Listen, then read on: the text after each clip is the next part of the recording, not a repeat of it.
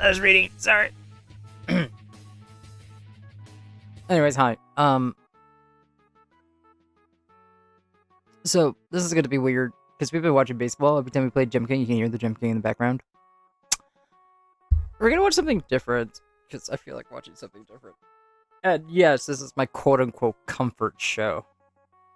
It's a little macabre if you stop and think about it too hard. So.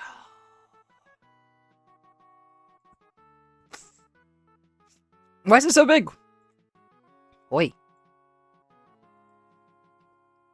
First things first. Calm that shit down. Second of all, scale that shit down. Press play. Investigators trying to solve a plane crash. The most important tool can be the black box. It records every detail in the cockpit. Yeah, it's all about plane disasters. Look at this. Where's Charlie at? And tells investigators about vital conversations. Damn, it's starting to rain. Northwest 255, runway 3 center, clear for takeoff.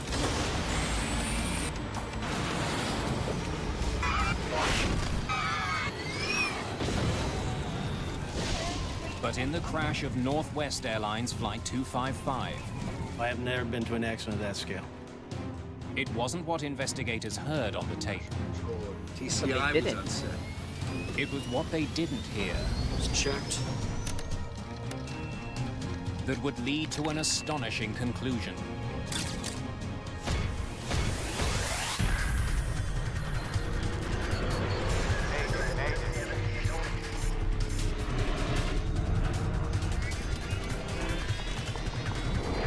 I've seen a bunch of these episodes before, so now you get to see them.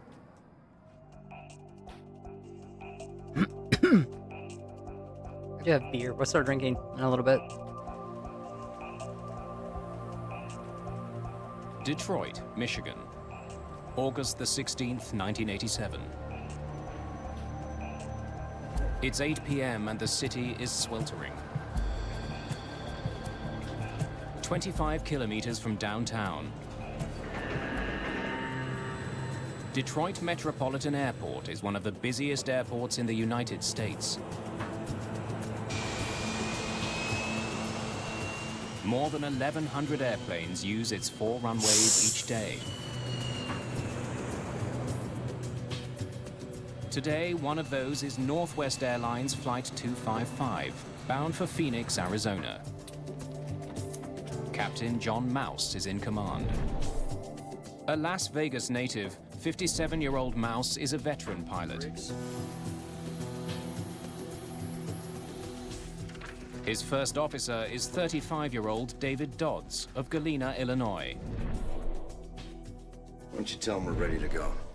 Both have years of experience on this type of aircraft. The MD-80 is also known as the Super 80 and is the second generation of the DC-9.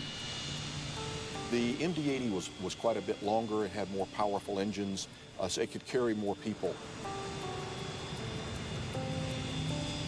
For that reason, it was a better moneymaker for the airlines than the DC-9 was.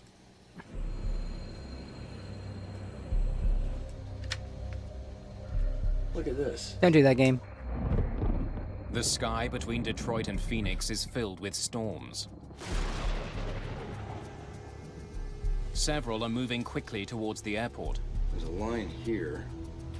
For the crew, it's been a long day. They're about 25 miles wide. Well, if we get out of here pretty quick, we won't have a delay.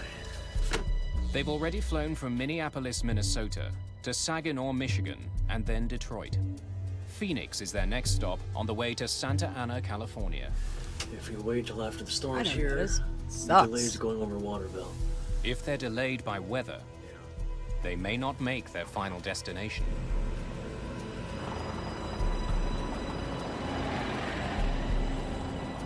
Let's get out of here before it starts raining. The plane's 149 passengers are also eager to leave.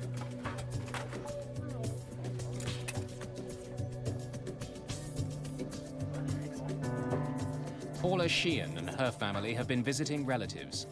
They're heading home to Arizona. Her daughter Cecilia is only 4 years old. Looks like bags are all in. Why don't you tell them we're ready to go? Ram 255. Flight 255 is running half an hour late. Northwest 255. Clear to go. Okay, we're cleared to push. Let's do the checklist. Brakes. Set. Windshield heat. It's on. Boost pumps. Unit 6. Cabin pressure controller. Checked. Auxiliary hydraulic pumps and pressure. On and checked. Yeah.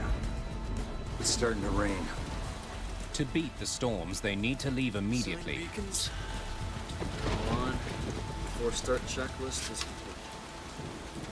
Flight 255 begins moving from the gate to the runway. Northwest 255. But because of the weather, Northwest 255. Now exit at Charlie runway 3 center.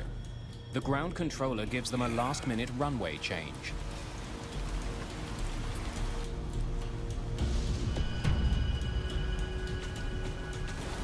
Okay, to Charlie for 3 center, Northwest 255.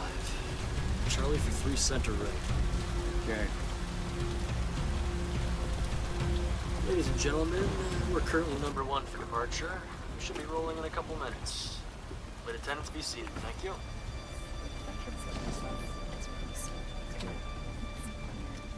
Blacker than hell out there.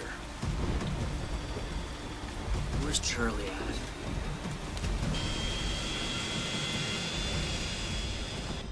By the time they get to the new runway, they're 45 minutes behind schedule. Northwest 255, runway 3 center, clear for takeoff. Within 17 seconds, 65,000 kilograms of passengers and aircraft hurtle down runway 3C. That was not me. But moments before liftoff, Mouse discovers he can't engage the auto throttle. Let's stay on. TCI's on set. His computer isn't in takeoff mode. They're on now. Okay. Clamp. 100 knots. At 313 kilometers per hour, V1. Rotate. the pilots angle the plane's nose up for liftoff. Then something else goes wrong. Just under 50 feet from the ground, the aircraft begins rolling from side to side. Power lifeguard copter 102. It rolls left and strikes a light pole. Out of control, Flight 255 slams into the ground, skids along a highway, and disintegrates when it hits an overpass.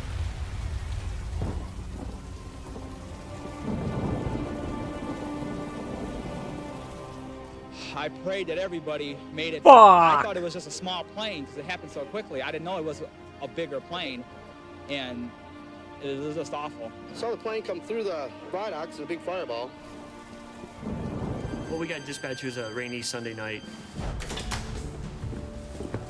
And then he said there was an airliner down, and our mood kind of just changed. And the one guy looked at me, Dan, and said, well, I hope it's a small one.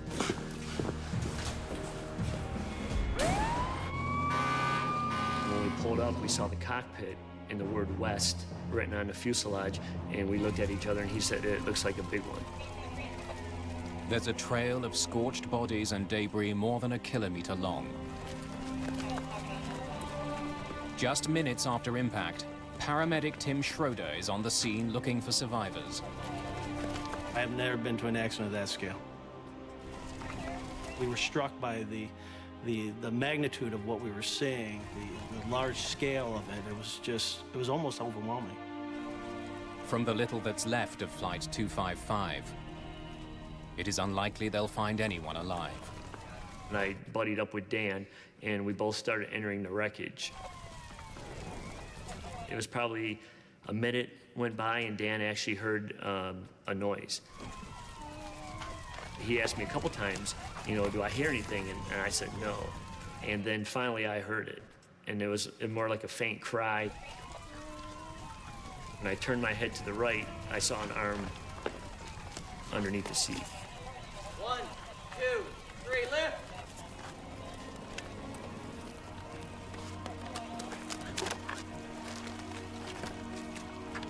She was covered in some blood and some soot.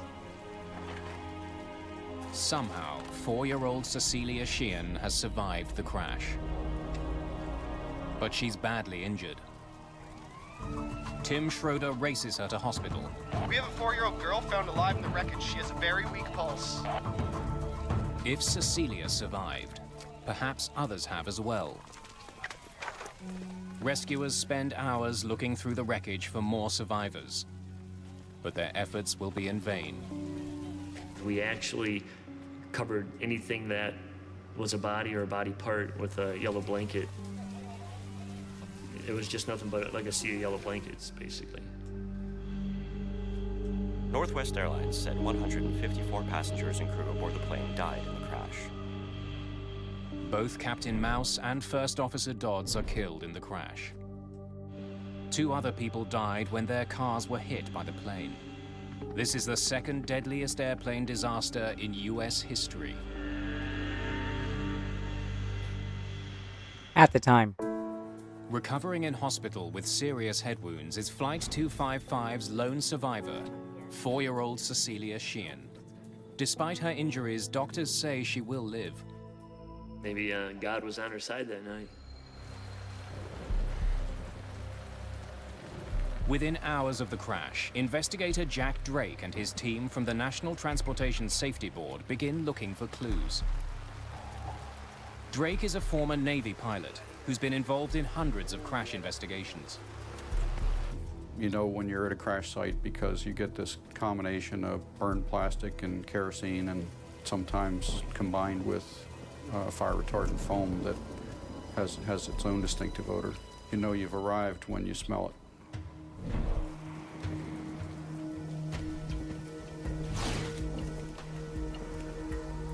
Drake and his team treat the crash site like a crime scene. Our team consisted of 12 or 13 specialists, some of whom go to the site and some of whom do their work elsewhere. They set out to examine every piece of wreckage to discover what went wrong. They have responsibilities for looking at different parts of the wreckage debris and do qualitative analysis of those parts. We always look for the recorders first. They're frequently referred to as black boxes, although they're usually orange.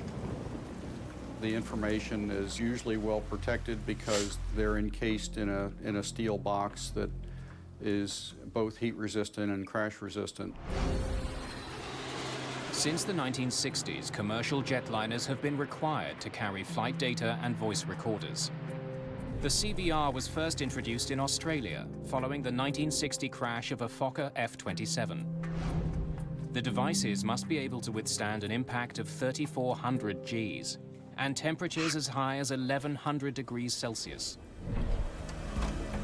Yeah, there's kind of stuttering in it. Like, what the fuck? The cockpit voice recorder is intact, but the flight data recorder suffered some damage in the crash. They may hold the only clues that can help solve this accident. Both recorders are sent to the NTSB lab in Washington, D.C.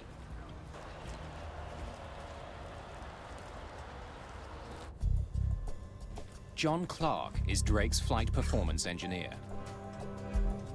His first task is to make a map of the debris left behind by Flight 255.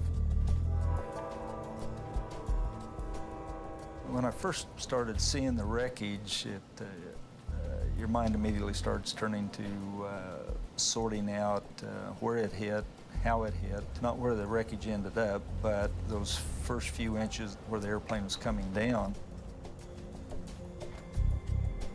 Clark looks for ground scars and other impact marks, and interviews witnesses to piece together where the plane fell and how. And that kind of gives you a sense of those last moments, what the airplane was doing when it hit the ground. Clark begins to understand the final moments of Flight 255. According to witnesses, as it lifted off, it couldn't climb and flew in a nose-high position.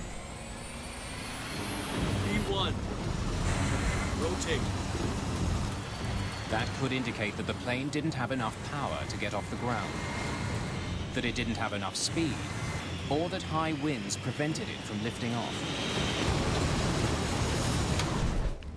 Witnesses provide investigators with a critical clue. You saw fire coming from the engine.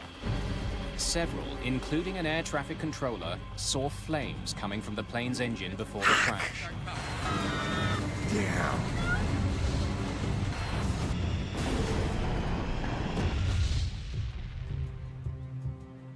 The engines become the first focus of this investigation. They look for evidence of an internal failure. The plane suffered an engine failure. Investigators soon learned that less than a month earlier, one of the plane's engines was damaged when it was hit by a foreign object. It was repaired and was being monitored by mechanics to see how it performed.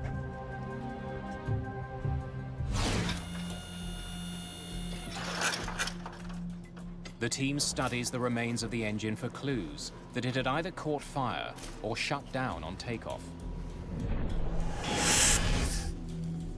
Despite what the witnesses saw, they find no evidence of fire or of a massive breakdown. The information suggested that the engine operation had been normal. Fuck! Clam, 100 knots. The flames were the result of the fuel tank rupturing after the plane hit a light pole. The fire didn't cause the crash. If Drake and his team are to solve this mystery, they need to be certain about what happened in the last few seconds before Flight 255 crashed. Well, I think probably the best physical evidence is what was on the flight data recorder. The flight data recorder doesn't tell you about weather, it tells you about aircraft parameters, aircraft performance essentially second by second, even at quarter-second intervals in some parameters. But NTSB technicians can't recover all the information from the recorder. They send it to the manufacturer to see if they can recover the lost data.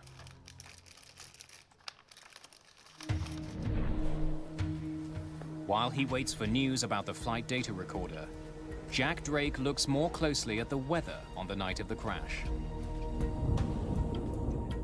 There was some convective or thundershower type activity that had moved through the area, and its impact on the accident required a lot of analysis.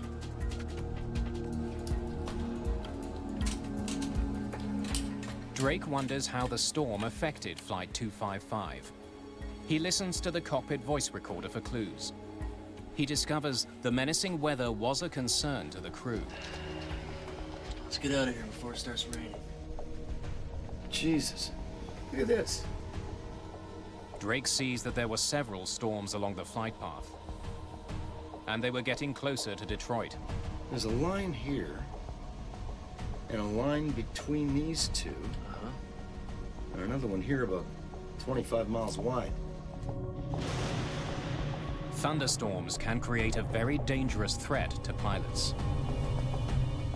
Since there was severe weather in the area, we always worry about microbursts. Microbursts occur when columns of air shoot down to Earth. As a plane passes through, winds batter it from all directions, making it difficult to control. Fuck.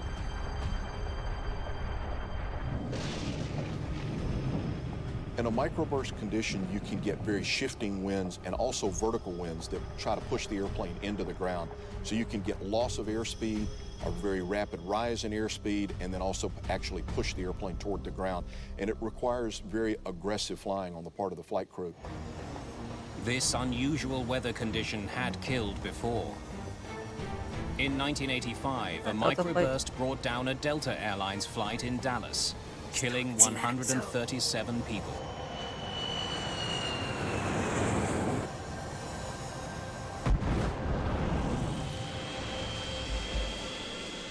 At the time of the Detroit accident, there was no device at airports to accurately detect microbursts. Instead, pilots relied on reports from other crews.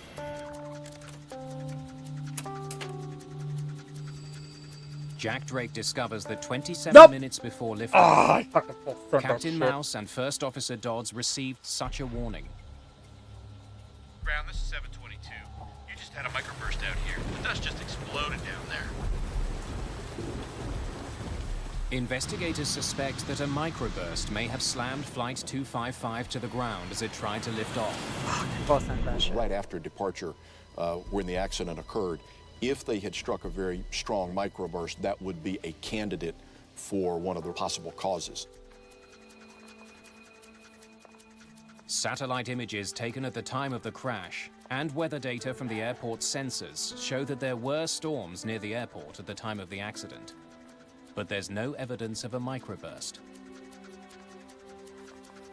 Wind and rain, but nothing that could be a microburst. Around the time of the crash, the airport's sensors did record a dangerous gust of wind on the runway, powerful enough to set off alarms in the tower. Upon further investigation, Drake discovers that Flight 255 was still at the gate at the time of that alarm. So the winds couldn't have brought the plane down. Sign beacons. But they did have a huge effect on Captain Mouse's flight plan. The crew's pre-flight dispatch package stated that they would take off from runway 21 left. But with the sudden change of wind direction, ground control sends Flight 255 to runway 3C, the shortest of 3 available runways. Northwest 255, now exit at Charlie runway 37.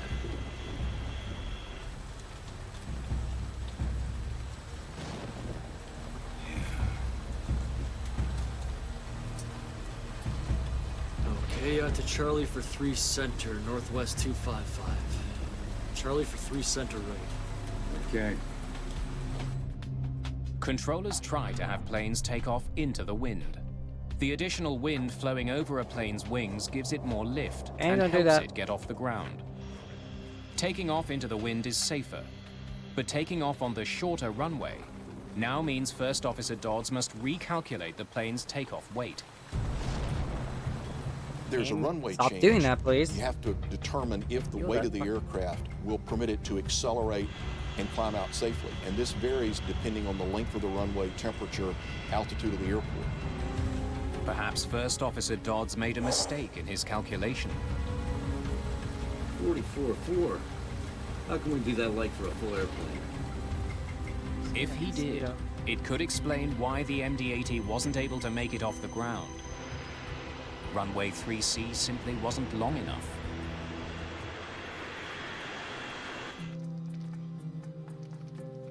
Using calculations based on average weight of luggage and passengers on board, Drake's team confirmed Dodds' estimate. The plane weighed 144,047 pounds, well below the allowable limit for runway 3C. It should have been able to get off the ground. Drake's investigation has hit another dead end. He and his team are running out of possibilities. Until technicians can decode the damaged flight data recorder, the team must rely on the physical evidence that's been found at the crash site. But when investigators study the cockpit's center console, they're forced to consider an almost unimaginable cause. Is this the way it was found? To get the plane off the ground, the flaps on the wings should have been extended to the 11-degree position. But the way the flap handle is damaged suggests the plane's flaps were retracted when it crashed. The pin had left a mark. This happens because the aircraft comes to a very sudden stop and the handle jangles around, and it's a metal-to-metal contact that's exaggerated by the impact. Well, stay on. That indicator was that the flaps were zero or fully retracted and the slats were retracted as well. Flaps and slats are extensions that slide out of the back and front of the wing. They make the wing bigger, which increases the amount of lift they can provide. They must be extended for takeoff.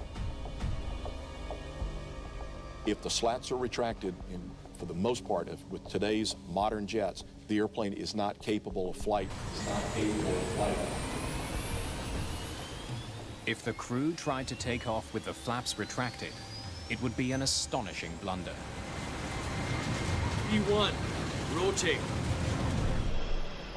But a pilot who was lined up directly behind Flight 255 on the runway is certain the plane's flaps were extended. You're sure the flaps were extended?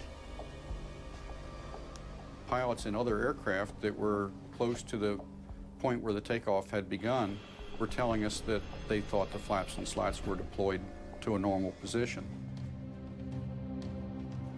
Investigators can't be sure whether the flaps were extended or not. The clues they need lie somewhere in the sea of debris recovered from the crash site. Eventually, investigators find the evidence they need inside a section of the plane's left wing. Each component of the slat system has its own drive system, and one of those was interrupted by the light pole that passed through the wing. 18 feet of the left wing was severed.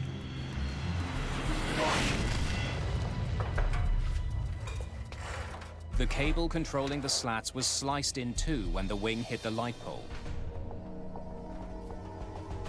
Based on where the cable was cut, investigators can tell whether the slats and flaps were extended or retracted.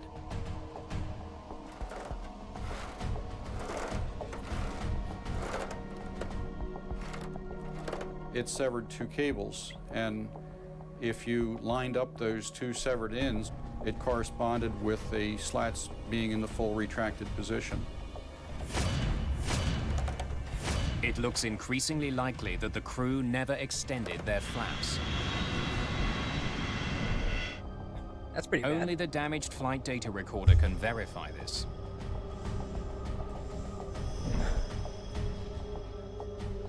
Fortunately, technicians have finally been able to rescue all its data. A digital history of Flight 255's performance until the moment of impact. I knew that if we had a good recorder, we were going to get data back. The flight data recorders in combination give you that time history that goes together with the physical evidence or physical damage. As expected, the FDR confirms what the evidence has been showing investigators.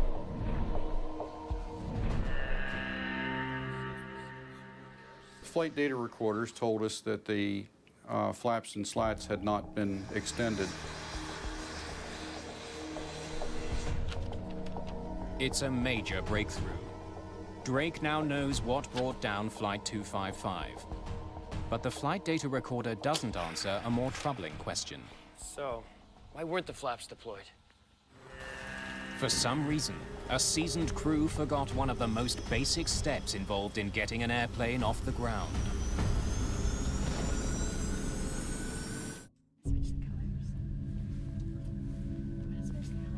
Two months after the crash, Northwest Airlines Flight 255's sole survivor, Cecilia Sheehan, is released from hospital.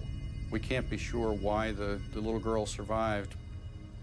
She's a very little girl buckled into a big seat, and she was more protected than adults that might have been sitting around her.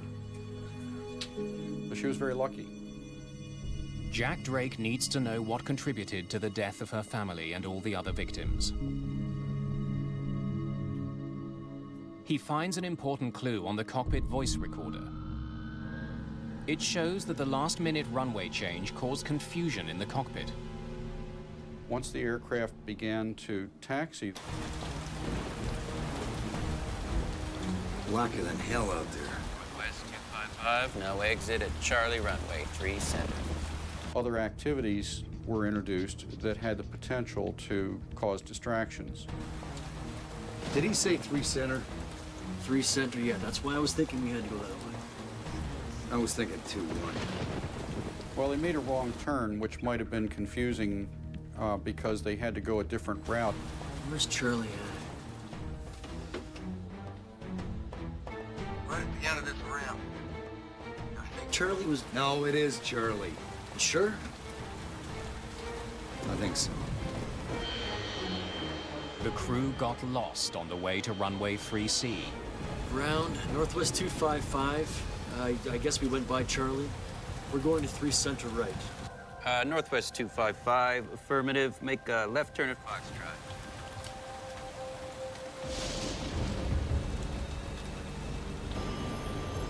They finally got to the runway 45 minutes late. Ladies and gentlemen, we're currently #1 for departure. It should be rolling in a couple of minutes. Flight attendants be seated, thank you.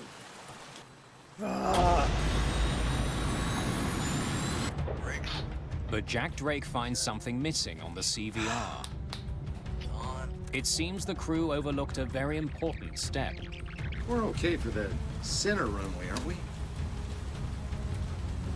Did they ever talk about plots? Before they got lost, the crew of Flight 255 performed a number of checklists.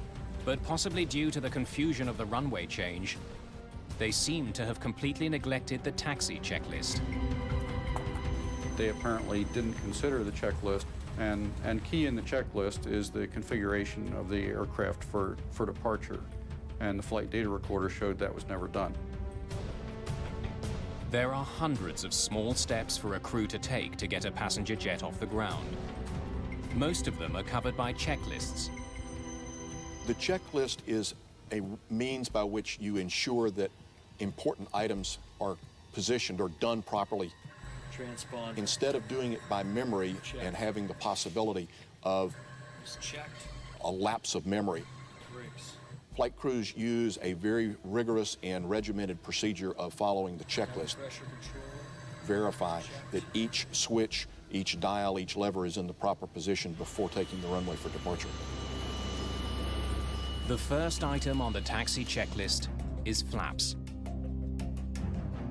One of the things that would have been included in their checklist was to configure the slats and flaps for low-speed flight. But because they didn't run the checklist, the crew never set their flaps to the takeoff position. I think Charlie was... No, it is Charlie. You sure? I think so. They hadn't done this checklist at the time they normally would, and as the activities piled up that were potential distractions, they were further and further away from the point at which they would normally perform that function. Their mindset was probably that they had completed it. Fuck! I went over. The pilots got an indication that their plane wasn't properly configured. During takeoff, they couldn't activate the auto throttle because their computer wasn't in takeoff mode. Another step covered by the taxi checklist. Won't stay on. TCI's on set. This should have alerted them that they didn't perform the checklist. If it had occurred to them at that point that we might have missed something else on the checklist, that could have led to a rejected takeoff. They're on now. 100 knots. Okay. Apparently that didn't happen, and so the takeoff was continued. With disastrous results.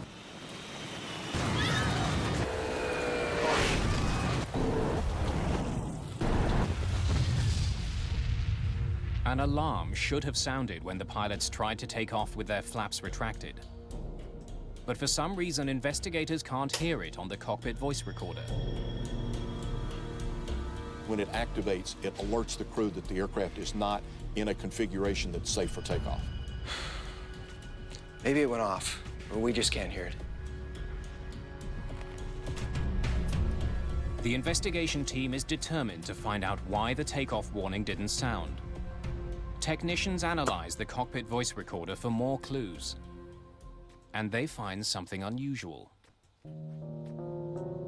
They picked up some enunciations on the CVR that were not correct. Stall. Stall. This warning is alerting the crew that the plane is about to stall. But it should be coming from 2 speakers in the cockpit. Stall. Technicians notice it's only coming from 1. Stall. Stall.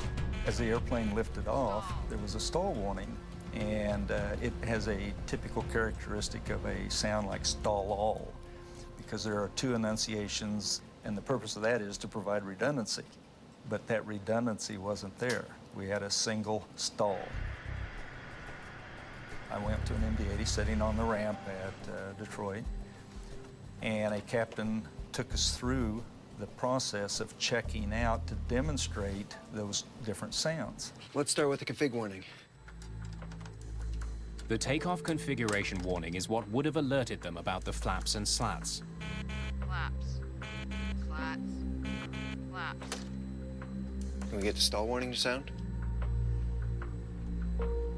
Stall all. Stall all. He activated the stall warning system by a test switch, and it said stall all. The voice on the left channel is slightly different from the voice on the right, as it should be. But that's not what Clark heard on Flight 255's voice recorder. Can you make it sound like this? Stall. Stall. To get a singular stall, he had to pull power to one side or the other. And one way he demonstrated that is he pulled the P40 circuit breaker. A circuit breaker is the electrical switch that protects the circuit from damage caused by overload. The P40 circuit breaker is an important one in this investigation. It handled both the failed takeoff warning and the stall warning systems. What struck me was, he said, I hear people doing it. I, of course, don't do it myself, but let me show you how. And he reached around behind him, round behind the seat, and down low, and pulled the P40 circuit breaker without looking. And then when he ran the stall warning system, we got the singular stall. Stall. Stall. It's a major clue. Clark could only reproduce the strange-sounding stall warning by pulling the same circuit breaker that's connected to the takeoff warning. This tells investigators that the breaker was tripped when Flight 255 tried to take off. Then John Clark notices something else about the P40 circuit breaker. You could see smudge marks around the decals on each side of the circuit breaker. It looked like finger marks where oil had built up and dirt and grime over the years. So it told me that that circuit breaker was being used routinely by a lot of pilots. Can you tell me why that is so worn? It turned out that the takeoff configuration warning could be a nuisance to pilots. If you're doing a single engine taxi, you have to push the throttle up further to get a power to taxi, and you would set off the takeoff warning system. And so they would pull the circuit breaker to silence it. It's irritating. It's a warning. It's meant to alert you. And if it's going off routinely all the time, It gets on their nerves, and so apparently pilots were routinely silencing those takeoff warnings. Investigators suspect that the crew of Flight 255 tripped the breaker to avoid the irritating takeoff warning. And then, with the added delay from the runway change and the impending storm, they proceeded to take off without doing the taxi checklist. That might explain why the alarm didn't sound when they tried to take off with their flaps retracted. We don't know if the pilot did pull that circuit breaker on that particular flight. There was certainly one error and the potential for two. I think that the extensive use of the circuit breaker, because of the smudge marks around the circuit breaker and the pilot's statements, I think it's highly likely that he did. It appears the downing of Flight 255 was caused by pilot error.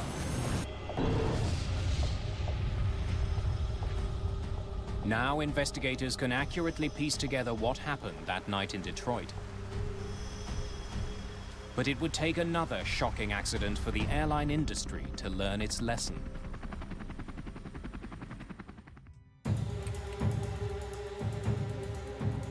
Jack Drake's team has discovered what caused the crash of Flight 255, but cannot prevent it from happening again.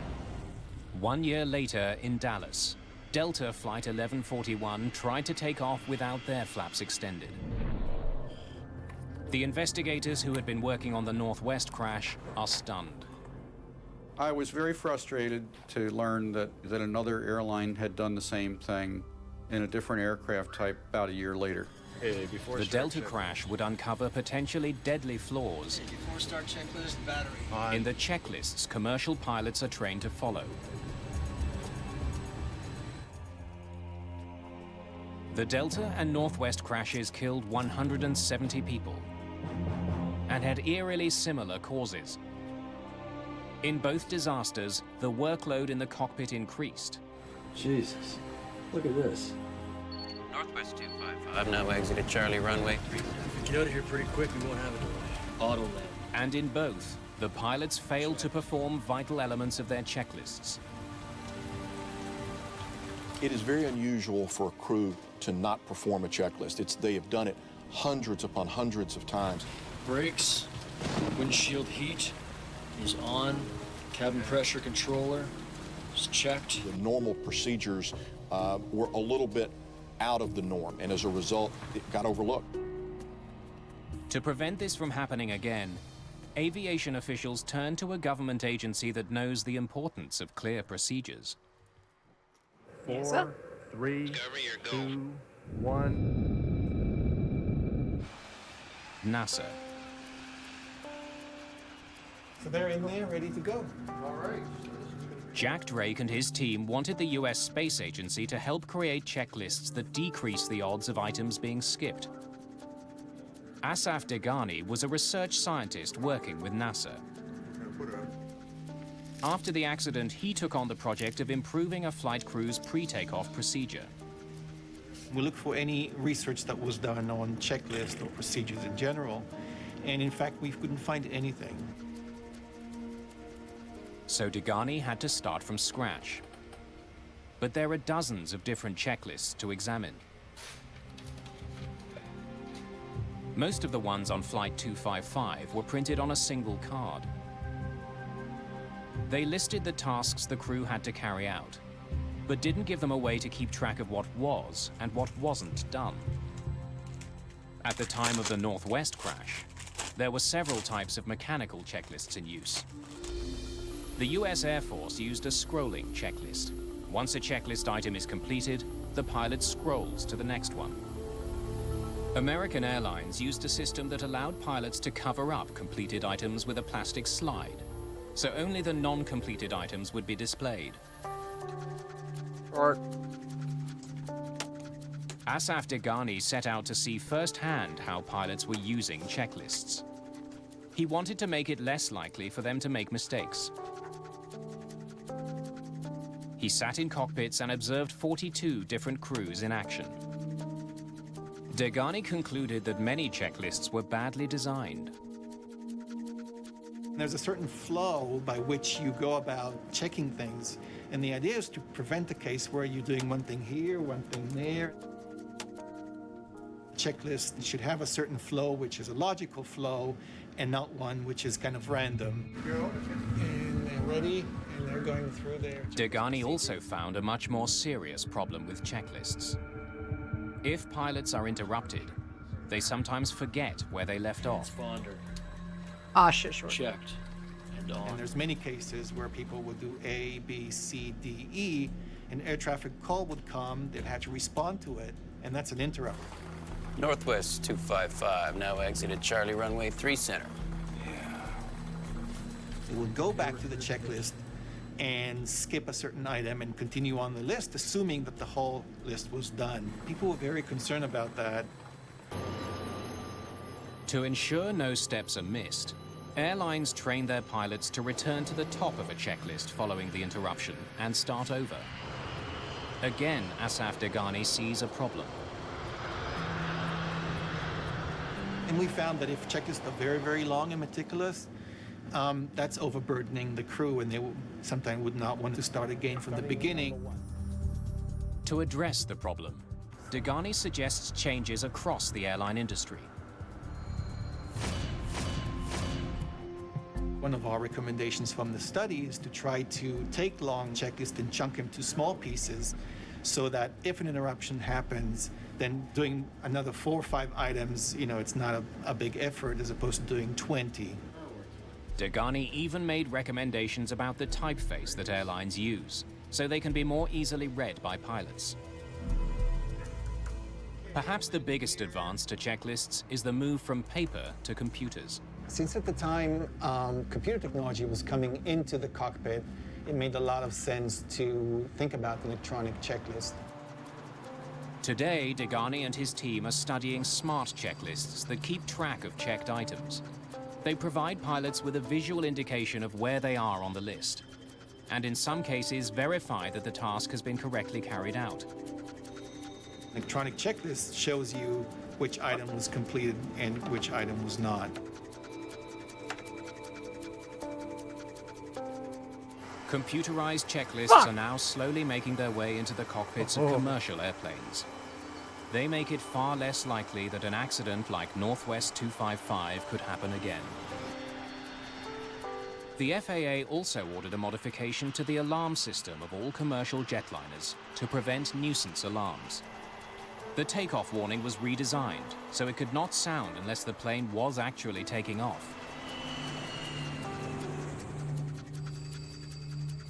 Jack Drake went on to investigate hundreds of accidents over a 26-year career with the NTSB. The crash of Flight 255 taught him a valuable lesson. This one is a worldwide example of the importance of following checklists and configuration being completed correctly on every takeoff. And so it became something that was a part of the training curriculum in virtually every airline around the world. The case of Northwest 255 is no different. It's a series of events, runway change, task saturation, an overlooked checklist, a failed takeoff warning system. Put all of those together, those links in a chain, and you end up with the accident. If you were to break any one of those links, the accident wouldn't have happened. Flight 255 will also be remembered for its lone survivor, Cecilia Sheehan.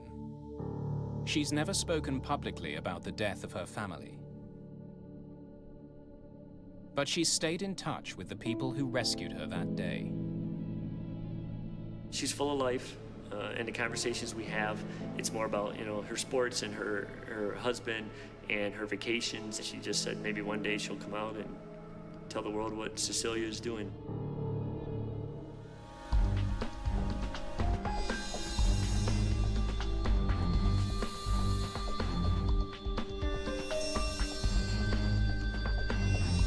Oh, it's over.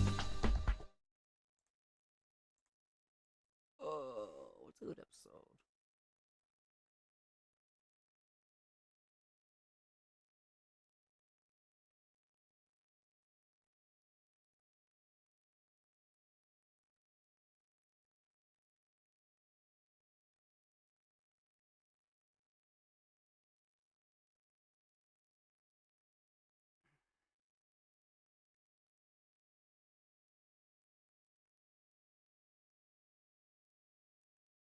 Denver?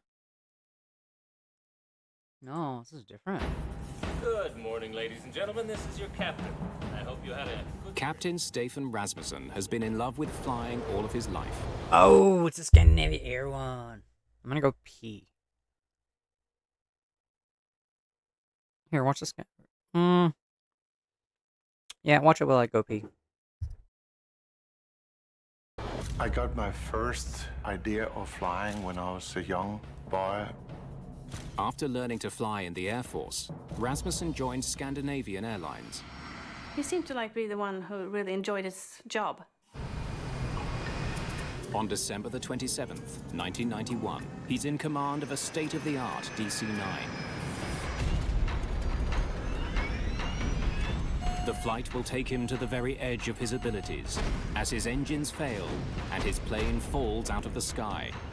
I was in a nightmare. Stockholm, Scandinavian 751, we are crashing into the ground now. What caused the most baffling accident in Sweden's history is nothing investigators could have imagined. What they finally uncover will strain Rasmussen's lifelong relationship with airplanes to the breaking point. I really felt that I didn't trust the aircraft. Mayday, mayday.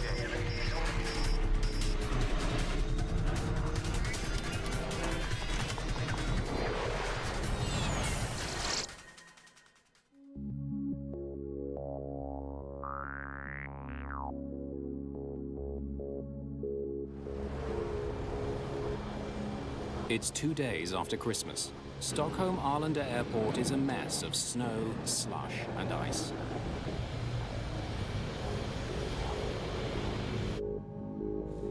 Passengers boarding a mid-morning Scandinavian Airlines flight to Copenhagen are finding the cabin very uncomfortable. It was really warm inside the plane when we entered because there had been heaters on during night. And I saw when the passengers embarked, they also wanted to take off jackets and shoes, and because it was like a sauna.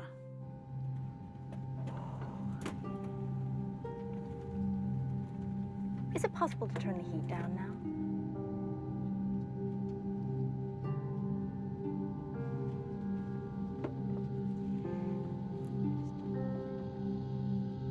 "34-year-old Ulf Sedermark has been with the airline for 4 years.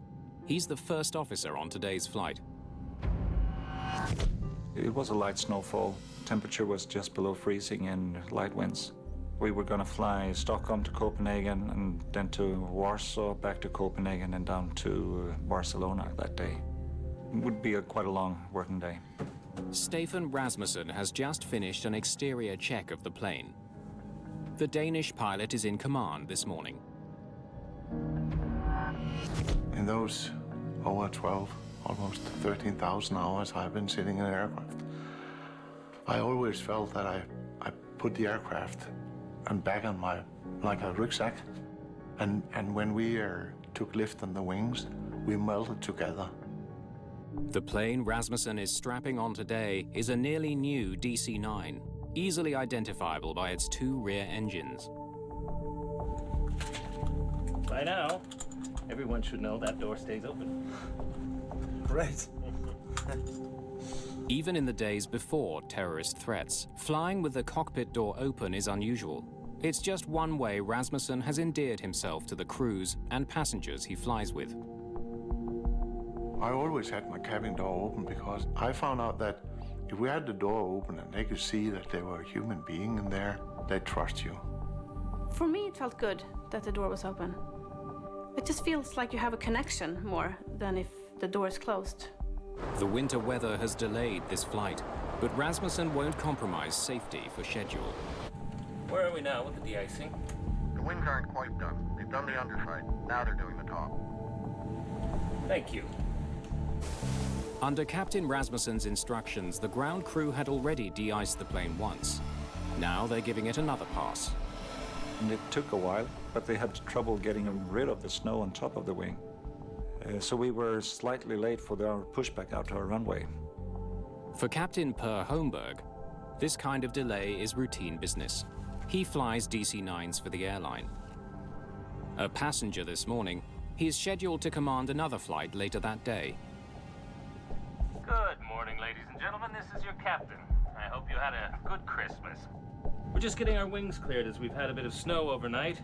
And when that's finished, we're ready for takeoff for some warmer weather. I handpicked the airline's best cabin crew to take care of you today. We all hope you have a nice flight.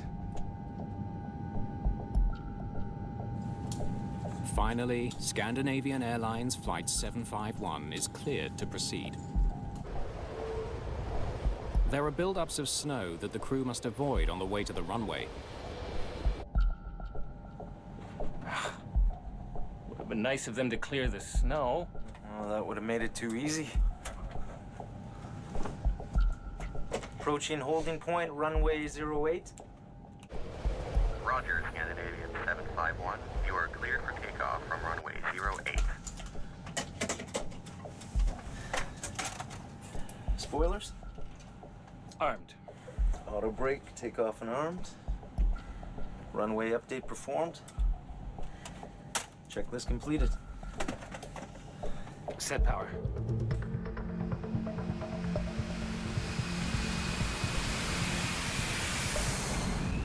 Despite the winter conditions, the takeoff is routine. V1, rotate.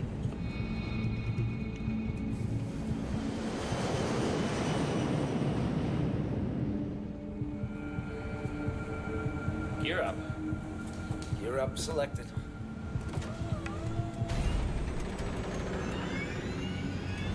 When Wolfie reached out for the gear, I heard things which was different. Just 25 seconds into the flight, as the plane is climbing, there is a problem. When you hear things that are different from the normally, you get suspicious. There was a really big roar in the aircraft, almost like an explosion. Boom! There was another banging noise that I just thought, what is that? I had never heard that before.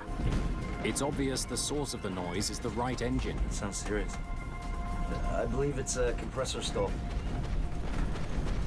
I took the right throttle and moved a little back, but there it really became strange because the engine performance increased when I reduced the throttle. It's like if you're sitting in your car and you're turning your wheel to the left and the car is driving to the right, you get confused.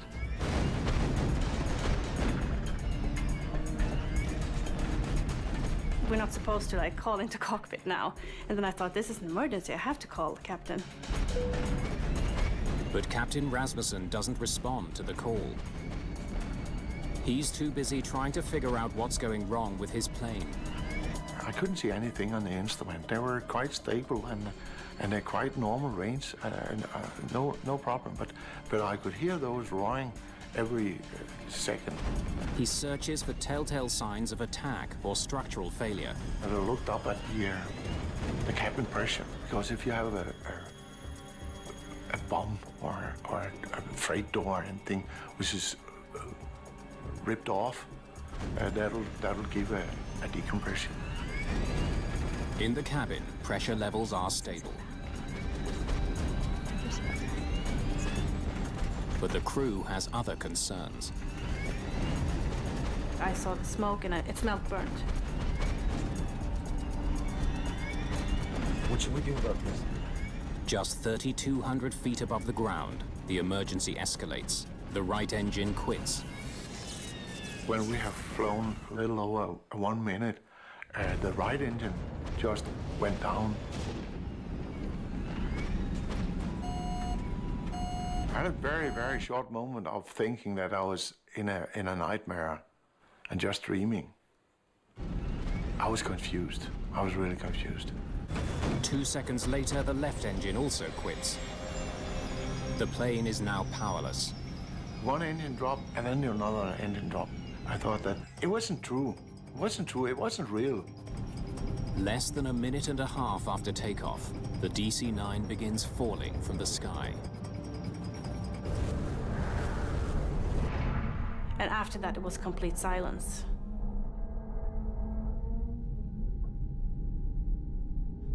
And I think that was the worst moment for me. Just being in the air and it's so quiet. It was like a bird just sailing through the sky. So then I started to get scared.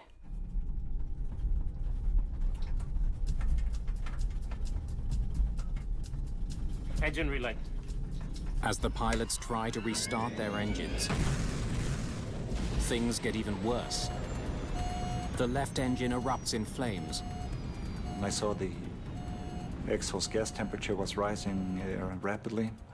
The max temperature was around 680 degrees Celsius, and I saw it go above 800. A fire in the engine could spread to the rest of the plane. Should I pull? If Sedermark pulls the fire extinguisher in the left engine, he will never be able to restart it.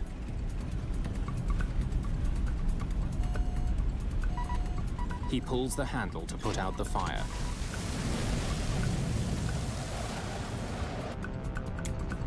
From his seat, Captain Per Holmberg can see that the crew is in trouble.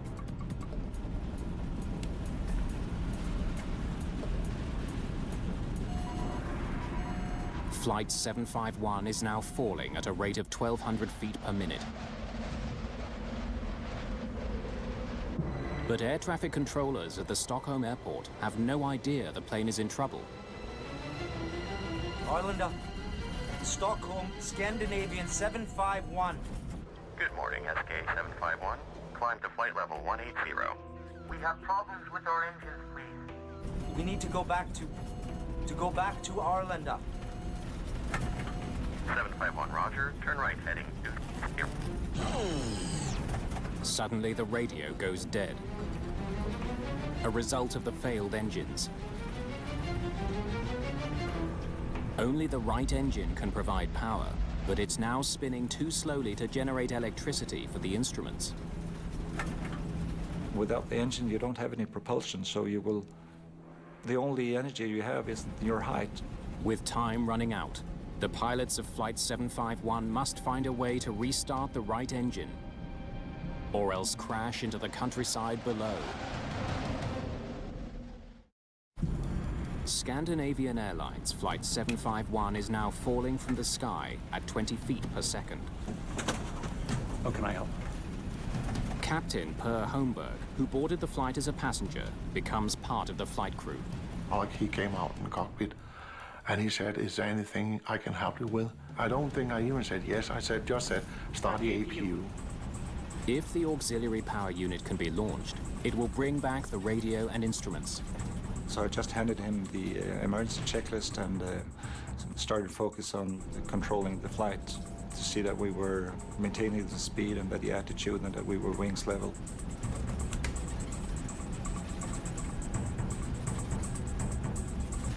He managed to start the auxiliary power unit, so my flight instruments were supplied from that. But for some reason, Captain Rasmussen's instruments don't come back online. He managed to fly the plane basically by feet. Power is also restored to the cabin, but it's small comfort to passengers who now know they're in extreme danger. Stockholm Air Traffic Control instructs the pilots to return to the airport. Scandinavian 751, are you able to turn right, heading 090, radar vectoring for 0-1? But the plane is now just 1,600 feet from the ground. And First Officer Sedermark's attempts to resuscitate it aren't working. Roger, we are maintaining our heading, but we are trying to restart our engines. Making a 180-degree turn back to Stockholm could be catastrophic. I really had the feeling that if I turned the aircraft at that time, we would have stalled. When you're turning back, you are losing a lot of energy. So the most safe thing to do is actually just to go straight, keep your wings level. That means that you will use less energy of your altitude so you can maintain your speed. You can maintain 2,000 feet. We are not able to maintain 2,000 feet. We are descending. We are at 1,600 feet and descending. Holmberg wants Rasmussen to focus his attention on finding a landing spot. Look straight ahead.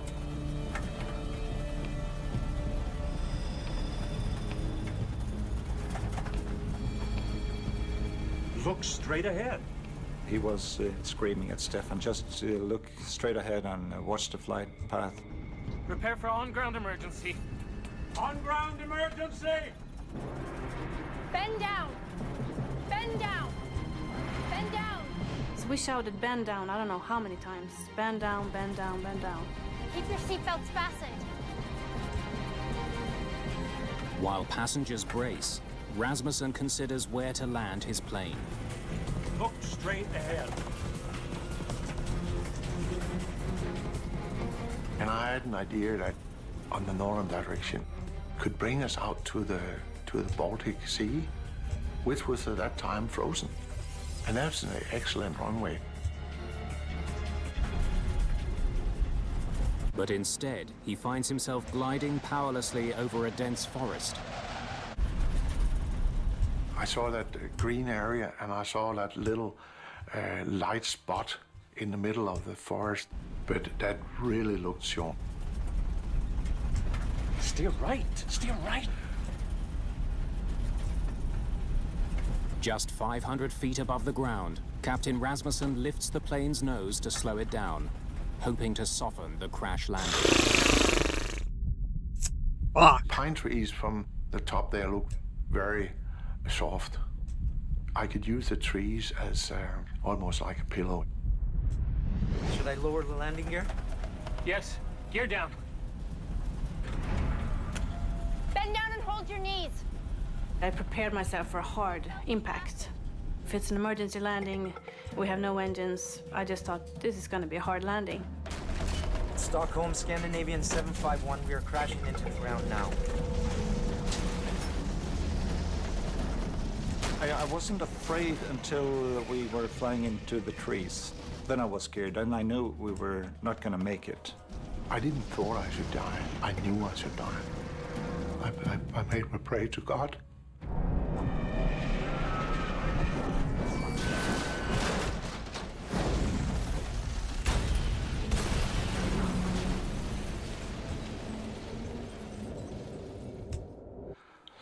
And then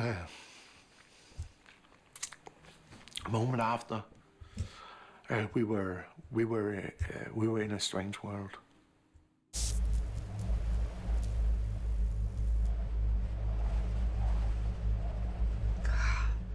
After we have come to a complete stop, I feel the smell of airplane fuel.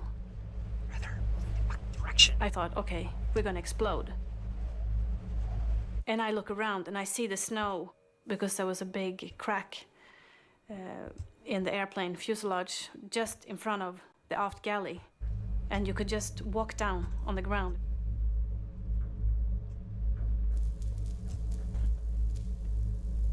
Everything was quiet, and I woke up. It might only have been a split second or so. I was afraid that my spine was broken, that I wouldn't be able to walk again. So I remember I was sitting there and I was moving my toes and my feet just to see if I could have control over them. I had a pain in my hand because I had broken a bone in my hand, and I was bleeding heavily from my forehead, so I was trying to get clear of all the blood that was coming down in my eyes. And Stefan told me that we had to get out of the aircraft. After plowing through 125 meters of pine forest, the pilot's fear is now that the broken aircraft could catch fire. Dozens of passengers escape through the breaks in the fuselage walls. But Captain Per Holmberg has been knocked unconscious by the crash. It all went so fast that no one could take in what happened. So I tried to stay with the group of passengers I had there, but I just knew the feeling also that we had to wait a long time for the rescue teams. Help will be here soon. Fortunately, no fire materializes.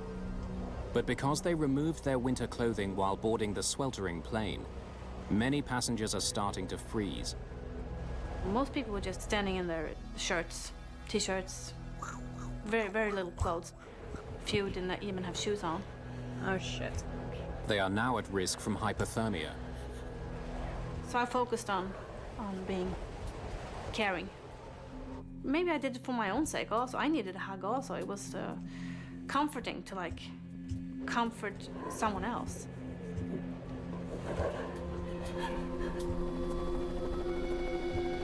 The wreckage of Scandinavian Airlines Flight 751 lies just 15 kilometers northeast of Stockholm Arlanda Airport. The fuselage has broken into 3 pieces. In the chaos of the moment, nobody knows how many people have been killed in the crash.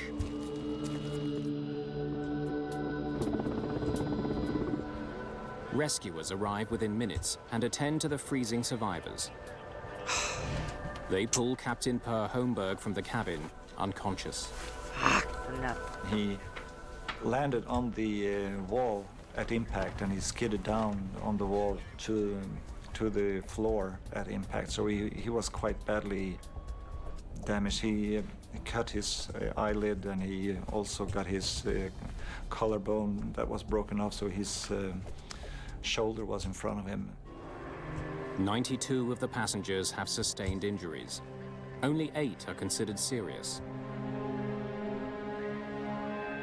But when the crew conducts a head count, they're stunned to learn that out of the 129 people who boarded Flight 751, not a single one was killed in the crash. Hey, Everyone survived. It was like a shock just to take in. Wow, that was a fantastic comment. Just I was the happiest captain in the world. We were all alive. That was a great moment. Reporters break the remarkable story to the world. As the Swedish Accident Investigation Board, or SAIB, takes charge of the case. Scandinavian Airlines alerts its own investigators, dispatching Tori Hultgren to head up its team. It's most unusual that the plane crashes in a wooded area and everybody survives, and never heard of it before. The police kept everybody off the site itself. There was a cordon around the aircraft about 100 meters. And we had a complete aircraft, nothing had burned, and we had lots of good data. Henrik Ullander from the SAIB gets to work on the evidence. And we all started to plan the documentation of the accident site, which means photographing all the fine little approach through the wood, you know, and to take photos of all the parts that were spread all over the place. The 2 black boxes, which record cockpit conversations and store flight data, are recovered immediately.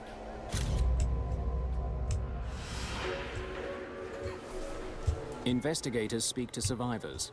Everyone tells a similar story.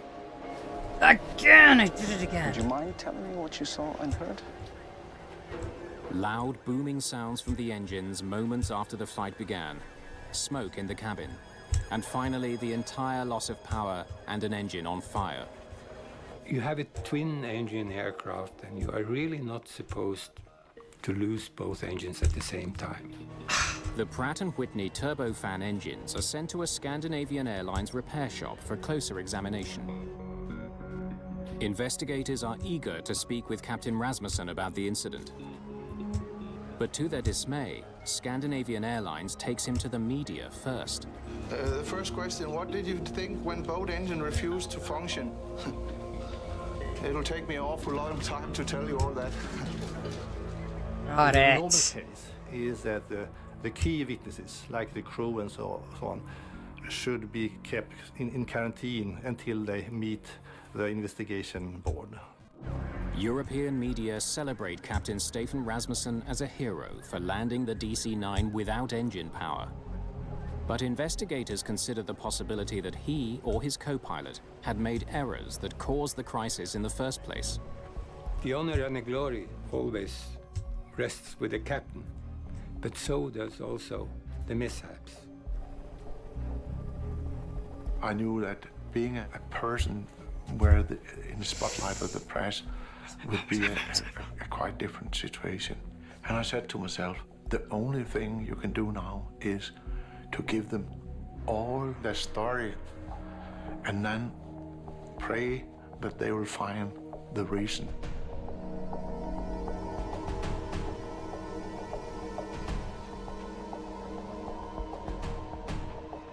Lars Lindberg is an investigative representative for the Swedish Airlines Pilot Association. He examines the wreckage for signs of mechanical or structural failure. We knew both engines had failed for some reason. So we was concerned what was the background for something like that to happen. The first time I saw the engines in the workshop, I was surprised. Is this all they found? There was a number of parts that were completely missing, and this was something we hadn't seen before to this extent. To find out what happened, investigators must find the missing pieces, which now lies somewhere in snow-covered fields and forests.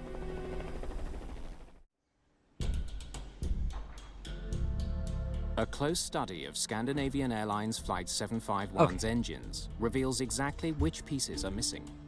Parts of this aircraft was shedding parts from both engines. And then what you do is you go further in and you document everything and you try to find the root cause and see how it all comes together.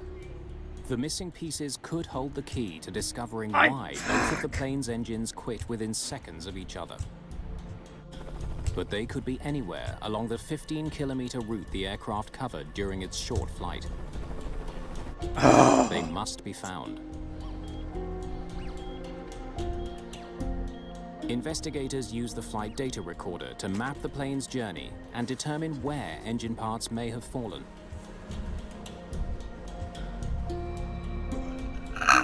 Jesus. After scouring the snow-covered fields along the plane's path, the recovery team finds 500 fragments. Just a fraction of what's missing. Fuck. Many are very badly damaged. Some of the titanium blades actually seem to have been on fire. You had this titanium fire inside both engines, both the right and the left engine. And this titanium fire is a very unique occurrence. It's requiring very, very high pressure and very high temperature for a titanium blade to catch fire. Investigators dig deeper into the cause of the engine trouble. The left engine's fuel line is badly dented. It was obviously hit by a fast-moving piece of metal inside the engine. The impact caused it to rupture. This part got dislodged, it went out and hit a fuel line, and that fuel line cracked, sprayed fuel onto the hot engine. The engine was clearly coming apart during the flight. That sounds serious. The discovery explains the fire in the left engine and why so many pieces of it were found so far from the crash site. But investigators are left wondering why the engines broke up in the first place. A major clue comes from passenger and crew testimonies, which told of repeated booming noises before the left engine caught fire. The cockpit voice recorder picked up these sounds. So you can hear that, and we could correlate that with when the damage occurred. You can see that on the flight data recorder. The sounds are familiar to investigators and leave no doubt. The DC-9's engines began surging shortly after takeoff. Jet engines rely on a steady stream of air for combustion. A series of fans move incoming air through various stages of compression. But when that flow is disrupted, fuel at the rear of the engines ignites violently and shoots forward. That's a surge. You can have a small surge and you can have a large surge. You can have the complete surge on the whole engine. Sounds serious. This surge process was very violent, so after a very short time, we had an aircraft with two engines that could not be restarted, that didn't generate any thrust. Basically, you had a giant glider at that point.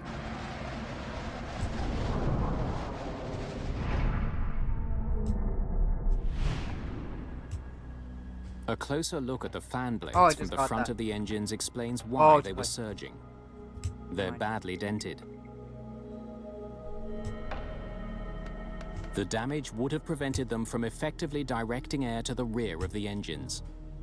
This damage that twisted the fan blade started this process. You got this disturbed air in the fan. You got this rotating fan stall that then triggered this whole breakdown, the compressor surge, and then the whole process that led up to the dual engine failures. But what exactly mangled the blades? There are ways to tell. If it comes from a stone, rubber, ice, and so on, you can see it on the shape of the damage. The ice causes very specific damages. It's sort of like a soft dent. Analysis of dent patterns on the fan blades is conclusive. They were struck by ice. Sweden? You don't say. Now investigators want to find out where the ice could have come from. Weather data for the 24 hours leading up to the crash. They know Stockholm had been hit with rain and snow in the hours before Flight 751 took off. It was a situation with the temperature around 0 degrees. It was a drizzle, snow, rain in the morning. They learned that the DC-9 arrived from Zurich the night before, with the fuel tanks more than half full. They had quite a large amount of reserve fuel, of diversion fuel, in their wings. The fuel in the wing tanks were close to minus 20 degrees Celsius. The conditions that night were ideal for the formation of clear ice on the wing surface. And here you had very, very cold fuel on the top wing skin. And as the temperature dropped during the night, it went to snow and rain, and finally snow. So there was a layer cake. Ice at the bottom, slush, and snow on top. About 10 inches total on top of the wings in the morning. Responsibility for de-icing the plane ultimately falls on the captain. Rasmussen insists he was aware of the overnight buildup. Investigators wonder if the pilot did all he could to ensure his plane was completely free of ice. Rasmussen claims he instructed technicians to de-ice the plane thoroughly. I didn't walk around with the aircraft. It was cold. It was frosty. Noticing that there was still frost on the wings, the head technician ordered a second round of de-icing. I was really convinced that the aircraft was clean. And so was he. So was he. Where are we now with the de-icing? The wings aren't quite done. They've done the underside. The cockpit voice recorder backs up Rasmussen's testimony. They've got it good and clean under the wings? Yes, yes. They de-iced the aircraft once and looked at it and I said, once more. And they de-iced as the second time. In fact, a total of 850 liters of fluid was sprayed on the aircraft. But the fluid may have been faulty, not potent enough to melt the thick layer of ice that had accumulated on the wings overnight. Oh, because that did happen in Air Canada flight. Technicians test samples of the fluid used to de-ice Flight 751. We found no discrepancies. There was nothing wrong with any of the fluids used. But when investigators interview the maintenance crew that worked on the plane, they begin wondering if the de-icing team was thorough enough in their efforts. The ground crew insists that after they sprayed the wing, it appeared to be clean. But that appearance was deceptive. It looked perfect, because the clear ice on top of the fuel tanks, you cannot see the clear ice. A technician inspected the front of the wing and found no ice. He couldn't have known that there was ice further back, out of his reach. No provisions for stairs or anything that he could use to get up on the wing at the de-icing platform. It looked shiny and nice, couldn't see any ice on it, but still there was maybe an inch of ice on top of the wing when the aircraft took off. As soon as the plane took flight, the That'd be ice kinda became suck. a problem. On this aircraft, the engines are positioned behind the wings. And as the aircraft my rotated God. and the wings bent in order to take the weight of the aircraft, this ice in the wing roots loosened and it sucked right into the engine. The ice damaged the fan blades at the front of the engines and ultimately caused them to begin surging. Nobody really expected this would happen or could happen, but it did. When ice breaks off the wings during flight, it doesn't pose a problem for most aircraft. But the placement of a DC-9's engines leaves them more susceptible to being struck. The Pratt & Whitney engines on Flight 751 were designed to withstand this type of ice ingestion. Something else must explain the disaster.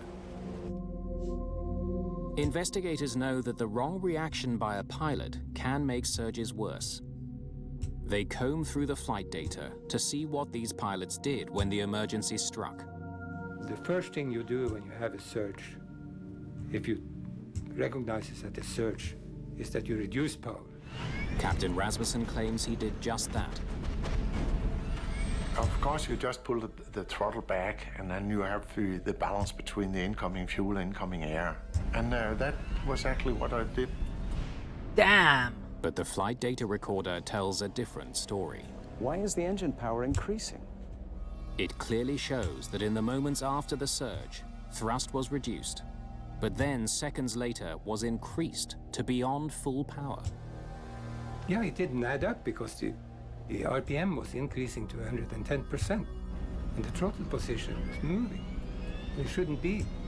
The only thing that could move the throttles in clamp was the pilot's hand. But if Rasmussen didn't push the throttles forward, something else did. The autopilot. It would explain the captain's confusion as his engines began to surge. As a pilot, when you've gone through the training, you've done all your emergency training, you've been through the simulator, and now you have a system that is doing something that you don't expect, it's very confusing. Despite their relentless efforts, investigators can find no possible explanation for the increase in thrust. The frustrating part with the investigation was that we could not figure out why the system did what it did. Then, almost 2 months after the accident, the plane's manufacturer provides the answer. The culprit is something called automatic thrust restoration. It's brand new. It automatically increases the thrust during the climb.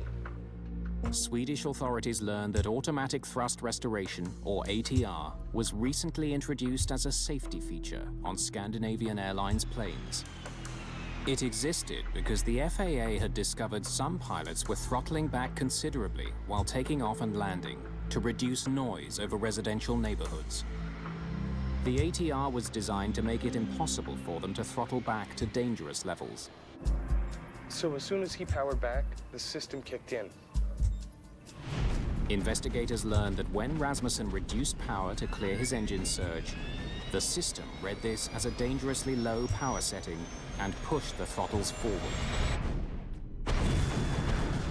The increased thrust made the surging worse until the engines destroyed themselves.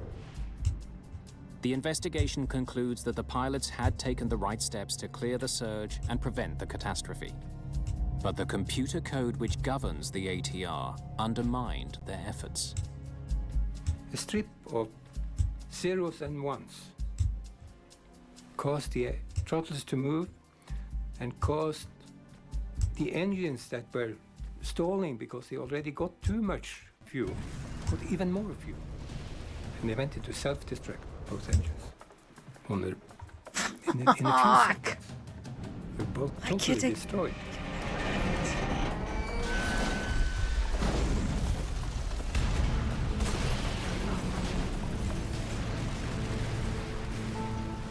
For a while, I learned that. The system was so new to Scandinavian Airlines that nobody there had even heard of it.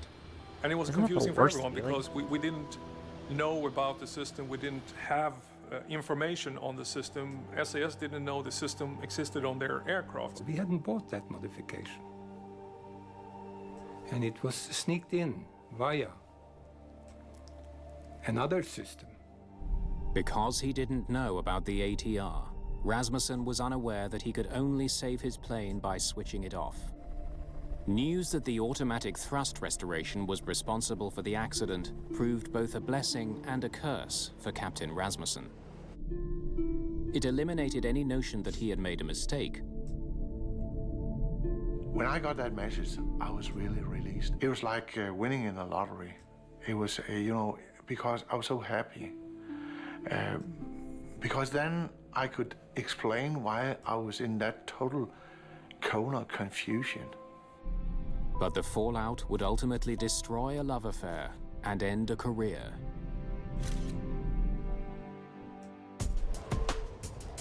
On October the 20th, 1993, the Swedish Accident Investigation Board releases its report on the crash of Flight 751. It determines that the actions of Captain Rasmussen and First Officer Cedermark contributed to the safe outcome of this incident. And although investigators question Captain Per Holmberg's decision to enter the cockpit in the first place, they do praise his contribution. This crew flew until they stood still on the ground. They never gave up. They never gave up. They didn't give an inch. The investigators put much of the blame for the accident on Scandinavian Airlines because their procedures for checking for clear ice were inadequate. You're like McDonnell Douglas.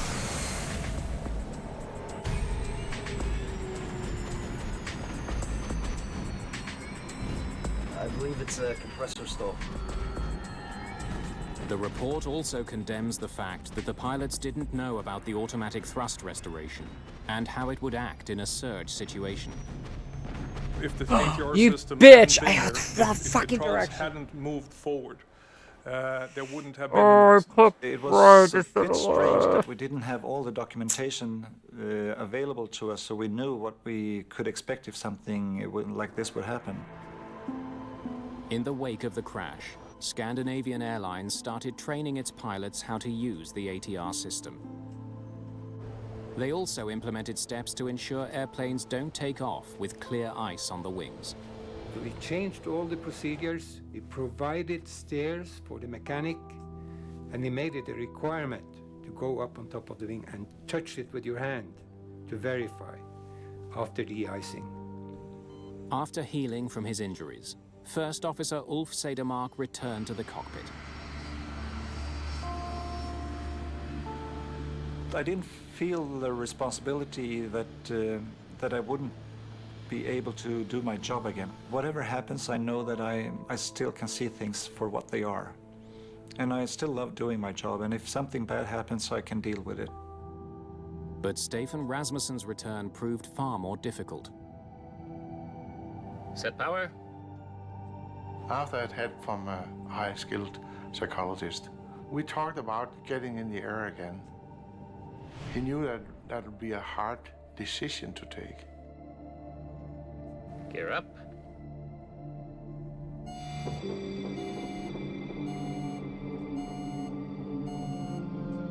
Fire drill.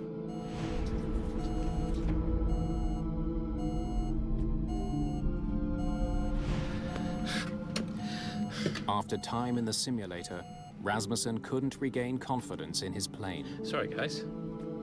In a disaster situation, in a crisis, is that you have optimized your teamwork between not lined man up correctly? and machine. I really felt that I didn't trust the aircraft.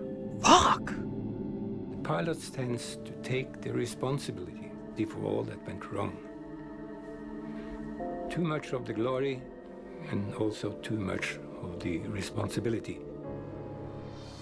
With the right counseling, about 90% of pilots involved in an accident are able to continue flying. Too much. Even though Captain Rasmussen received treatment, his career ended with the crash of Flight 751. Taking that decision to leave aviation as pilot was like having your highest love and come to that conclusion that that you have to kill her. I had many hours, many missions of happiness in an aircraft. And I loved my passengers, I loved my aircraft so much, so I said, that's it.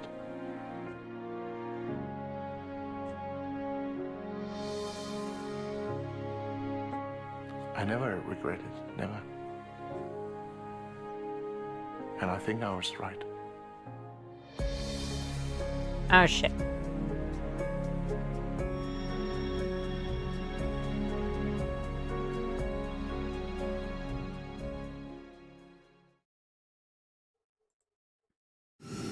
Just minutes from Strasbourg Airport, an Airbus A320 slams into a mountaintop.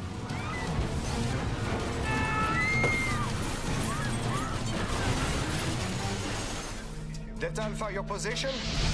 There are survivors. I'm not panic because I'm going to burn. But they are still in grave danger. It's bitterly cold, and what they don't realize is that no one knows where they are. They could be anywhere in there. Expect Oh this in god, the the game jungle or thing. the rainforest, but not in a highly populated area. Before investigators can begin searching for what caused the crash of Air Inter Flight 148, they must first find the plane.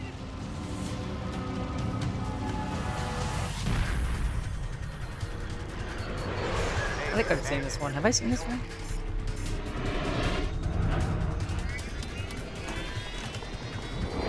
Huh.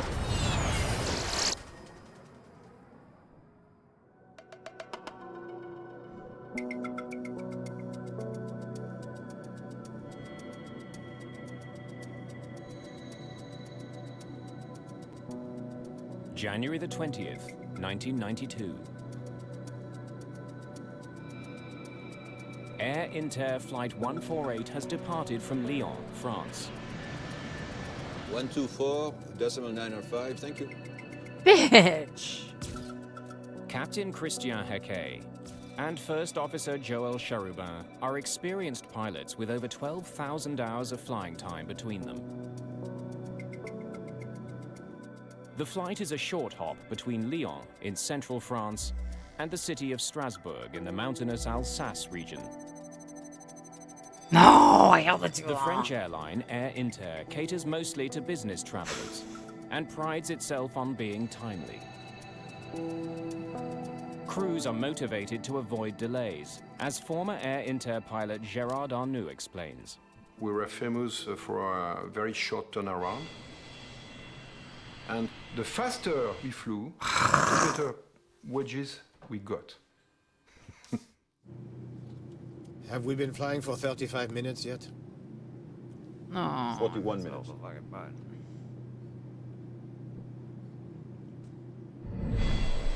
The crew is flying an Airbus A320, one of the most technologically advanced commercial airplanes in the world.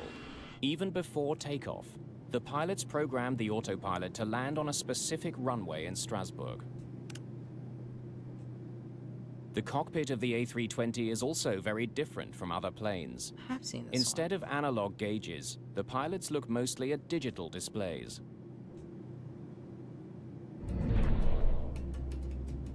Which I'm against, by the way. Strasbourg, good evening. Runway News 05.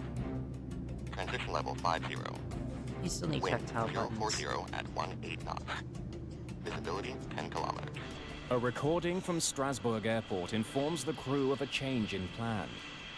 Due to high winds and poor winter weather, they'll have to land on an alternate runway. 05 in service. Not the one programmed into the autopilot. 05. What sort of wind are they giving us? 18 knots. 18 knots. Captain Hecquet doesn't like the idea of changing runways. No chance. He was hoping to use runway 23, an approach that provides the autopilot with a precise navigational fix. The new runway, runway 05, is surrounded by mountainous terrain that can interrupt radio signals sent to the autopilot. You know, if we go with the runway 05 procedure, Captain Hecquet suggests a compromise. I'm putting back runway 23. Otherwise, I couldn't make the ILS interception. He'll program the autopilot to fly towards runway Fucking 23. didn't. I bonked my head. But near the airport, the captain will take over the controls and make a visual landing on runway 05. You're taking 23 then? Yes! 2 fucking months, basically. Ladies and gentlemen, we are commencing our descent. We ask you to please return to your seats. Nicholas Skourias is a university graduate student. It was a quiet day. I was expecting to go to see my girlfriend in Strasbourg, so I was very happy. Roger 854, proceed to GTQ air level 140, contact Reims. Delta Alpha, Strasbourg. Yes, we intend to proceed to do an ILS on runway 23, then an indirect for runway 05 after that. The Strasbourg controller considers the captain's plan. He warns that there will likely be a delay due to heavy traffic. Given that we're going to have 3 takeoffs on 05, you risk waiting in a stack at 5,000 feet. We're not going to mess about like that, descending at full speed. If they had warned us in advance, cripes! Delta Alpha, Strasbourg. I hear you. Aware of the captain's frustration, the controller offers assistance. If you want, I can take you with the radar to lead you to Andlo at 5,000. Andlo is a navigational point on the approach to runway 05. It helps pilots align the plane for landing. Yeah, that's good. Oh yeah. Okay then, turn left to heading 230 degrees. 148. Turn left to heading 230 degrees. There you are. That will save you some time. Since runway 05 doesn't allow for a full autopilot approach, the captain must calculate the angle of descent on his own. Correctly, man. That makes 3 decimal 3 degrees.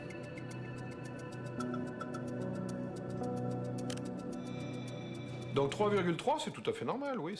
3.3 degrees is a normal flight angle that provides a good slope for landing. Doucement, la bonne pente, voilà.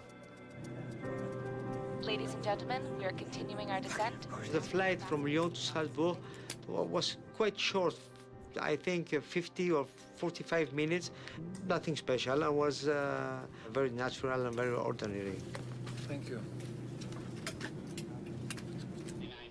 Turn left, steer 90. 090 degrees, Delta Alpha. The controller talks Flight 148 through the last turn to align the plane with the runway, now 25 kilometers away. Then, First Officer Cherubin notices the plane is slightly off course. We're headed inside. You're inside there.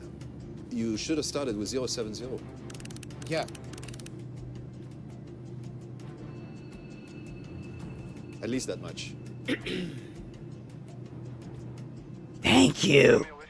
The controller also notices that the plane is off course. Enter Delta Alpha. It has missed aligning itself with Andlo, the runway's electronic guidepost. Delta Alpha, you're passing to the right of Andlo. Nevertheless, he authorizes the landing. Authorized for final approach 05.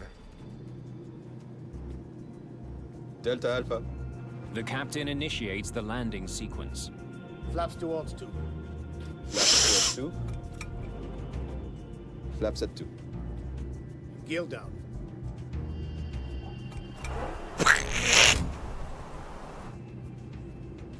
Ladies and gentlemen, we are going to land in a few minutes. Bitch! Heke notices that the plane is traveling too fast, so he extends the speed brakes. They disrupt airflow over the wing, which helps create more drag to slow the plane. We have to watch our descent. The approach axis. The first officer is more concerned with their horizontal position in relation to the runway. It was 60. Check it out. Right. But before the crew can adjust their course,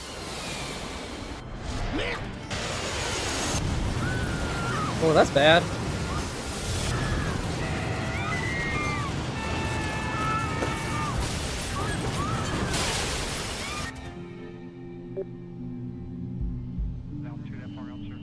Delta Alpha, your position? Air Inter, Delta Alpha, Strasbourg.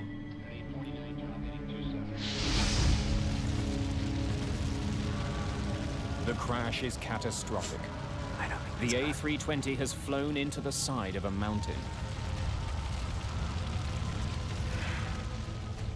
Delta Alpha, your position? Flight 148 is no longer on radar, nor responding to radio contact. An emergency is declared at Strasbourg Airport. This is the last Drinking a thing local we got. beer. We were flying about And 20 a kilometers grin, away from the airport. my book. Spring Officials lager. need to pinpoint the crash site, but it's not as easy as it might seem. What's that doing? The airport's radar is not recorded. There has been no signal from the plane's emergency beacon, and surprisingly, no one has reported seeing a plane go down. It could be anywhere in here. You made it to the last screen. The proposed search area covers more than 20 square kilometers of dense forest just outside Strasbourg.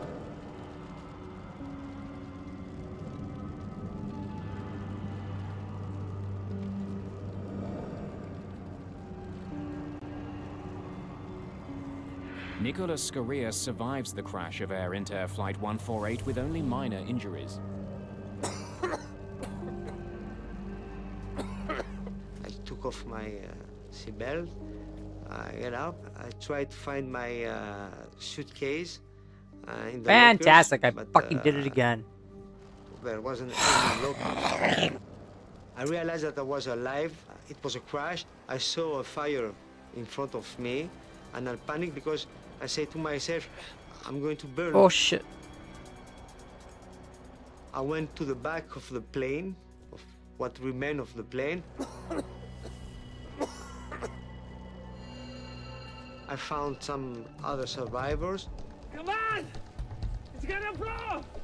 I was afraid of the explosion. I was panic. With the smell of leaking jet fuel in the air, the survivors move away from the burning plane.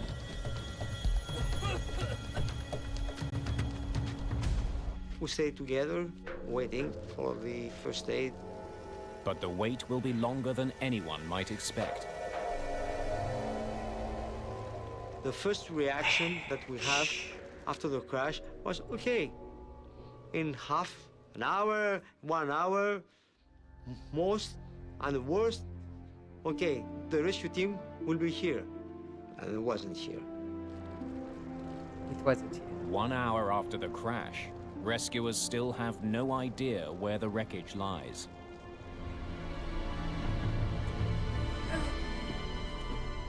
Skouras and the others now face a new ordeal.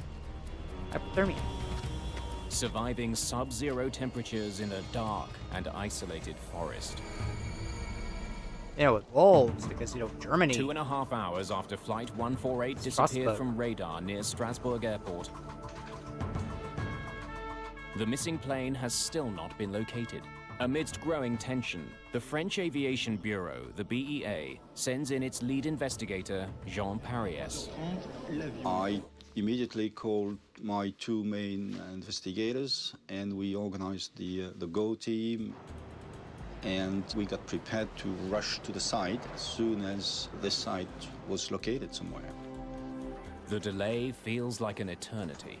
A little bit surprisingly long. We can expect this in the jungle or the rainforest, but not exactly in a highly dense populated area like the Strasbourg area. With no help in sight, Skouras returns to the wreckage to look for more survivors. I think that some people that die could have survived if the first aid come sooner.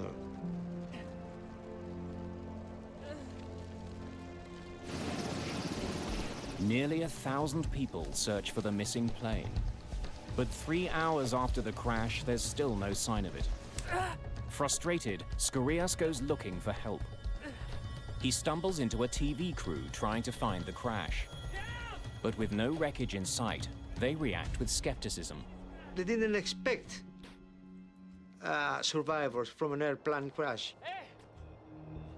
Hey, you have to believe it! They didn't believe that there was one of the survivor, but believe me, I was, because my face was black due to the smoke, the kerosene, and so on. Come on! The journalists follow him back to the crash site, where they discover 8 other survivors.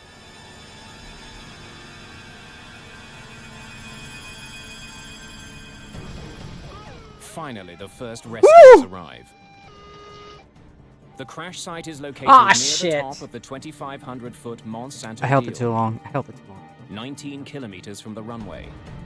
They found us after 4 hours and 30 minutes.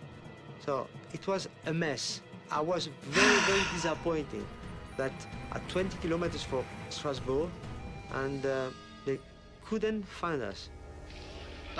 A total of 87 passengers and crew have died. Why the fuck is it including censored? the pilot and co-pilot. The survivors begin to tell their stories, but no one reports anything that might explain why the plane crashed. I don't know what happened. We were landing. I lost all consciousness. We must have hit the trees.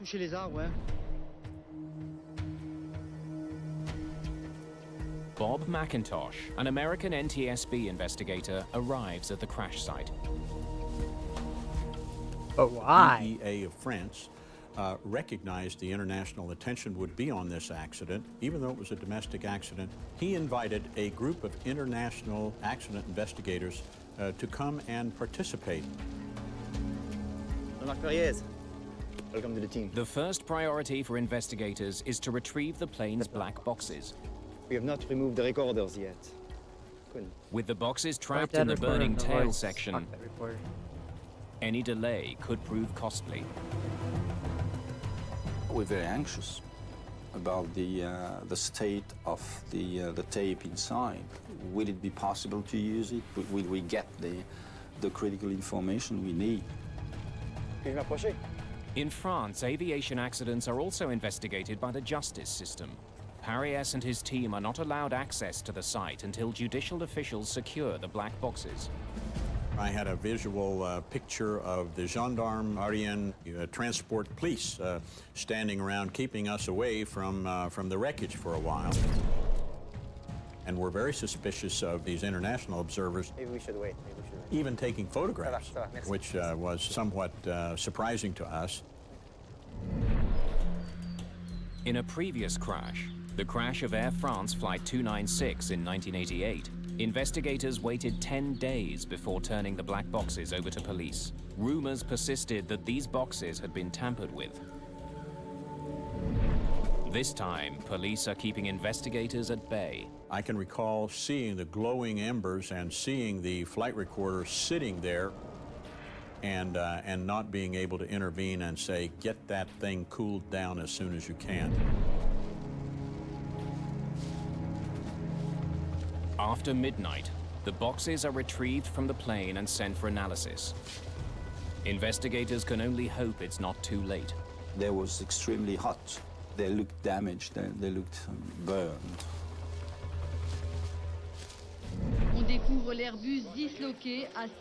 In the light of day, investigators get some of their first clues from the crash site itself.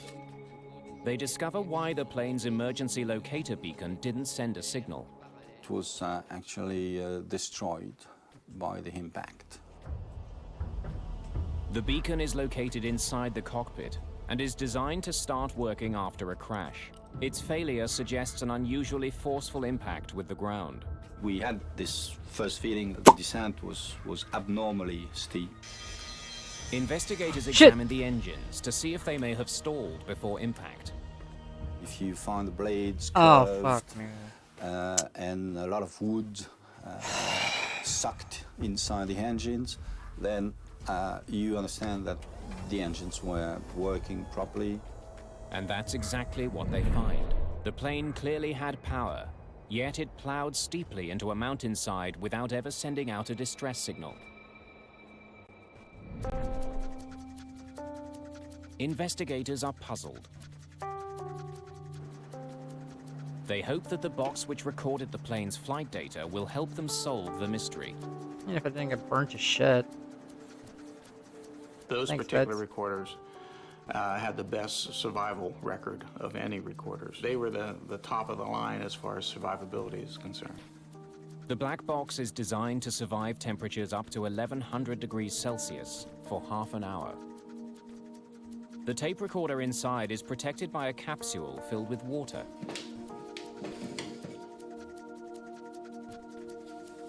When the recorder heats up, the water turns to steam, absorbing the energy, and actually vents out through a little hole in the crash enclosure. But when the flight data recorder is opened, investigators make a troubling discovery. DFDR was totally damaged. Impossible to read anything from it. It was subjected to heat beyond the 30 minutes.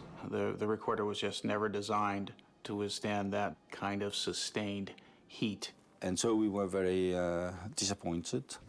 There's now only one hope for recovering the plane's flight data.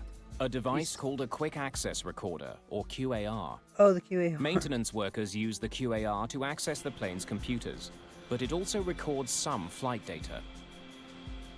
Unlike the black boxes, the QAR is stored near the cockpit.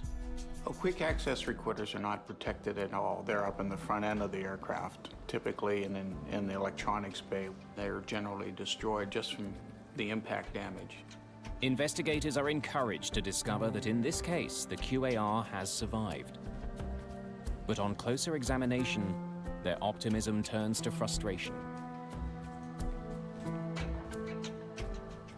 The last 20 centimeters of the tape were burned and stretched and were damaged to the point that we could not use them into a machine. We couldn't read it. Investigators are desperate to retrieve the data, so they take a chance on an experimental technique. Known as the garnet technique, a light is shone through a mineral lens made of garnet. Use a garnet stone to How the visualize fuck the we keep magnetic pulses that are actually Slam recorded dunking on that the shit. tape. The special lens helps the technicians differentiate between the positive and negative magnetic pulses. Oh my Which god. translate as binary digits, or bits. There's 768 bits per second, so that's a lot of ones and zeros. You have to be very precise in moving the tape under the lens or the garnet to make sure you don't miss a bit or read the same bit twice, you know? So it's difficult. Analyzing the data is even more painstaking. It took about a day to read a second of recording. Any additional second recovered could reveal something that would make a difference. The effort to retrieve all the QAR data could take a month or more.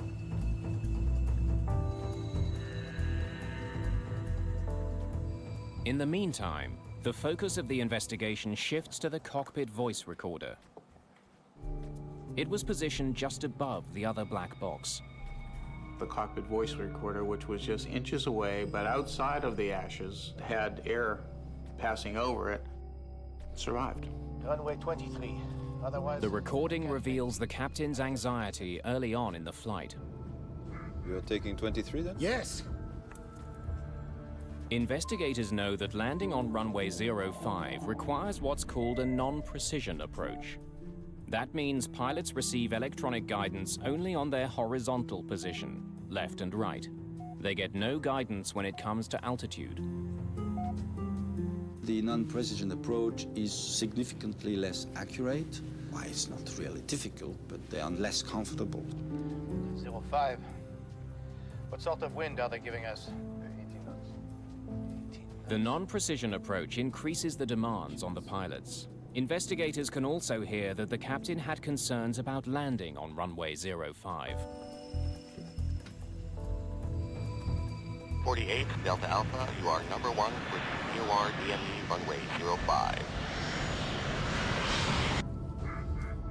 Runway 05. 10 nautical. That won't work. It's a lot of distress over a non-precision approach.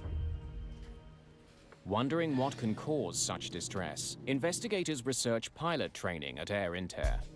They find that most pilots did not have extensive training making non-precision landings in the new A320. I think we should have had double the training compared to an older plane. Investigators asked the airline for detailed records on the pilot's history of runway approaches. They're intrigued by what they discover. Captain Hecke had landed at Strasbourg countless times, but he had never landed an A320 there using a non-precision approach. I'm not going to mess around like that descending at full speed. Clearly, the captain was uneasy about having to execute a landing he had never made before. I think the captain was worried about making it in a minimum amount of time, and the minimum amount of delay. Have we been flying for 35 minutes yet? And the co-pilot was worried about not getting in trouble by offending the captain. At least that much. More research into the pilot's work history offers yet another revelation. While the two pilots had flown more than 12,000 hours between them, they were both still relatively new to the highly advanced A320. It's 05 in service. The aviation community misunderstood the magnitude of changes brought by the new Airbus A320. The captain had only 162 hours in the A320, and the co-pilot even less, just 61 hours. Behind this accident scenario, there's an issue of confidence of the crew in themselves, in the aircraft. Starting to recognize when it's a short chance. They were not prepared, really, to fly in this kind of condition. If they had warned us in advance, cripes! Who says cripes? Investigators conclude that the crew's training was insufficient, but that alone does not explain the crash. Merde!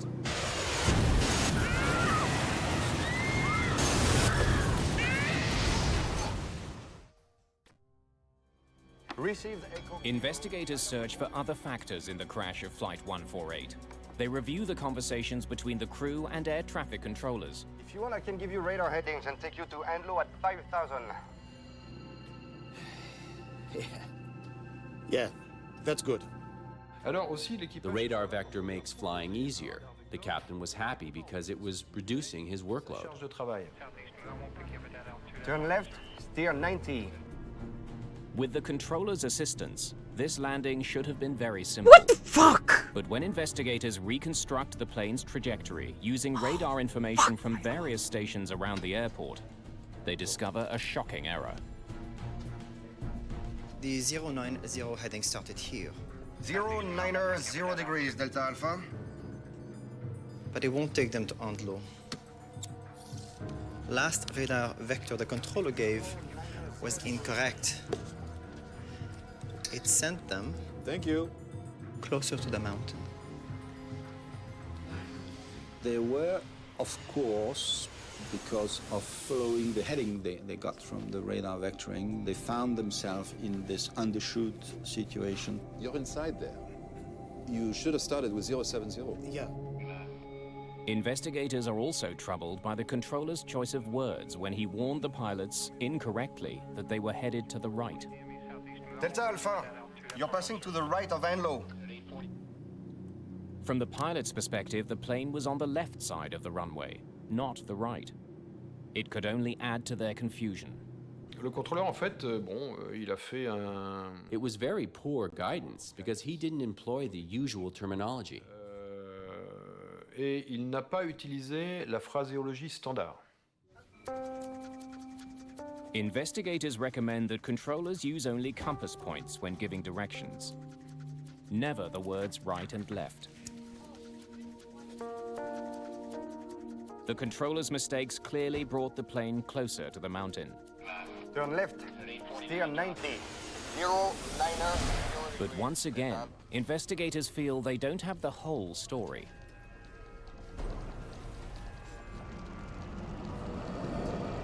It's not something totally abnormal to start a descent from this situation. Flaps towards 2. Flaps towards 2.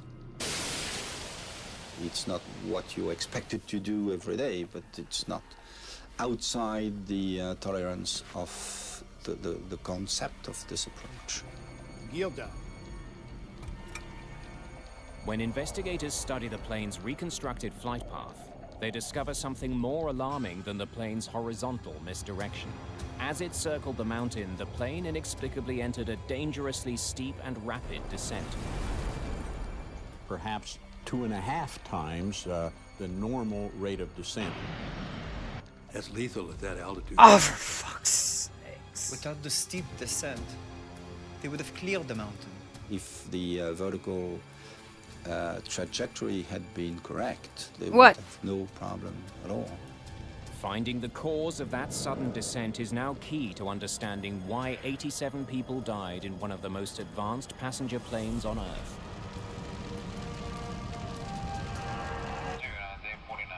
Authorized for final approach 05.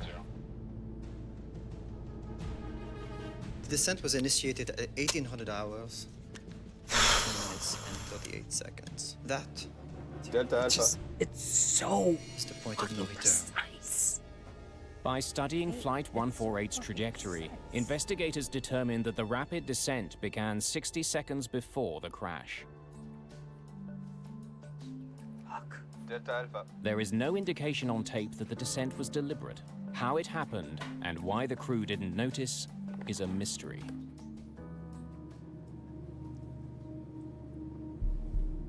It should be a no-brainer. I am. The cockpit altimeter swear to gives God, I pilots am. a constant readout of their altitude. Altimeter, that's a very precise instrument. They become very reliable. They're accurate to within 5 or 10 feet. I swear to Ignoring God, it that's would what I'm be a doing. Major error in flying protocol. Flaps towards 2. The recording reveals just one single remark from the God, crew really had about their fucked up descent. The third to to last watch jump out and the descent. second to last jump. It occurred 16 seconds before the crash. The captain had just extended the speed brakes. The aircraft was accelerating abnormally. The captain started to realize there was something wrong with the descent rate. But the first officer changed the subject. The approach axis. We're hitting the axis a half point off. There. It was 60. Check it out. He refocused the captain's attention on the lateral situation rather than the vertical situation, which was the main problem, of course. And they both failed to recognize this situation. I think they were planning, they were going to break out of the clouds so they'd be able to see the runway, and they wouldn't need to do the full instrument approach. It was 60. Check it But the plane never left the clouds. Oh, There's an old fuck. adage in aviation.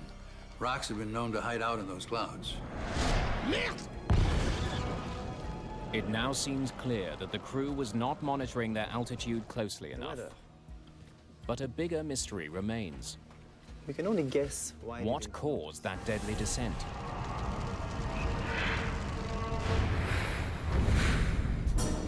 Yeah, see, After then I do months that, of and then I work, fall off. That's the fucking investigators problem. may finally have the answer. All the available flight data from the damaged quick access recorder I'm has doing been something recovered. dumb. We were very But you know. anxious to be able to read as much as we could. The data confirms that just before the crash, the plane was speeding towards the ground at an extremely I don't high have the rate, snake ring. 33 Oh, I do have it. feet per minute. It also confirms that the angle of descent was dangerously steep, much greater sure. than the 3.3 degrees selected by the captain. 3 degrees. That's quite Do a I difference. have to use the snake ring? Investigators now wonder, did the autopilot malfunction? Oh, fuck. Did it somehow fail to obey the captain's safe descent angle and send the plane into a deadly nosedive? But what state was it in before the accident? Unfortunately, the flight control unit which houses the autopilot is too Got it. badly damaged to provide any definitive answers. We could never Don't got it. demonstrate that this FCU on this aircraft during this flight functioned properly or not. But then, when he returns to studying the flight data, Paries discovers something that may finally reveal the cause of the crash.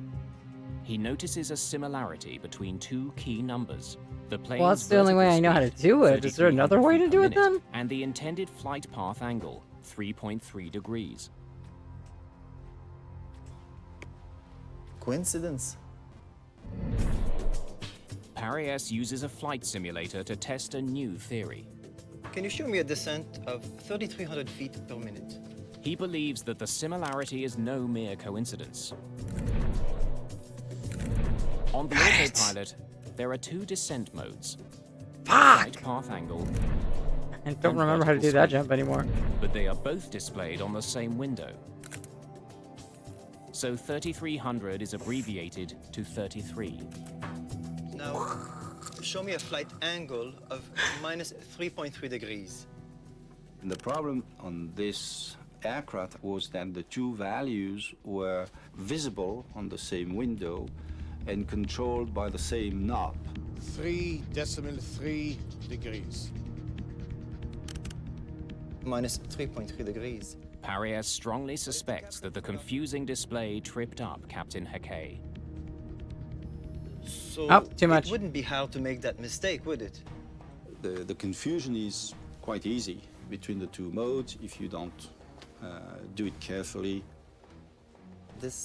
If the captain failed to push the mode selector knob, then entering 33 would not have initiated a safe 3.3 degree angle of descent. Instead, it would have put the plane into a deadly rate of descent of 3,300 feet per minute.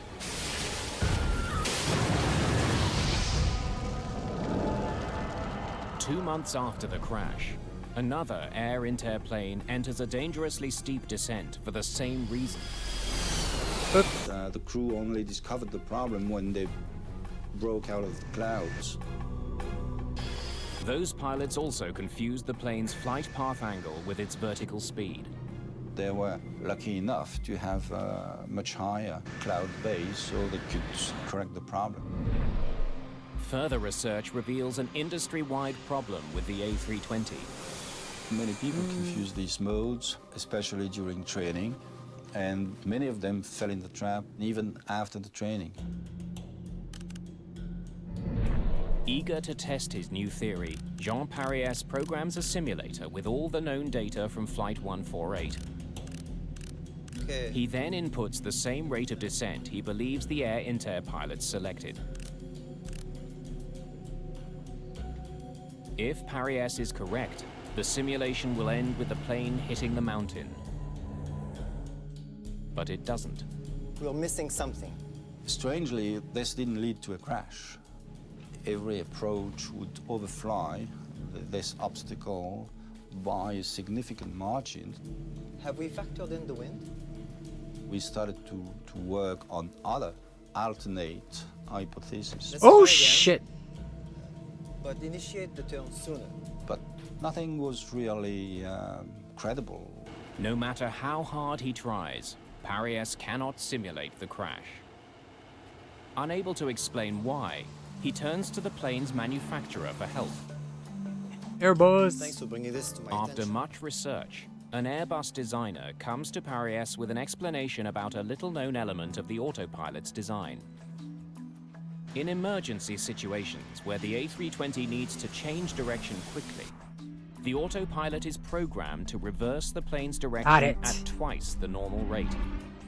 The reaction of the autopilot would be much faster. And these cases were typically when you are descending and asking the autopilot to climb, or climbing and asking the autopilot to descend. Oh, should have played it safe. Went back to Should have played it safe. The very second at which the descent was commanded. Oh, should have played it safe. Paries discovers a tragic coincidence. Sadly, we found that at this very second, there was turbulence. There was an ascent. It's very slight, but there it is. The momentary turbulence caused the plane to climb slightly. And this led to a positive 600 feet per minute vertical speed for maybe half a second. It was during that same half second that the crew commanded the plane to descend. It was 60. Check it out. The autopilot read this as an emergency, requiring a blazingly fast descent. That could be it. Well, yeah, with the power of hindsight, I know that was a bad decision. Thought. Could a random gust of wind, hitting at exactly the wrong split second, have been the difference between life and death? Ah, yes, with the power of hindsight, I maybe should have jumped in the other direction. Sorry, I didn't try to help. I'm like, that's a pretty obvious, you know. And we got a crash. Paredes' theory explains every aspect of the crash. Been The doing crew's this for confusion two with the fucking autopilot months, display so I'm a little sped up, but I've gotten close twice. caused the plane to descend dangerously close to the Fucked up the mountain. jump twice. Turbulence I'm a and an little fed up, obscure safety sorry. feature brought it even closer. It Also was been a drinking, fatal so, you know. combination. It's a fascinating lesson about the random dimension of accidents. Half a second before, half a second As we're playing later, videos alongside this, they because wouldn't I've been have doing the this for so fucking long. The discovery of a confusing cockpit display Oh, great. has enormous implications for the entire industry. The flight instrumentation of aircraft like the DC-10, MD-11s, the 747s, and so on, all the Boeing products and all the commuter products that were using that avionics suite had this vulnerability about it. Investigators now face a daunting question affecting aircraft Ah, safety shit, I around held the it too world. long. If the design of the autopilot interface isn't changed, how many more people could die?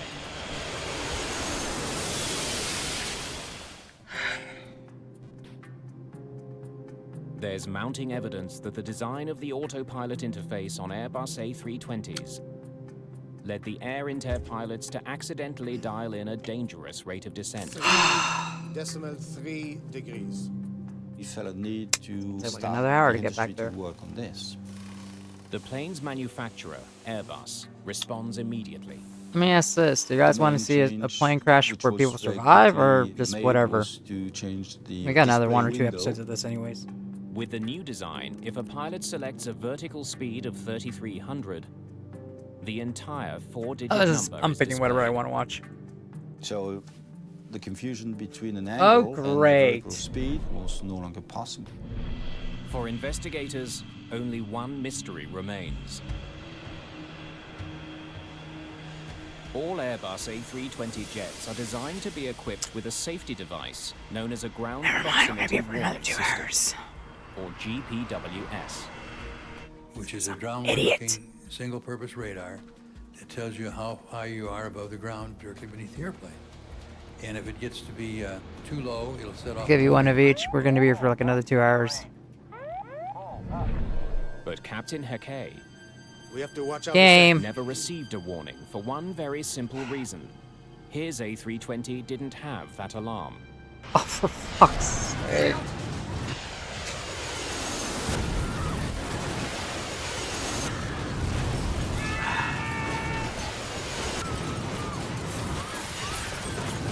Why don't we just fucking full reset while we're at it? Why The don't first we question, of fucking course, was why full the reset? aircraft was not equipped. So it's not part of the minimum equipment list. The Okay, Air something. Inter management had decided they did not like the false warnings that had been produced by GPWS equipment. Normally, most planes fly slower than 250 knots when under 10,000 feet, but we flew at 350 knots until the final approach. So at those speeds, GPWS was always giving off false alarms. Dans ces conditions, parce que il générait des fausses alarmes. This decision, while legal, prevented the pilots from having one last line of defense before crashing into the mountain. C'est pas possible d'imaginer un instant. It's impossible to imagine that the pilot wouldn't have pulled up if he'd heard the alarm. We should have a GPWS on commercial flights in any case, yes. That's an obvious conclusion. The report will list these causes. Flight deck aeronautics. Investigators conclude that there was no single cause for the crash of Flight 148. Training, lack of GPWS. The tragedy involved an ill-fated combination of many different weaknesses in the airline industry. We made 35 or so recommendations, including pilot training, about the ground proximity warning system, and so on. The recommendations lead to sweeping changes. Pilots must now have Where's more A320 that training before getting specifically? Is that behind the part controls. towards the end where I keep fucking up? Le pilote, je crois qu'il est, Don't know this map One as of the well two as the pilots now first need one. to have at least 300 hours on the plane. They estimated that 300 hours were enough. parlait de 800, il parlait d'un niveau d'expertise. Another change, the design of What a more three light heat-resistant black box. The FAA did a test, did some studies what the thermal characteristics of post-crash fires were, came up with a value Did it again, I of held it to the 260 degrees C for Don't know what that 10 means. hours. Delta Alpha, your I'm position. not gonna lie to you. Air Inter, Delta Alpha, I Strasbourg. might be too drunk and too mad. As a result of the Strasbourg crash, the A320 is now a safer plane. You can only get this change if there is what people perceive to be a good reason. And sadly, a good reason is still an accident. But improved aviation technology is still no substitute for well-trained, well-prepared pilots. There's an old axiom in aviation that you taught early on that never let an airplane take you somewhere that your brain hasn't visited at least 5 minutes ahead of time. This is an excellent example of a flight crew that didn't follow that particular axiom. Yeah. Everybody did. Anyways.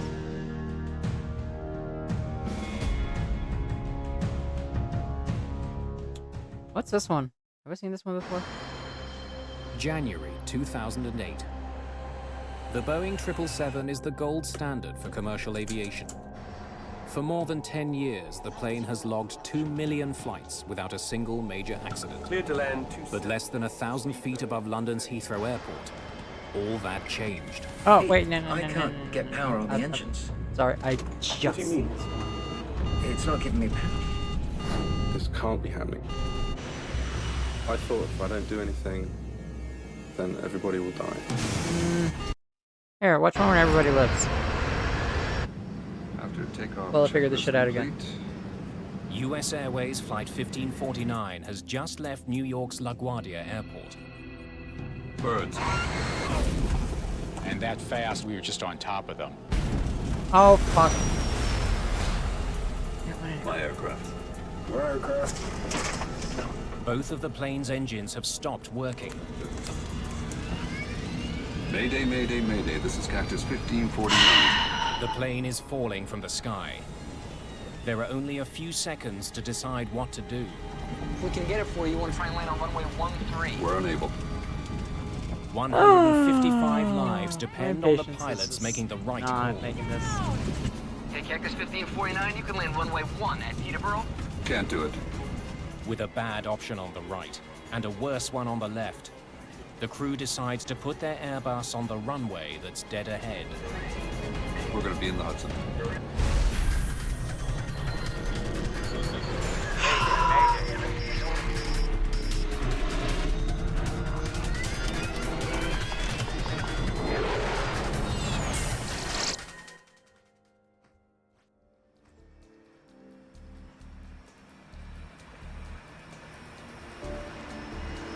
Fuck off. Yep. New York's LaGuardia Airport, mid-afternoon. I didn't hate myself enough. Please take a moment to listen to this important. US Airways Flight 1549 is a short hop from New York City to Charlotte, North Carolina. At least it will be a little warmer in Charlotte. Your seat serves as a flotation device.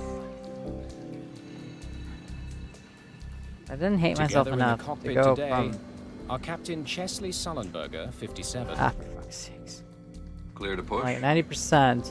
And First Oh, Officer 98%. Jeffrey Skiles, All the way to fucking 0. 49. We were late because the weather was bad earlier, but by this point, the weather cleared off for our departure, and it was just puffy clouds. 28 brakes released. Spot 28 for Cactus 1549. 150 passengers are on board the European-made Airbus A320. Oh, that's them. Businessman Clay Presley is on his way home to Charlotte. I arrived at the airport at LaGuardia. It was very cold. It had been snowing a little bit that day, and we had a storm coming in, so we wanted to make sure we made that flight and weren't hung up or delayed on some later flights. The crew flew in an hour earlier from Charlotte, with Sullenberger at the controls. Your brakes, your aircraft. First Officer Skiles will be flying the plane back to Charlotte. My aircraft. It's a common sharing of piloting duties. Cactus 1549, runway 4, clear for takeoff. Cactus 1549, clear for takeoff. This trip marks the final leg of a 4-day sequence of flights for both men. We made our standard call-outs. It was just a normal takeoff, normal procedures on the climb out. There was absolutely nothing at all to indicate that this would be any different than any other takeoff in my entire career. But by the end of the day, they'll be the most famous crew on the planet. Gear up, please.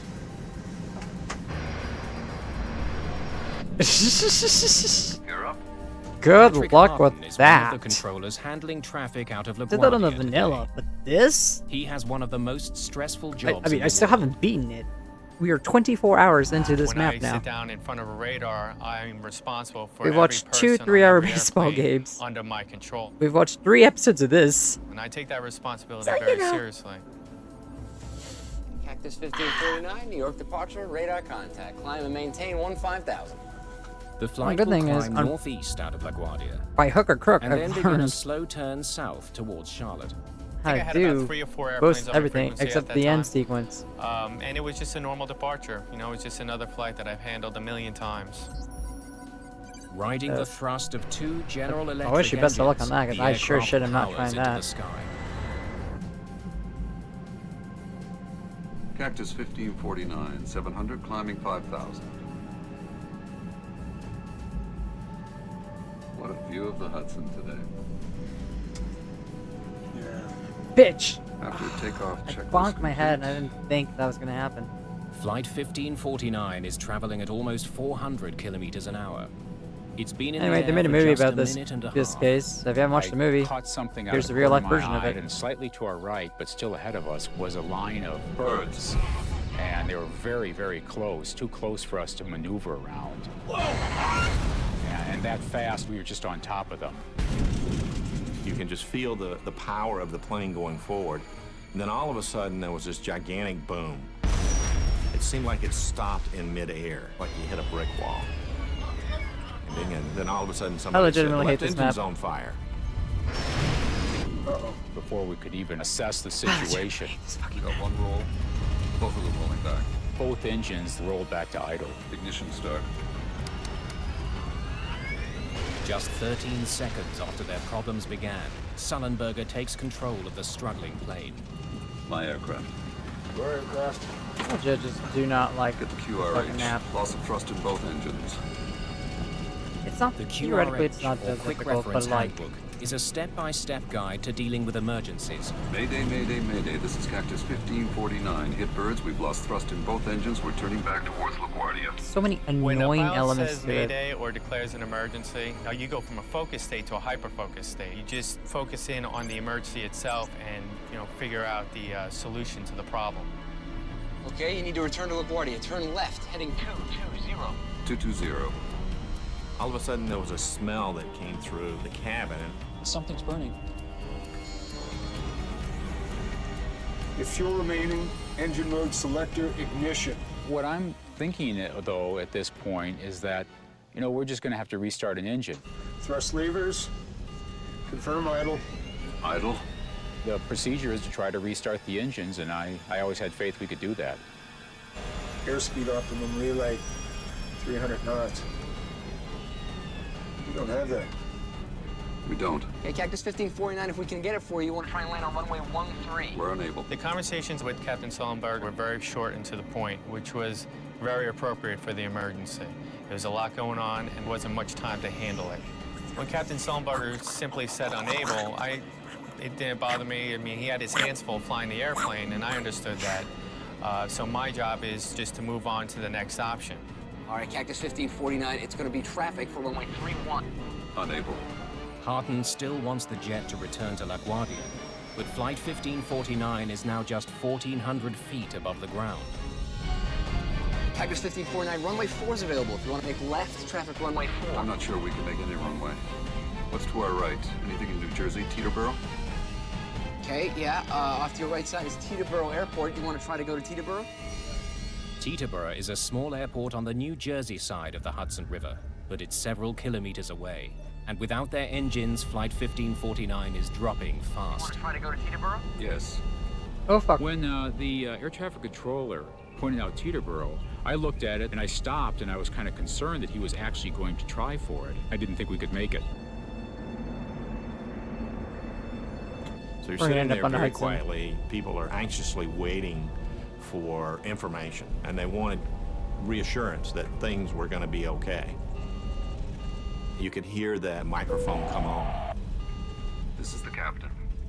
We're hoping he was going to say, I've got this under control, we're going to be okay, we're going to make it, we're going to turn around and go back and land. Brace That's for what impact. you were hoping to hear.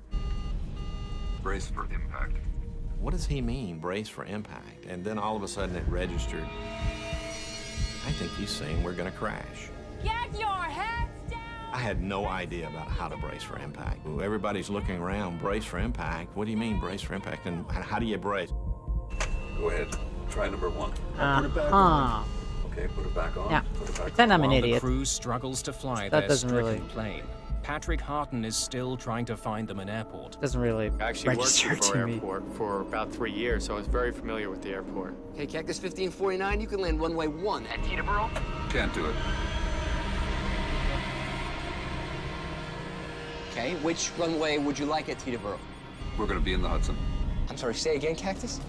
I could hear him, but my mind really didn't want to comprehend those words. We're going to be in the Hudson.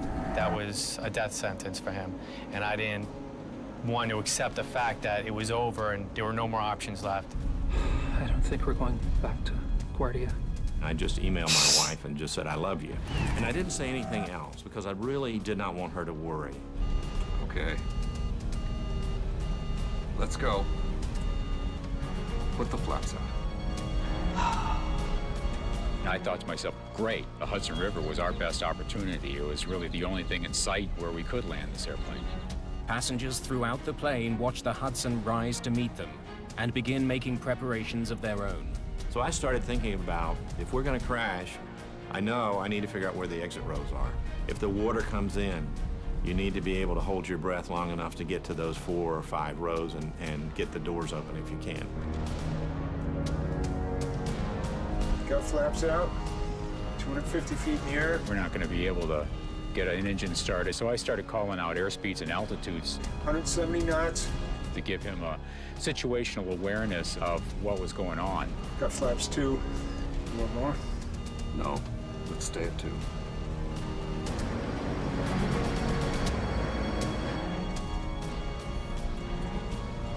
Got any ideas? Actually, not. We were so focused on what we were doing, and I always thought it would work out. Below 300 feet, Patrick Harton's radar can't see the plane. Flight 1549 disappears. When the aircraft disappeared off my radar, I just assumed that there weren't going to be any survivors. In the cabin, the passengers prepare for the inevitable. All the passengers really started kind of pulling together, and somebody yelled out as we were going down. Be ready at the doors. The folks at the door says, we're ready. I was just scared to death. We're going to brace.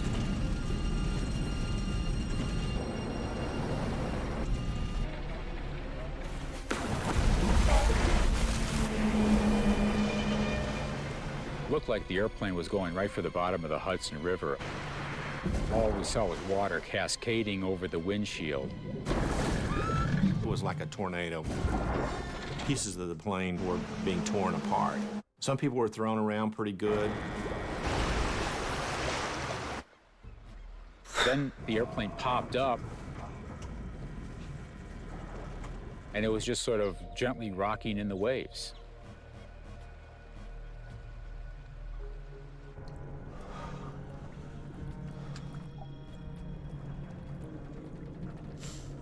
We all just sat there. We were all in shock, and we were waiting for what's next. US Airways Flight 1549 was in the air for just 5 minutes and 8 seconds. Having made a remarkable landing, the passengers and crew now face a new danger. The plane is leaking. The ice-cold water of the Hudson is pouring into the cabin.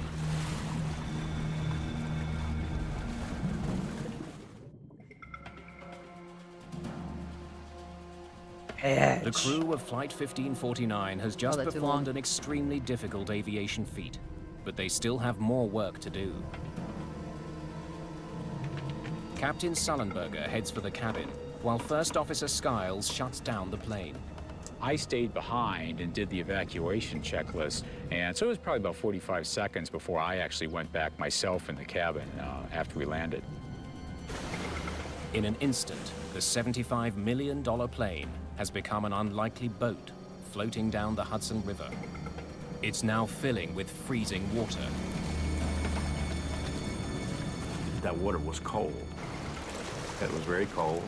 No fucking way. People came to their senses and they said, get the doors open, get the doors open. At air traffic control, Patrick Harton has no idea the plane even made it down safely. I didn't think anyone could survive a water landing like that. They got me off position, because I was obviously in no condition to work traffic anymore. Harton is led to his union office. Despite his ordeal, protocol demands he recount his version of events. I really didn't want to speak to anyone. I just wanted to kind of hide under a rock. Oh, dude, I needed my wife to know what had happened, but I knew I couldn't talk to her because I was pretty much in a fragile state and I didn't want to break down. So I sent her a simple text message. I said, had a crash, I'm not okay, can't talk now.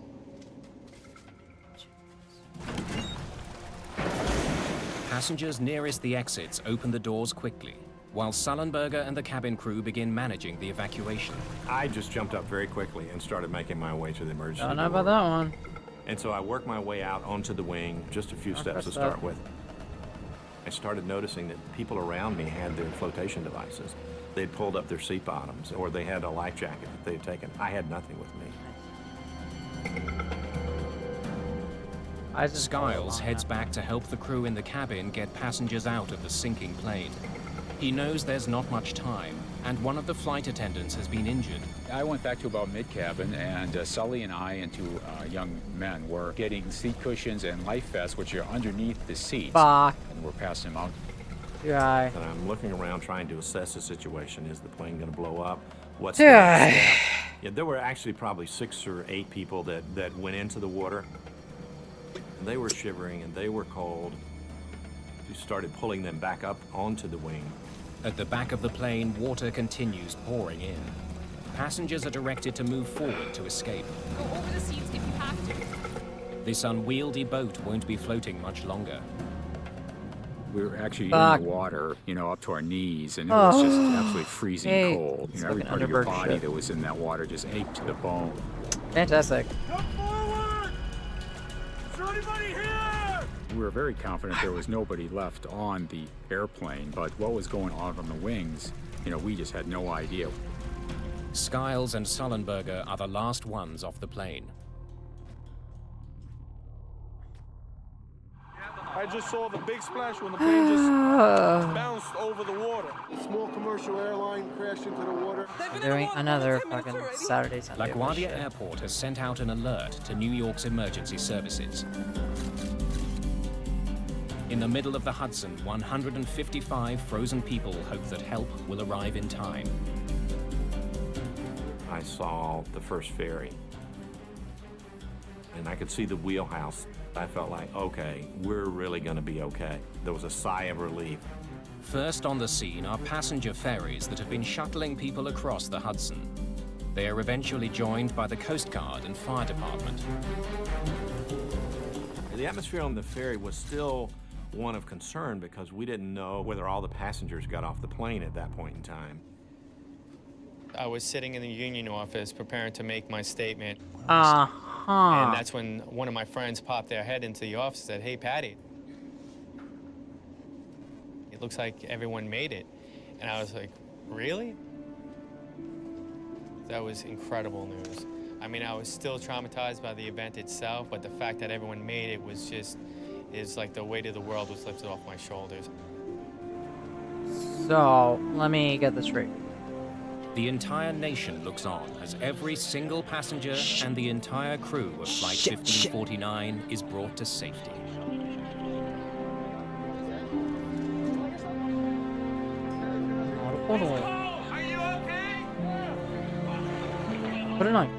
Like so many others around the world, investigators from the National Transportation Safety Board are riveted to the pictures.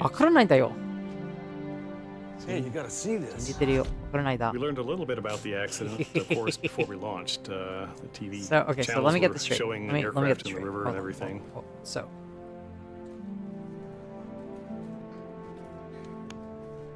this one, All agree that the if I landing full, is extraordinary. full power when it's blowing, I reached over to Captain Sully and just said, "I just want you to know you right, saved my life and everybody's I can lives get into here." the chimney with no problem. In my mind, This is the we one. Dead, and every one of us came out of that alive. It's a miracle. I want to be sure about this. We'll try it. I got nothing to lose.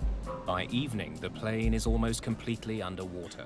The current is pushing it towards the edge of the river. I don't know about that one. The aircraft was tied up against the pier, and we went down to look at it to see what we were up Oh against, of shit, course, you're but we can't do right. much at night.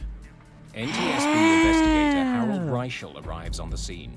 The water was dark, of course. We just saw the tail and most of the fuselage, and one of the wings was underneath the water. We knew it was going to be quite difficult What's to get going it, on? A, out of the water, and then B, to a What's place going where on? we could examine Ozzy. components of the airplane Achira. in a more controlled manner. For investigators, it's an unusual situation. Normally, their main my God, task that is makes to that uncover the stupid cause job of a way crash. easier. With Flight 1549, the cause seems obvious. Birds. The original Mayday call was clear. Mayday, Mayday, Mayday. This is Cactus 1549. Hit birds. We've lost thrust in both engines. We're turning back towards LaGuardia. Really? The crew reported that they hit several birds shortly after takeoff. I think everybody Maji, realized that the Maji, bird strike eh? had occurred. What people didn't know was what kind of birds brought the aircraft down, whether it might have been a combination of a bird strike plus something else, whether the crew acted and flew the aircraft as they should have. My aircraft. Your aircraft. Get the QRH. U.S. Airways pilot made an incredibly skillful emergency landing in the Hudson River. Investigators want to interview both pilots, but their sudden fame makes them hard to get to. It became a little bit more difficult than usual to A, locate the flight crew, and then B, to talk to them. They were instant heroes.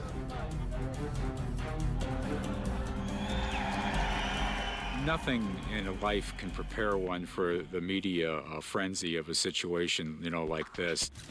And it's not just the pilot's newfound celebrity that's an obstacle for investigators like Catherine Wilson. One of the most challenging things in this case was nobody wanted to sully Sully. He was a hero in this case, and we were the ones who was potentially going to That's not my kind of pick fun. apart what he did and try to find out what he did and whether it was right or not. To prove that birds caused the crash, authorities need to get the plane out of the water. But a vital piece is missing. We had been told earlier that both engines were still attached to the aircraft. That turned out not to be true. So that became a major goal right off the bat, was to figure out where that second engine was. What the fuck? Am I just holding it too long? Yep. That was bad. We didn't know exactly where it was. Let's focus on this area. But we had films of the aircraft actually touching down, and we could cross-reference different things. We used some side-scanning sonar that gave us a very clear picture of the bottom.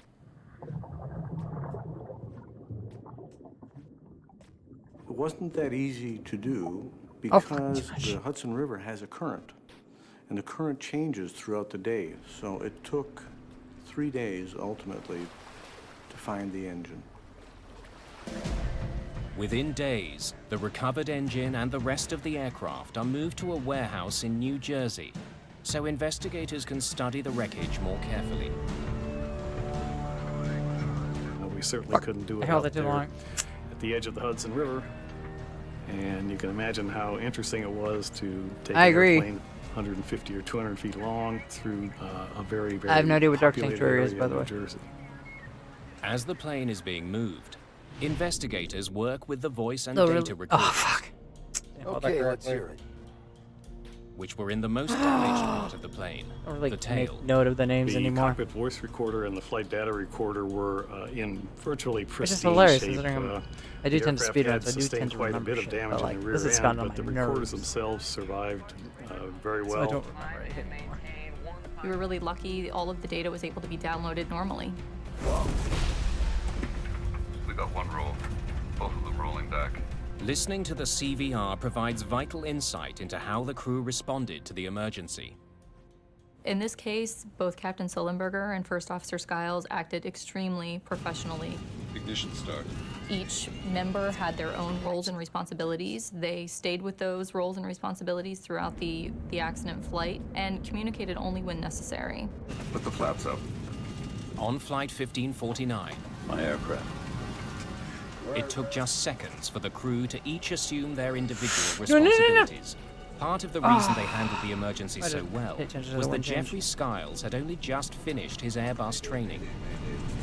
It's crazy that fucking works. This was my first trip out as a regular line pilot in the Airbus A320. It literally was right out of training. And the benefit of that was that he knew exactly the checklist to turn to, and that's exactly what he did. If you're remaining, engine mode selector, ignition. Crews are highly trained in there it goes emergency again. procedures, and the main thing is to follow procedures in this instance, and that's exactly what First Officer Skiles did by grabbing the quick reference handbook and turning to the appropriate checklist. But as investigators examine the checklist for restarting this plane's engines, they make a troubling discovery. It was assembled for an event that occurred 20,000 feet in the air, where a crew would have plenty of time to slowly and carefully go through a 3-page checklist, the end of which was, how do we ditch the airplane? So it was a 3-page checklist, and really, I only got to about the page and a half through this checklist in the time that we had. Airspeed optimum relay. And the crew spent a lot of time trying to restart the engines when they could have been focusing on preparing the airplane for the ditching. 300 knots. You don't have that. We don't. Overly complicated checklists have played a role in deadly plane crashes in the past. In 1998, a fire broke out on board a Swissair passenger jet. I've seen that one. The checklist the crew used for that situation would have taken them up to half an hour to complete. It's a half hour they didn't have. Canada, if I remember correctly. But on Flight 1549, the checklist was far from the greatest challenge facing Sullenberger and Skiles. I'm not sure we can make any runway. Water landings are notoriously difficult because unless they're perfect, they can be catastrophic. In 1996, one of after a Madagascar? hijacking, an Ethiopian Airlines captain tried to land off the Comoros Islands when his plane ran out of fuel. I've seen this one. His left wing hit the water first, causing the plane to cartwheel. It was ripped to pieces. Of the 175 people on 50-something board, survived. only 50 survived. Ah.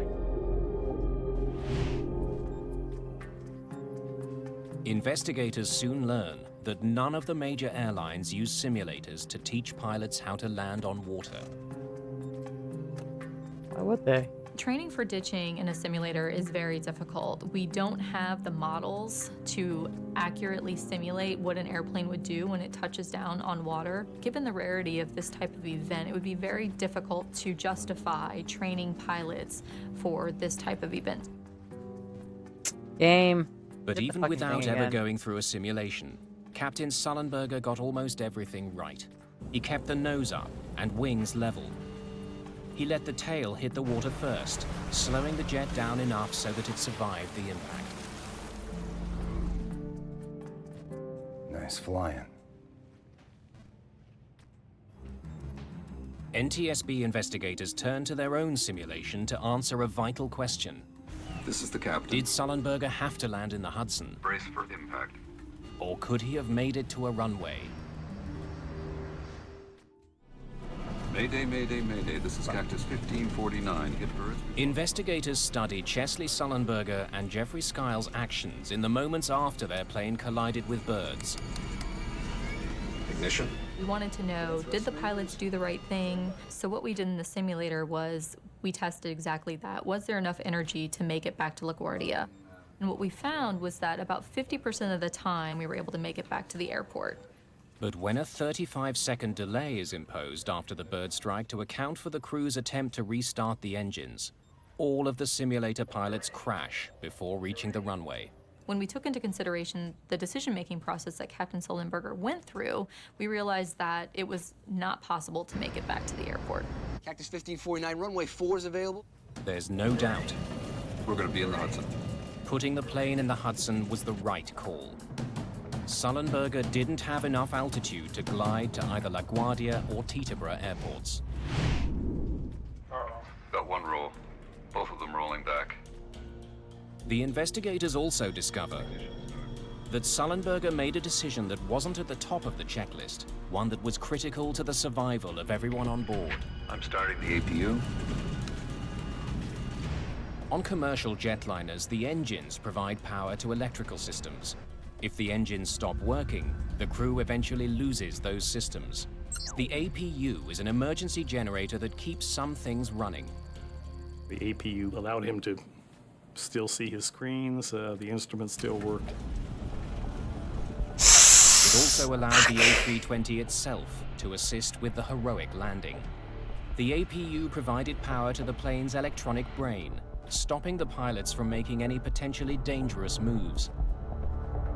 It kept them inside a so-called flight envelope. By starting the APU early in the sequence, the flight crew was able to maintain the flight envelope protections, which prevented the airplane from stalling when the airspeed got too slow. He's right on the edge of stall speed. The flight data shows that Sullenberger was going slower than the ideal speed. The airspeed during the accident sequence got about 20 knots slower than it should have been for this flight. But the A320's flight computer is designed to constantly adjust the plane's pitch and keep it from stalling. We definitely could have had a much more catastrophic outcome had the airplane actually stalled. Starting the APU. Sullenberger's quick thinking made sure the plane's complex computer system kept working. It gave him an automated safety net, so he'd have the best chance to do the nearly impossible. We're going to be in the Hudson. It was a combination of a good crew and a good airplane. Let's go. Put the flaps out. The captain had the presence of mind, for instance, just before they were about to land, a couple of 100 feet in the air, to turn to the first officer and ask, Got any ideas? Actually, not. They were both coordinating right up to the end, and that's what we like to see. Skill, training, and the aircraft's very design combined to save the lives of 155 people. But investigators still want to know how birds crippled two highly advanced jet engines, and if they can stop it from happening again. Fuck! Just had it.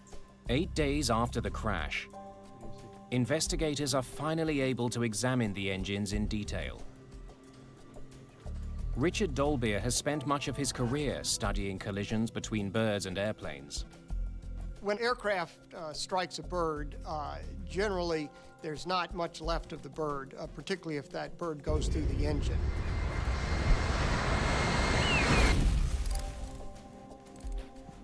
The engines are analyzed piece by piece to try and figure out exactly what happened 3,000 feet above New York. Let's look inside. We exposed the engine surfaces to a black light. Proteins from many tissues will fluoresce with a black light. Much of the tissue was already gone, but many of the proteins stayed on the surfaces of the engine. Look at that. Deep in the right engine, investigators find about a cup of charred remains. Most of the remains found were just I'm not muscle holding the tissue, direction. bone fragments, and minuscule feather remains. I was able to find about 29 samples in one engine and 14 in the other. But the engines aren't the only part of the plane that's been damaged. Birds. The aircraft hit many birds. So we found evidence on the wings and on the flaps and on the fuselage, but the plane can still fly when that occurs. The threat posed by bird strikes is well known. Bird strikes are a much bigger problem than the general public realizes. In the last 20 years, Oh, there have been fuck. approximately 210 aircraft that have been destroyed because of collisions with birds. I don't know This what Scene Boeing 5 is, 757 man. ingested a crow while taking off from Manchester, England, later landing safely. I'm not keeping In track of the 2008 scenes. alone, there were 4 dramatic accidents. A With Boeing speedrunning, 747 sure. sucked I'm a just trying to kestrel beat the into game one door of its really engines. bad. The crew aborted takeoff and survived. The plane was ruined. This jet ingested pelicans into both engines, and one ended up in the cockpit. Repairs cost $2 million. The engine of an MD-10 was severely damaged by a gadwall. The repair cost was $900,000. And 5 people were killed when this Cessna smashed into at least one pelican. More than 200 people have died in bird strike accidents since 1988. The Game. problem could get worse because there are more birds out there. I want to do that By in the middle of a restricting fucking the jump. use of pesticides that were hazardous to count for that. birds, such as DDT, we've seen a tremendous rebound in the populations of bird species. A remarkable increase in the Canada geese that are resident, non-migratory birds. Nationwide, the population has grown from about 1 million to about 4 million. At LaGuardia, one of the airport's biggest problems is a year-round goose colony on nearby Rikers Island.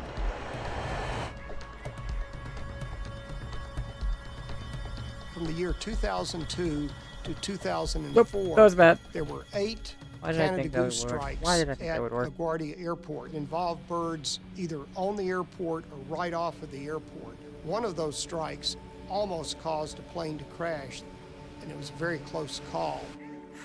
For the past several years, airport officials have rounded up hundreds of geese from Rikers Island and euthanized them.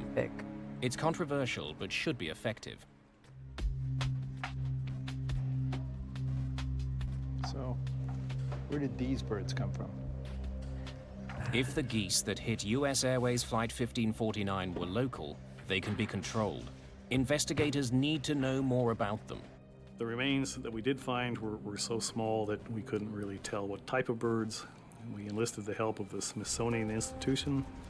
They can take remains, even very small remains, small pieces of feathers or flesh or whatever. Just like bones. And they can identify them. The hope is that DNA analysis of the remains will not only confirm the bird's species, but also offer clues as to where they came from.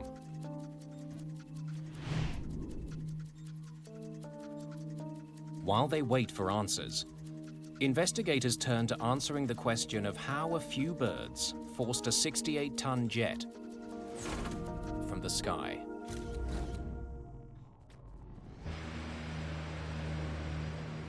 Before they can be used in a passenger jet, engines undergo rigorous testing to prove they can perform under extreme conditions. The tests include ingesting frozen bird carcasses.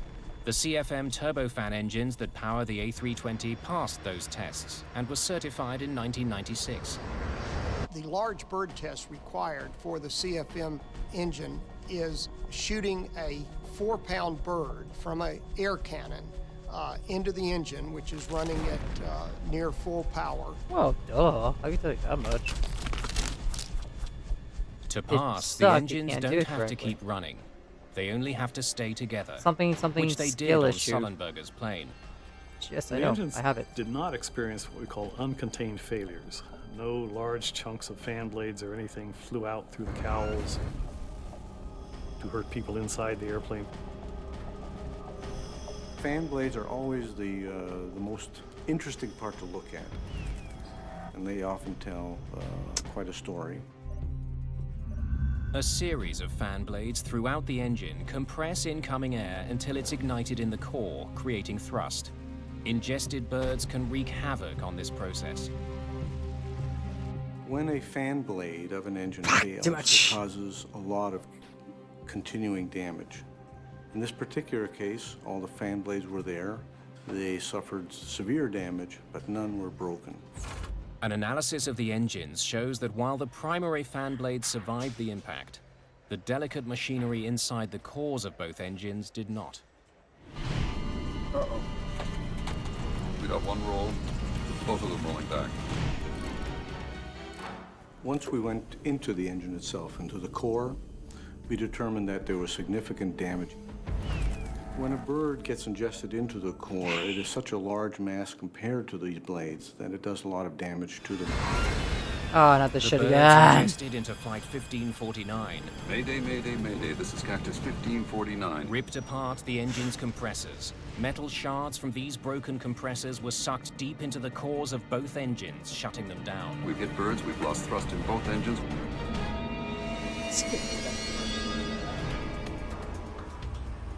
When DNA results come back from the Smithsonian Institution, investigators finally understand why Flight 1549 lost both its engines. The birds that struck Sullenberger and Skiles' aircraft were adult Canada geese. They were far larger than anything the engines were ever tested for. Because of that analysis, we know that these birds ingested each probably weighed about 10 pounds. The tests also confirmed that as many as 4 large birds had hit Flight 1549's engines. It was simply too much for them to handle. Rarely do birds get ingested into the core of the engine. Rarely does an engine ingest the bird and then stop running completely. That's a very rare event. Ignition start. What makes this one even rarer is that both engines ingested birds and both shut down. We're going to be in the Hudson. The DNA test also proves that the geese involved in this accident were not the local geese that LaGuardia has worked so hard to manage. These were geese that had been in northern Canada during the preceding summer. They were migratory geese. The collision between the migrating geese and Flight 1549 happened 7 kilometers from the airport. I did it again. It means that none of the existing programs for reducing the number of birds would have prevented the collision. Which direction to go. It also means that what happened to that flight could happen again, unless a way can be found to keep birds and planes apart. Romeo Whiskey 2-1, radar contact, Walsh report 20 DME southeast Melbourne. Every year, about 2 million planes pass over New York's airspace. Most people do not appreciate the problems that birds can cause to aircraft. They don't realize how a small, seemingly insignificant organism in relation to the size of an aircraft can cause these kinds of catastrophic failures. Not enough. The airline industry needs to find solutions to bird strikes. Placing screens in front of the engines is one of the most obvious answers, but there are serious drawbacks.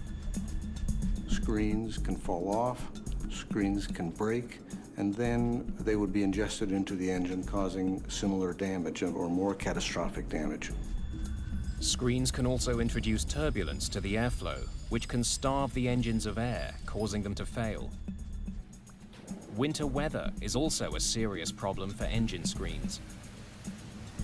A screen is a perfect ice builder, and it will accrete ice very quickly in icing conditions. A more promising solution is already being tested in several American cities, including New York. At John F. Kennedy Airport, specialized radar is sweeping the skies looking for birds near planes. Most airports are equipped with radar that sends out radio waves that simply bounce off objects in the sky. Typically, only large objects are seen, and most of this information isn't passed along to air traffic controllers. The fact is that their scopes would be cluttered with things. Tall masts from ships, for instance, would pop up on their radar as low targets. The clutter, in fact, would interfere with air traffic control, and that's not a good thing. But now, finely calibrated avian radar is being tested at JFK. It can distinguish items the size of hummingbirds.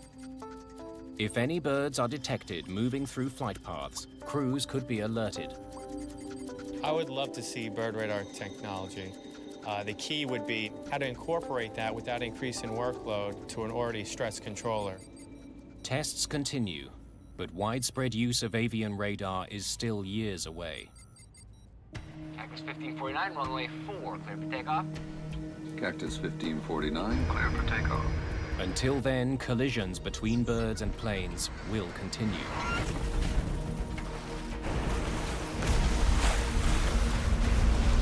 What the safe outcome of Flight 1549 proved is that right now, the best defense against this threat is a good team in the cockpit. We had a very experienced flight crew with very good training. My aircraft. Your aircraft. Get the QRH. All your training that you've done, all the years that you've been flying the airplanes, it all just comes back to you when you need it. My aircraft. Sully and I worked together extremely well on this event. I knew what was in his mind, and he knew what was in my mind. We were both accomplishing our individual roles, but we had a knowledge of the whole situation. Okay, you need to return to LaGuardia. Turn left, heading 220. 220. This event definitely puts things in perspective for you as a controller. One thing I appreciate more, the teamwork and how when you work together, you can pretty much accomplish whatever you need to accomplish. Off to your right side is Teterboro Airport. You want to try to make Teterboro? We're going to be in the Hudson. The landing in the Hudson took training and skill. It also took a bit of luck. We had a very clear day. We had a perfect condition for the river. So there was just a series of really fortunate events that occurred that assisted this crew in landing successfully on the river. I saw that game. Well, the safety board, we don't really deal in miracles very often, but this event had a lot of things that came together at the right time and the right place. And so a lot of us are thinking, well, maybe we do have a miracle here. What a view of the Hudson today.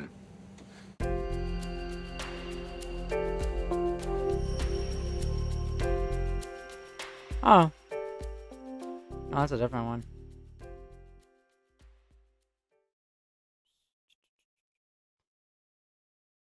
What's this one?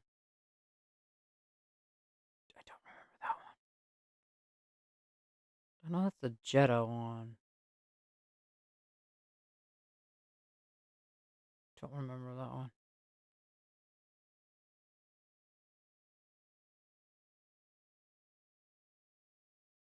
Wait, that Niki Lauda? Interesting.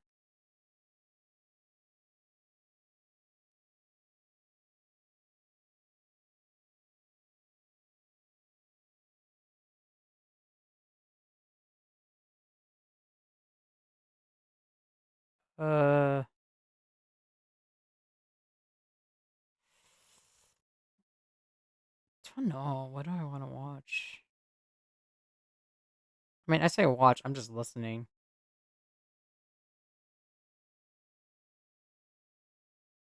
Give me a second.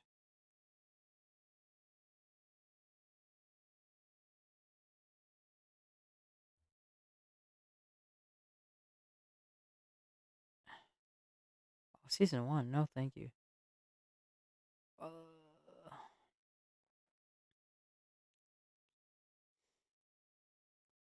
Hey, you want to see the Concorde? French investigators face an unprecedented challenge. I'll tell you everything I can. The world's fastest passenger plane has crashed on takeoff. They knew that they were going to die. When one faltered and fell to the ground, it shook the world. What could have caused the first fatal crash of Concorde? Looks like they were bleeding fuel. The search for an answer uncovers 3 critical clues. A ruptured tire. Go, a wrong direction fuel again. Tank, and a mysterious strip of metal. It didn't look like anything that came from an aircraft. But can investigators complete the puzzle? Nous n'avions pas le lien. We just couldn't tie it all together. The evidence was not talking to us.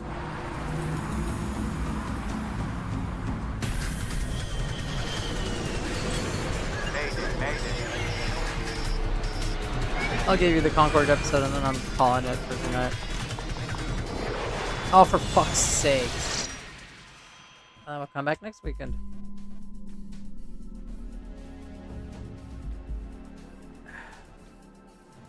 Maybe even Tuesday.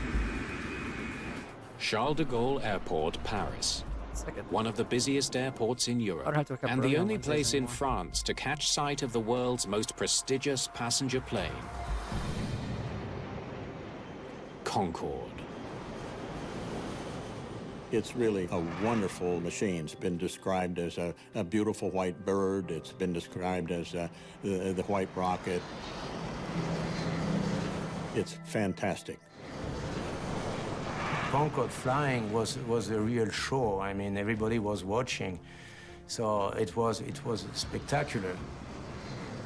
It was noisy, and it was like going at an air show. Fuck! Concorde is a Fucking technological game did it again!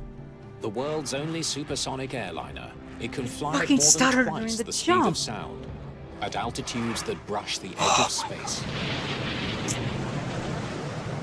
We talk about flying above 55,000 feet into a deep, deep blue sky. It's a very, very special aircraft. It takes an exceptional crew to fly this remarkable plane. Air France 4590. Do you want Whiskey 10 or Romeo? I need all the runway, eh? Okay, taxi for Romeo. Air France 4590. Today, Captain Christian Marty will be flying the Concorde. Clear on the right. On the right is clear. First Officer Jean Marcot will monitor the instruments. Nose droop at 5. The crew lowers the plane's sleek aerodynamic nose for taxi. Though crucial for supersonic flight, the long beak makes it difficult for the crew to see where they're going on the ground. I'll get a bit of speed before throwing the brakes. Did it on that fucking jump, did you see it? With more than 23,000 flight hours between them, Captain Marty and First Officer Marcot are among the world's most elite pilots. Jean-Louis Chatelain was also a member of that exclusive club. Many pilots all over the world would have loved to fly the Concorde. But there were only a few of them, and we were only a few, happy few to be elected on flying the Concorde. The jet's maiden flight was made in 1969, the result of a historic aviation partnership between Britain and France. A unique delta wing gives Concorde its signature look, while helping to reduce drag at supersonic speeds. But the design exacts a high cost at low speeds, making it harder for Concorde to gain the lift necessary to get off the ground. Delta wing is built a tremendous drag on the wing, so you have to Oh my counter God, the that's drag fucking with gay. pretty high level of thrust. Don't like that stutter. How much fuel have we used? Flight engineer Gilles Jardineau keeps a vigilant eye on fuel consumption. We've got 800 kilos. Concorde burns through it at an astonishing rate. In the short taxi to the runway, the plane's 4 engines have already used as much fuel as the average car uses in 6 months. Booking a seat on the famed jet requires deep pockets. The return fare to New York costs more than $9,000. It was not something unaffordable for those people we had on board. Some of them, I tell you, they didn't even know how much they were paying. Air France 4590, runway 26 right, clear for takeoff. 4590, cleared for takeoff. 26 right. The tower controller today is Gilles Logelin. I was stationed in the southern control tower, which has a very good view over the two runways that we use. This day was the same as usual. I gave him the takeoff clearance. Everybody ready? Yes.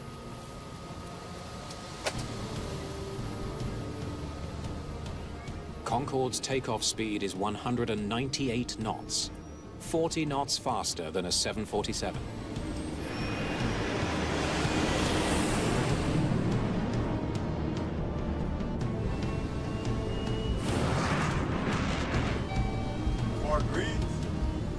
The plane's 4 afterburners ignite, giving the engines the boost they need to achieve that incredible speed. As it passes you, you feel it and you hear it because it is loud and strong, and it's just a beautiful sight to the spectator and the aviator. V1. The first officer tells the captain they've reached V1, or decision speed. They're now going too quickly to abort the takeoff. You cannot stop anymore. You have to go on. You have to continue takeoff, whatever happens.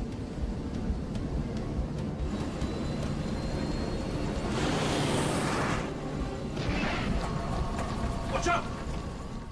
Suddenly, the plane begins veering left. The flight engineer urges the captain to abort the takeoff, but it's too late to stop. Captain Marty lifts the supersonic jet into the air. Gilles Laugelin realizes he's now watching a disaster. This was a very unexpected situation to see flames on an aircraft that is departing on the runway. We don't have time to lose, so immediately I've pushed the red button, which is a button for alert. 4590, you have flames behind you. Roger. The plane is engulfed in flames. Failure, engine 2. Engine fire procedure. Captain Marty struggles for control as the engineer shuts down the burning engine and activates a fire extinguisher. What's the airspeed? The plane's airspeed is now dangerously low. Airspeed. Something is happening.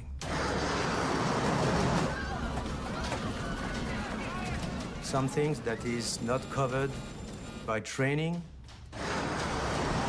Something that in pilot career you don't want to face. Laugelin scrambles to clear other planes from Concorde's path. I wanted to clear the traffic to let him any option possible. First Officer Marco wants to head for a nearby airport. Le Bourget! But the crew can't outfly the fire that is rapidly consuming their plane. Come on.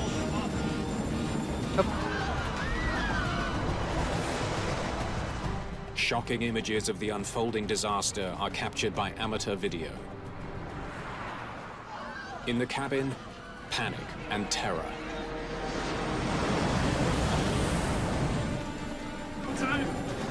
The supersonic marvel of modern aviation. No! Slams into an airport hotel. Oh mon Dieu.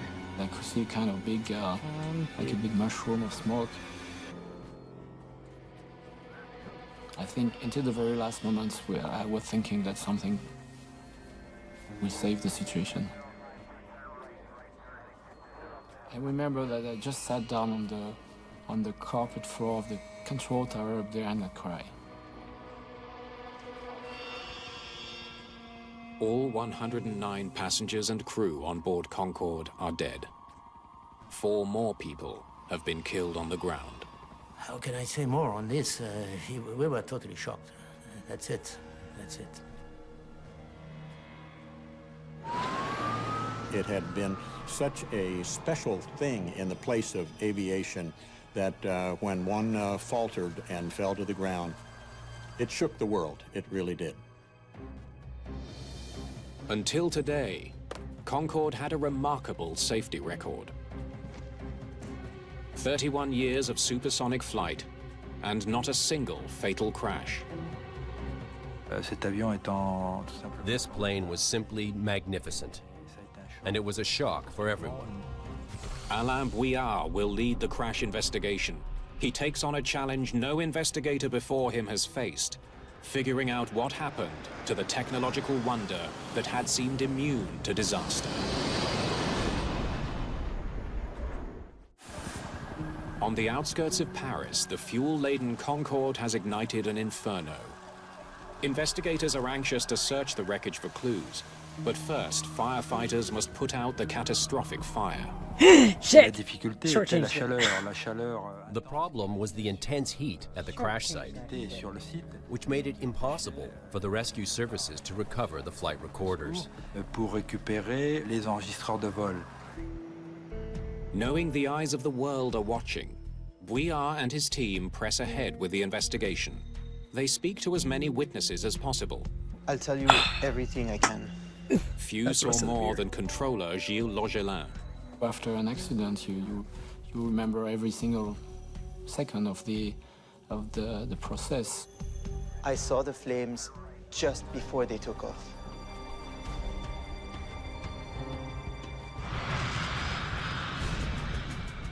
Logelin tells them he saw intense flames shooting from the plane's left side before it lifted off. Other witnesses report hearing the sound of an explosion while Concorde was speeding down the runway. I swear, the little lags. Less than 90 seconds later, the plane fell from the sky.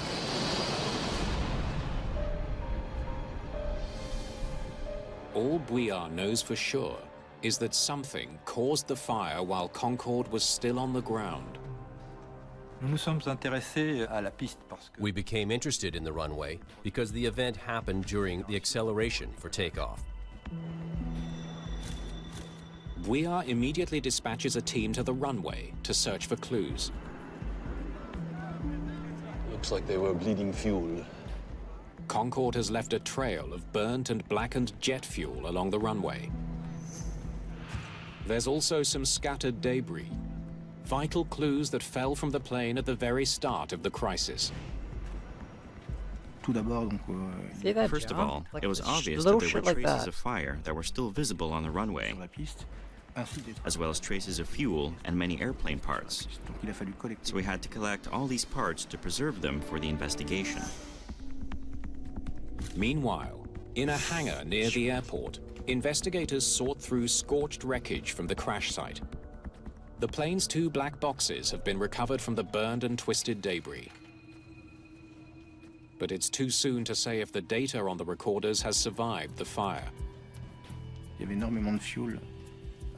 was a huge amount of fuel on board, so the boxes were exposed to intense flames, which is the worst possible thing for flight recorders. Concorde's black boxes are designed to withstand only 30 minutes of intense heat. Investigators rush them to the lab and hope for the best. Pieces of tire. The runway search has turned up a baffling assortment of debris, including a twisted metal strip that no one can identify. What do we make of this? We were dealing with a very complicated plane that had been completely destroyed by fire. There were very few pieces left. But I know this is a piece of the fuel tank.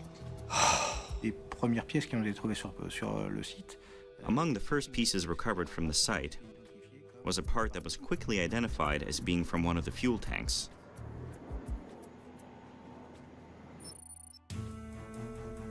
Concorde has 13 fuel tanks, 1 in the tail section, and 12 more that combine to fill almost the entire delta wing.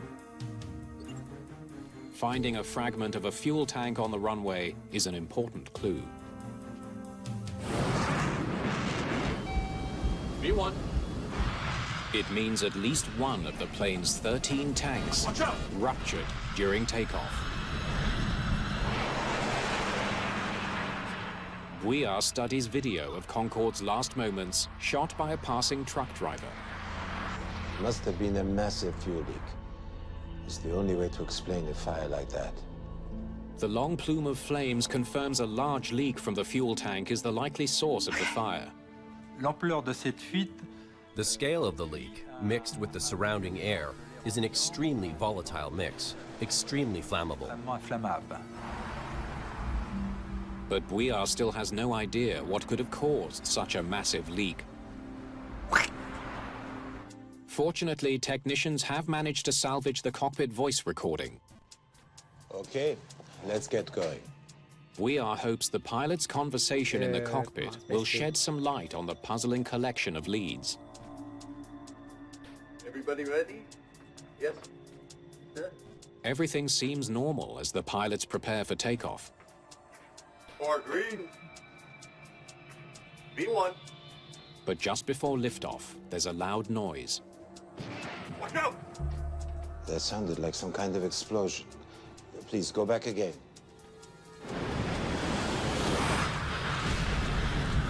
Watch out! Stop! 4590, you have flames behind you. Roger! Failure! Engine 2!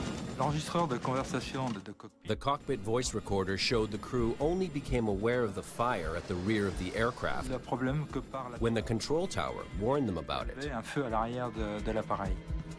Bouillard now knows the precise moment the deadly fire began, but he still doesn't know what caused it.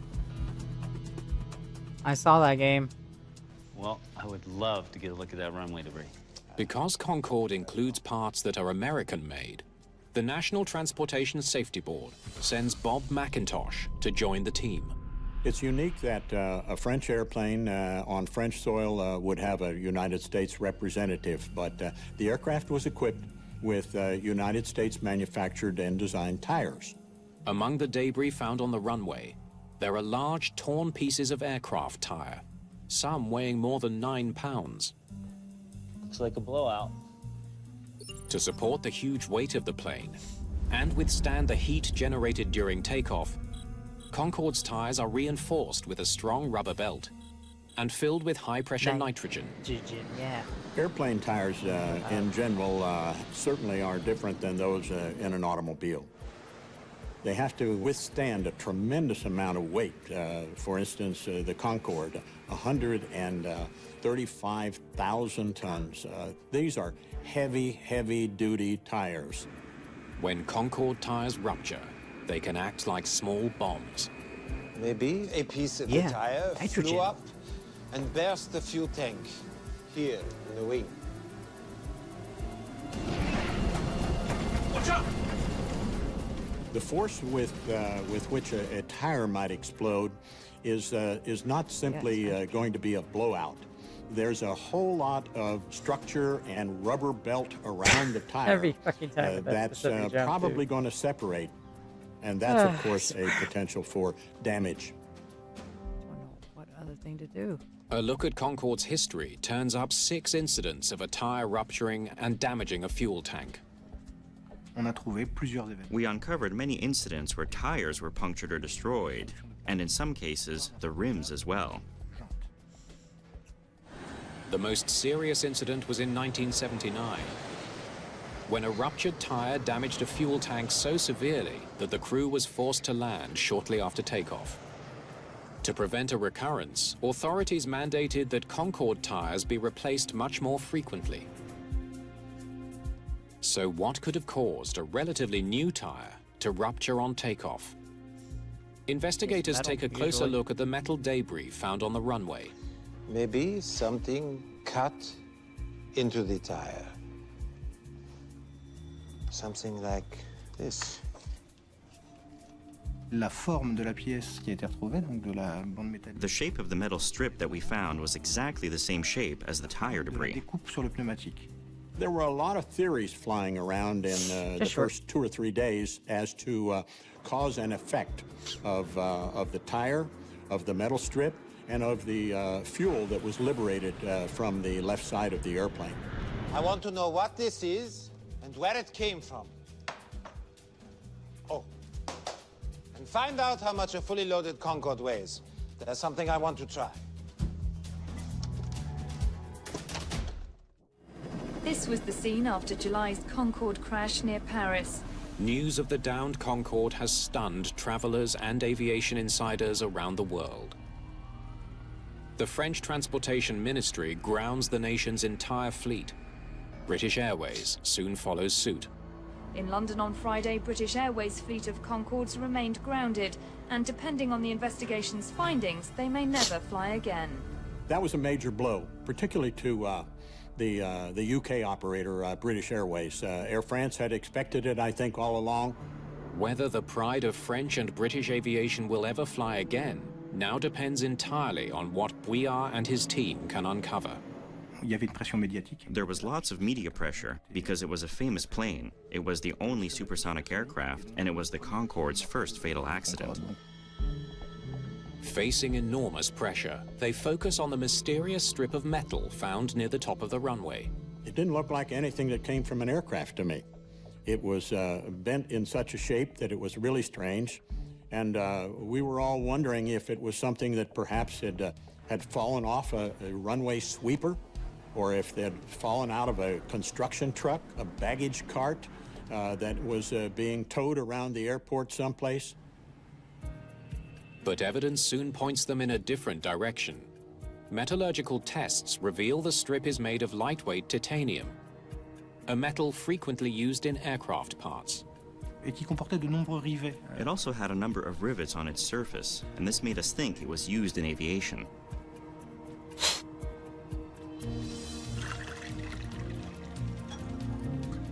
A reddish-orange substance on one side also points to the possibility the part may have fallen off an airplane.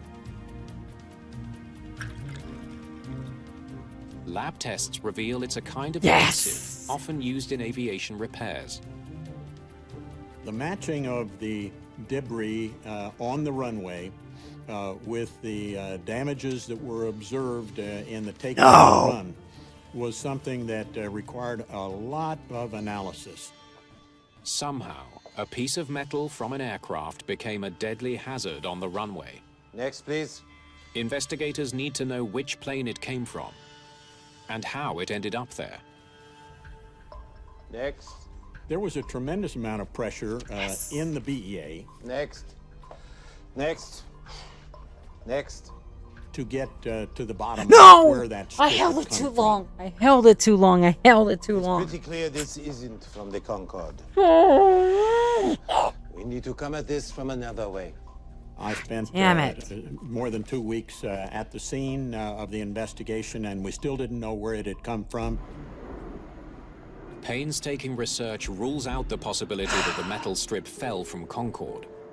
But there are dozens of other planes to consider. Bouillard needs to narrow down the search. What I need is a list of every single plane that used the runway before the Concorde took off.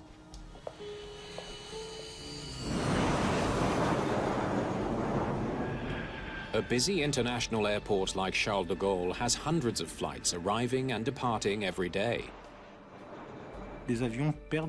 Metal parts are often found on the runway. Planes can lose small parts that are in need of repair, or sometimes inspection doors aren't closed properly, and they break away from the plane and fall on the runway. But the airport's runways are inspected several times a day and cleared of debris. Okay, it wasn't there in the morning. That leaves the planes that took off after 1300. Nous avons recherché par élimination. We searched by elimination. We knew that it was a strip of metal that didn't come from the Concorde. It didn't belong to any ground vehicles. So, we looked at the planes that had taken off before the Concorde. Knowing the time of the last runway inspection allows Bouillard to narrow the search to just 2 types of planes. That's more like it. That part is either from a 747 or a DC-10. Let's figure out which.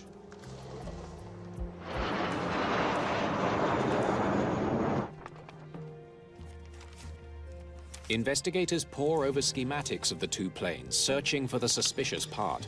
This isn't it. Finally, they spot something. What is this?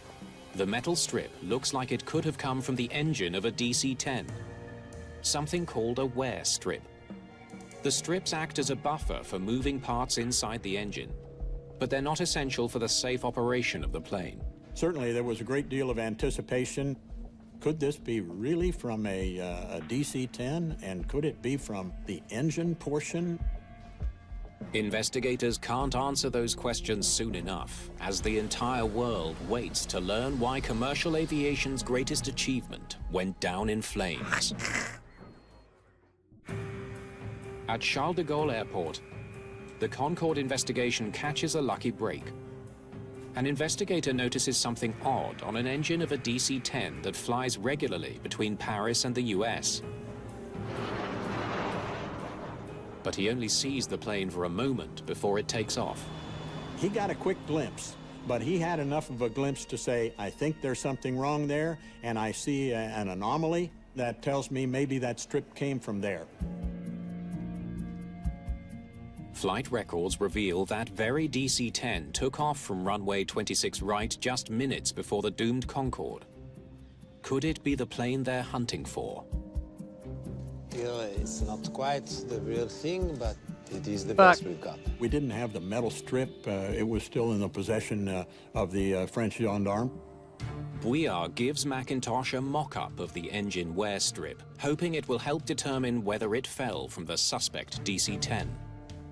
We were all glued to the phone and trying to figure out when we could look at the aircraft, because by this time, that particular aircraft had left Charles de Gaulle and was flying around in North America. McIntosh soon tracks the DC-10 to Houston. He'll need to catch up with it there to get a close look at the engine. It really became a challenge to me to find this aircraft and to find the specific point where this strip had come from. If McIntosh can't track down the origin of the metal strip, the full story of the Concorde disaster may never be known. In Paris, Alain Bouillard finally has a working theory that may explain one of the most shocking aviation disasters the world has ever seen. This'll do. Let's see if it can slice open a tire. Incredibly, it all comes down to a thin strip of metal that may have fallen from a DC-10 onto runway 26 right. V1. Where it ruptured a massive Concorde tire. Watch out! Stop! That fatally bursts a fuel tank. It's time to test that theory. Nice. The first thing we had to do was reproduce a tire rupture, to try to explain the size of the fragments we found, and to see if it was possible for this metal strip to cause the type of damage we saw in the debris. They create an exact replica of the metal strip that was found on the runway, and place it under a brand new Concorde tire. A two-wheel trailer is stacked with heavy blocks to recreate the load on Concorde's tires. 25 tons. They need to know if driving over the narrow strip of metal is enough to rip open a rugged Concorde tire. Just miss.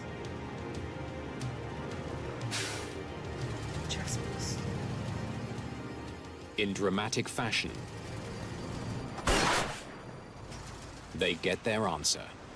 Amazing. You can't ask for better proof than that. That was fantastic. C'était parfait.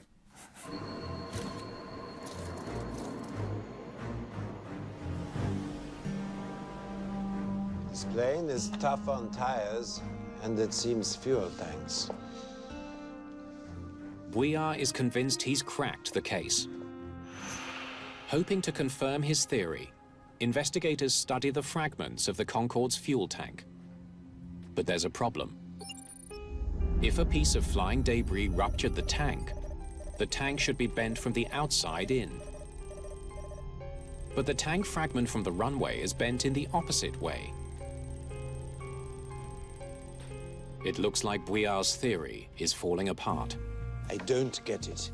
I just don't get it. If the tire didn't rupture the fuel tank, then what did? The entire investigation is back at square one. We had all these elements, but we had trouble making the connection No, I held between it the too tire long fragments, again. the strip of metal, and the pieces of the fuel tank. All these remained isolated elements, and we couldn't find a way to link them together. What are we Great. missing? I have never seen anything like this. The action that would make this piece of fuel tank escape was unique. Bouillard is facing an unprecedented mystery. What punctured the Concorde's fuel tank from the inside? If he fails to solve the mystery, the loss of 113 lives may never be explained. The baffling evidence from the Concorde's ruptured fuel tank remains a puzzling dilemma, one that threatens to derail the entire investigation. Pretty heavy load of fuel. On the day of the crash, all 12 fuel tanks inside Concorde's enormous Delta wing had been completely filled. For routes like Paris to New York, the Concorde's fuel tanks needed to be filled to their maximum capacity. Without full tanks, it wouldn't have the reserves needed to cross the Atlantic.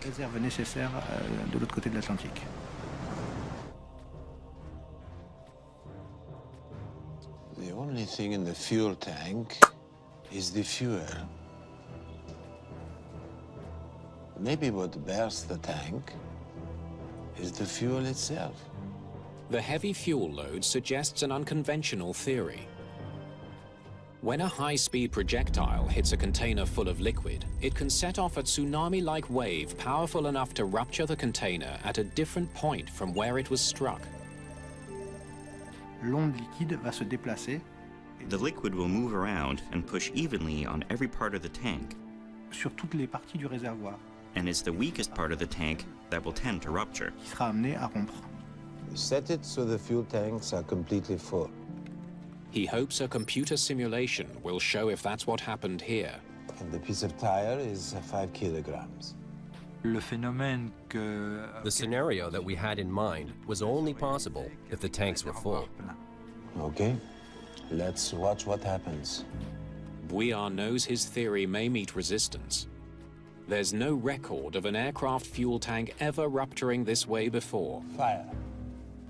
The simulation recreates the effect of a piece of tire hitting the fuel tank. For Bouillard, it's the moment of truth. Let's try it again. Only this time, aim over to the left. Maybe we'll find a weak spot. Conditions have to be just right. Fire. But when they are...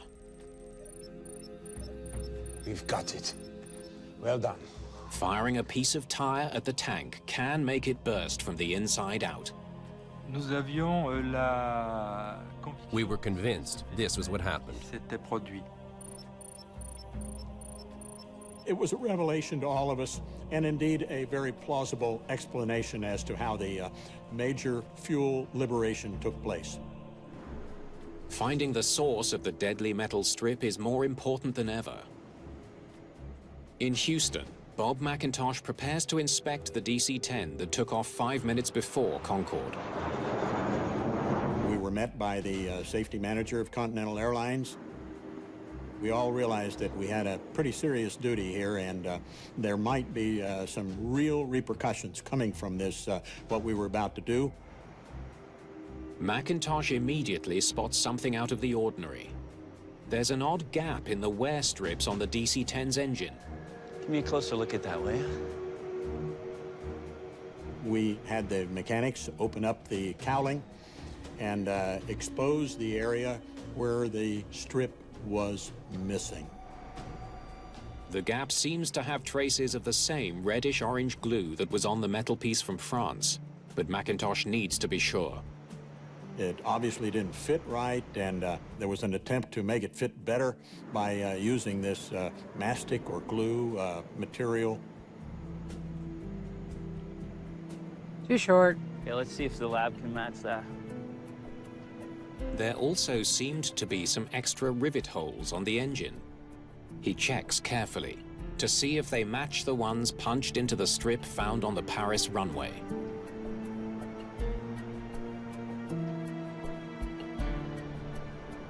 We have a winner. It's a perfect match. We found the culprit. There was no doubt in our minds that the strip had come from this aircraft. So there were some different emotions there at that moment.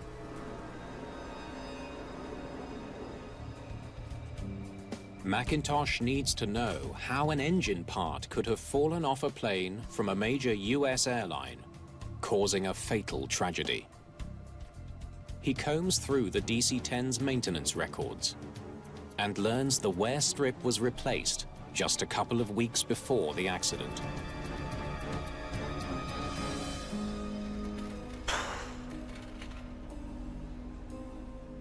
The holes drilled into the strip didn't line up properly with the holes on the engine cowling, so the mechanic drilled new ones. Then he added some adhesive to fix it in place.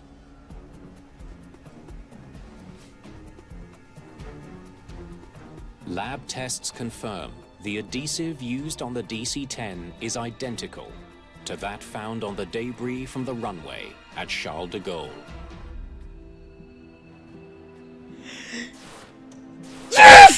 There was no intent to violate the regulation. It was just the job wasn't done at a professional level. You would expect a first-line airline in particular. The piece stayed in place for 16 days before dropping onto the Paris runway 5 minutes before Concorde took off. Weir has one final question. Why didn't the pilots abort the takeoff and save the lives of everyone on board? No! Oh my god! We're watching the Concorde blow up and I did it. Oh my god! Technicians have managed to piece together the data from the burned and damaged flight recorder. Everybody ready? Yes. Holy shit!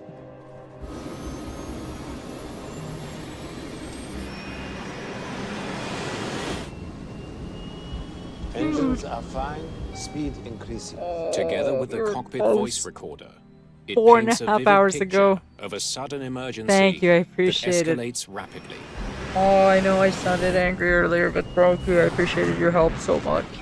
I'm gonna learn to speedrun this too, by the way, at some point. Down the 2.5-mile runway at nearly 200 miles an hour.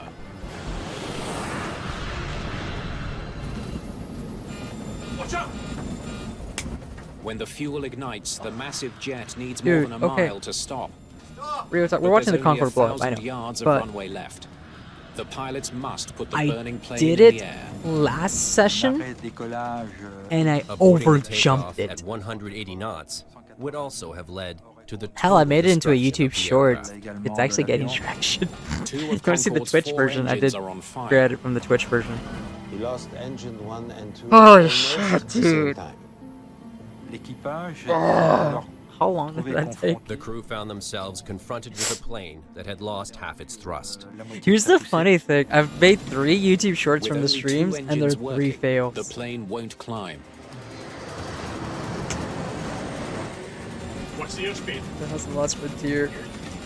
It's not that it's hard, it's just that It's the issue totally surprised is at what's happening. we're watching the All Concorde this explode. happened in something like Because 3 if you seconds fuck of up time, once, you which get is really reset a from short like time. 98% to like 65 or 70%. You don't get to We practice all it. know So the if you importance of speed don't for get it, Delta Wing get the planes. fuel right, oh, it's bad. And so the aircraft found itself in a very difficult Had I done that position. 3 hours ago, I wouldn't have gotten so fucking pissed about. Or 2 hours ago, I wouldn't have gotten so fucking pissed. Because we got there 2 hours ago. The crew tries to raise the landing gear to reduce drag. Fuck. The gears, y'all! I'm trying! Due to the damage, This is like doing the Chapter gear 9 won't Celeste, retract. dude. La rupture du pneumatique. 25 hours, When the tire 9 minutes. burst, It took damaged the sensors on the landing 15 gear sessions. doors. With those doors in the wrong position, The gear I know it could says not 52 retract. attempts, but that's because I like The saved data and quitted a shows few the crew times. fought hard to keep the plane flying right up to the very end. It's like 2 months because I don't But the stream as fire is often, consuming their and I can wing. only do like 3 or 4 hours. At one point, they knew that Because they like were I gotta going go to die. work. No panic at all Like, to the very end. a few hours. They have tried to find a solution. Investigators Dude, my estimate hand the hurts. raging inferno burned at more than 2,000 degrees. Oh, I have the serpent hot ring. enough to melt the wing. But there's no point.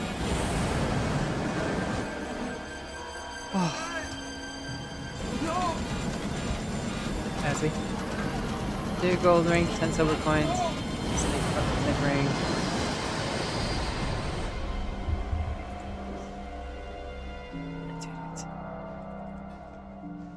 There was nothing they could do.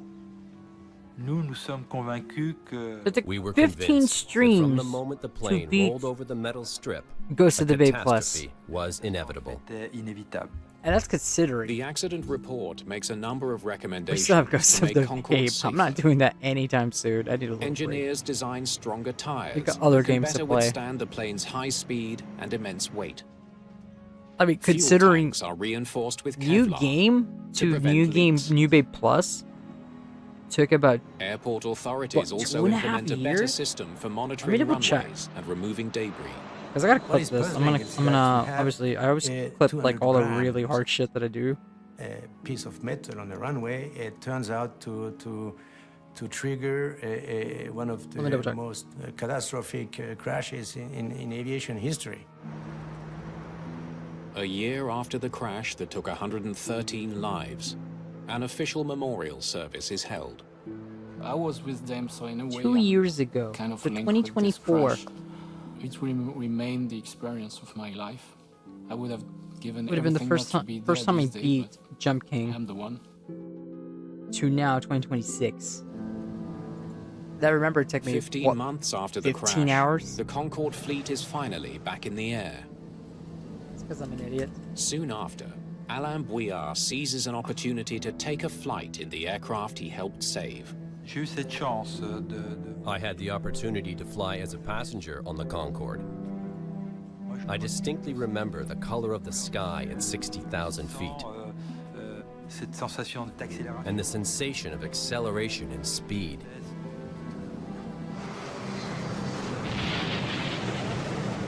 C'est des sensations. These are sensations that are very particular, unique, that I haven't felt since and that I may never feel again. Jamais. Yeah, well, they shut the The Concorde down. return of the world's only supersonic plane doesn't last long.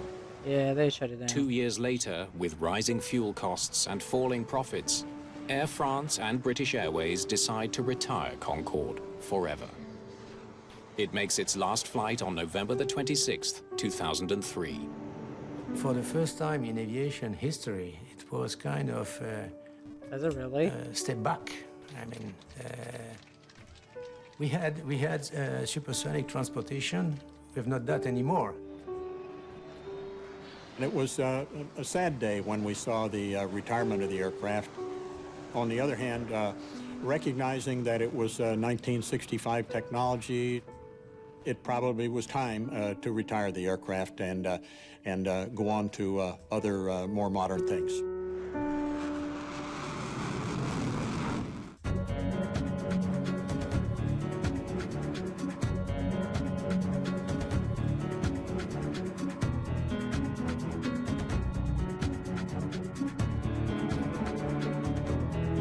Oh god, dude, I feel so fucking exhausted.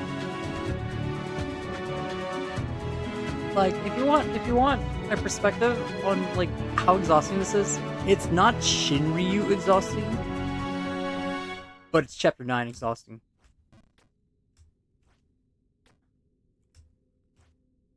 And that Shinryu fight is the stupidest fucking thing I've ever done in my life. Oh my god. I'm so proud of that one too, even though I tend to grasp defeat from the jaws of victory.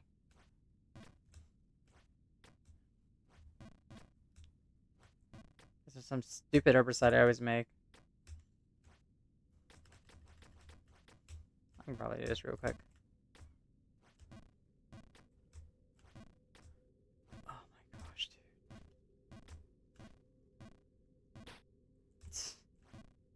In the time it took me to beat New Bay Plus, I could have beaten Donkey Kong Country 25 times.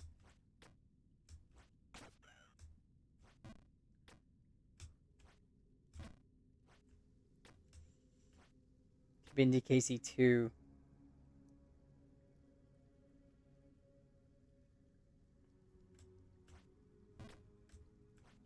Really? I need to actually learn the fucking speedrun at some point. I'd put on another of the fucking the series that I love, but I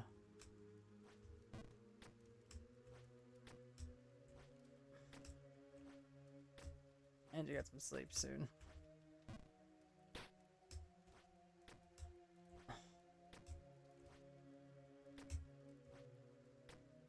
Because I really do love this stupid, it's not stupid, it's like...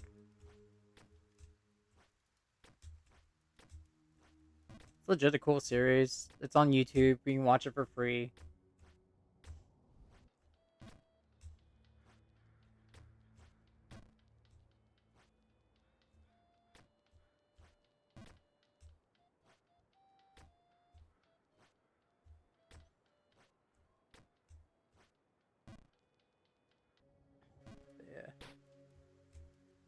Don't know if I have it in me to finish a run of normal.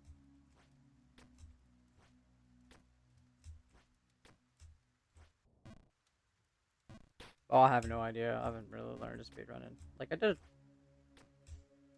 I think I did it in like 11 minutes, but that was also like 2023, I think, or 2024. I don't really remember shit. Like, I did the Hollow Cure version of it in, like, 9 minutes. Oh, speaking of, I gotta start grinding Hollow Cure again.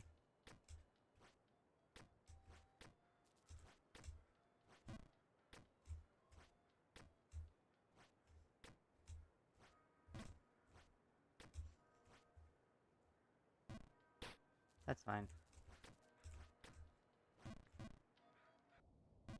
Did I really do that? So some other hard games I gotta beat. I still have to beat Getting Over It with Bennett Foddy at some point. I have to try Pogo Suck at some point.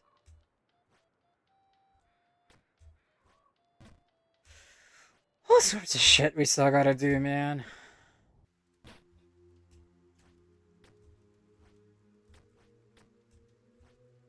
I don't think I got it in me to finish a run of this, honestly.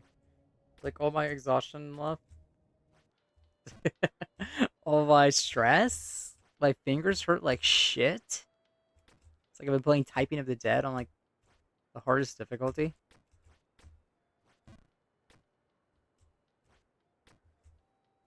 I have one to give away, too. That's fine. That's not fine. That's fine. Yeah, that's one I'm probably gonna lose my shit over, but I'm gonna do it at some point. Like, Bennett Foddy, I know... Getting Over It, I've gotten to the... just above the oranges once. Then again, I'm the idiot who likes to... who attempts to speedrun. DKC 1, DKC 2. I beat it in about an hour.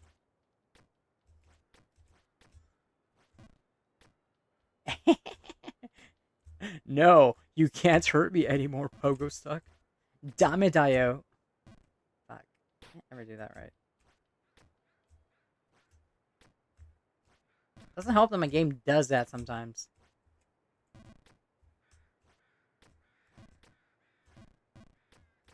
Like, if I really learned to speedrun this game, I could probably do it. I just don't care enough to do that. See?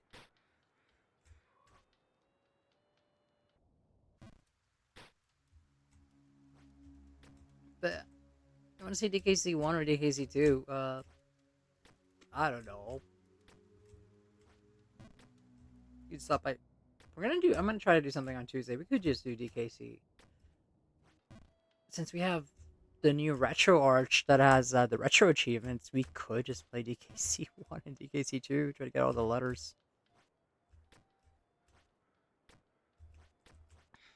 Shit, too much. Yeah, I don't got it in me, dude. I don't got it in me. I don't got it in me. I'm tired. I do love that you could see my YouTube, and it's just political assassination. Oh gosh, I'll try for a little bit longer.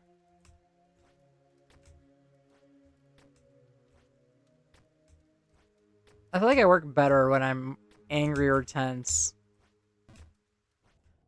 I do have to. Well, I do have a controller. I haven't tried this with a controller because I just used this is one of the few games I used my keyboard for it.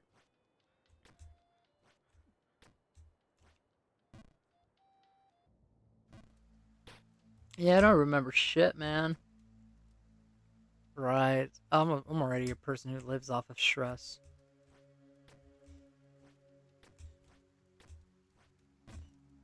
Like the way I phrase it, I work in education. So like stress already is part of my life. Yeah, stress makes you play fucking better. Ignore all the times I just suck at a game. Ignore all that. You have no proof, none whatsoever. It's not like I tend to clip the worst chokes.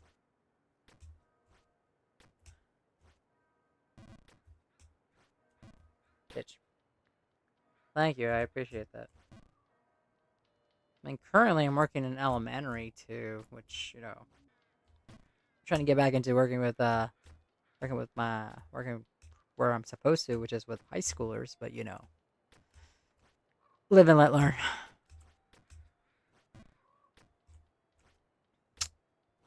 Some more retro games I do want to play though. You know what? Fuck it. Hold on. Put one more in the background. Do you want to see people live, or do you want to see the plane die? Got options. What are those options? Yeah, well, it's the fucking truth. All these episodes are either most people die or some people live. I wasn't expecting to get the Concord episode. I need to see this Niki Lauda one. I haven't seen it before, but I'm not doing it tonight. I watched this one already. Like, how did Scandinavia Flight 751 survive this? We watched that 2 hours ago.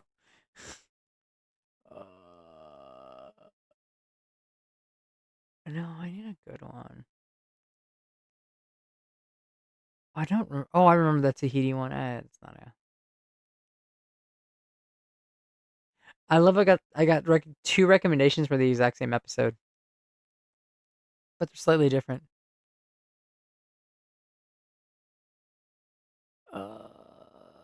You know what? Let's see if we can figure out the mystery. I know what the answer is. Let's see if we can figure out the mystery while I try to beat the normal game again. It's Spain's worst air disaster in 25 years. It was a tremendous tragedy. A crash that kills 154 people. Nuestros pensamientos. Our thoughts were with our colleagues and the passengers. Y a los pasajeros. Investigators face intense pressure to pinpoint the cause. When you get to the accident site, you need to collect facts. When you come up with a mechanical irregularity. Did you see anything outside? It's like, what next? Right, got it. Could a minor maintenance issue, So, we're done? Yep, you're good to go. have led to this deadly catastrophe?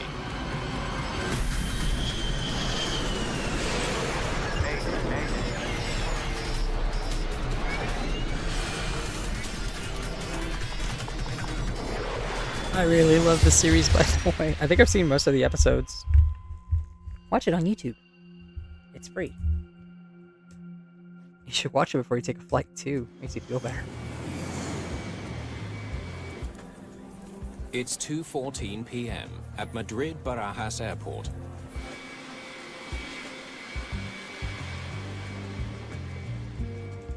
After being delayed for more than an hour, Spanair Flight 5022 is finally getting back underway. There are 166 passengers on board, many of them looking to escape the stifling heat of Madrid in August. Everyone was full of anticipation. Everyone wanted to be on their way. Anna Stefanidis has come to Spain from Sweden. She is on her way to the Canary Islands to meet some friends.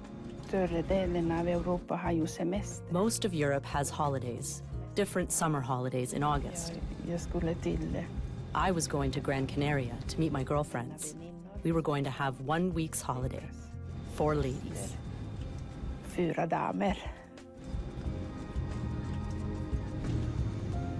Today, Captain Antonio Luna is in command. A former Spanish Air Force pilot, he's been with Spanair for 9 years. Fuck, I forgot about that, Jeff. How's our time? About an hour and a quarter behind schedule. First Officer Francisco Mulet joined the company just a year and a half ago. Almost all of his 1,300 flight hours are with Spanair. Maybe we can make it up in the air. Maybe. The flight began with a morning hop from Barcelona to Madrid. From Madrid, they'll fly 2 hours and 50 minutes south to Gran Canaria in the Canary Islands. Spanair 5022, Geonex 9 on runway 36 left. Okay. Here we go.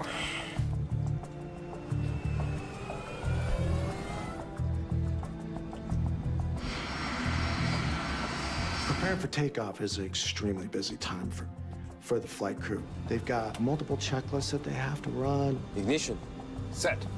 Spoilers. Armed. Make certain the aircraft is properly configured, the thrust is set right, the brakes, etc. Air conditioning?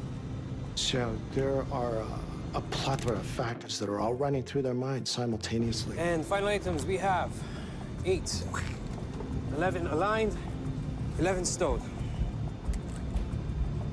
Spanair 5022, you are cleared for takeoff, runway 36 left. Cleared for takeoff. Spanair 5022. Okay, your aircraft. First Officer Mulet will fly the plane from here. My aircraft. At 2:23, the MD-82 aircraft starts speeding down the runway.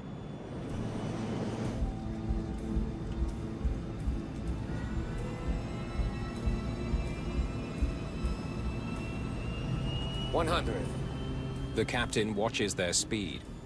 They can't lift off until they reach 157 knots. Takeoff speed. It didn't feel right.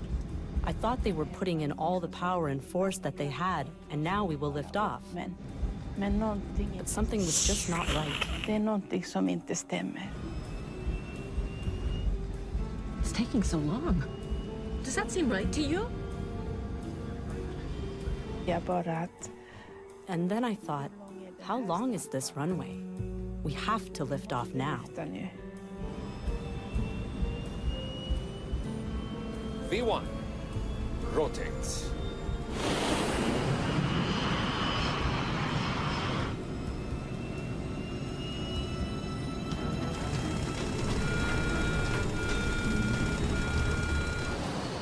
An alarm warns the pilots something is going wrong.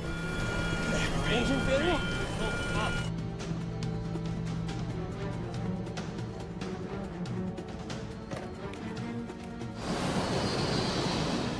The first officer increases power, but he's losing control of the plane.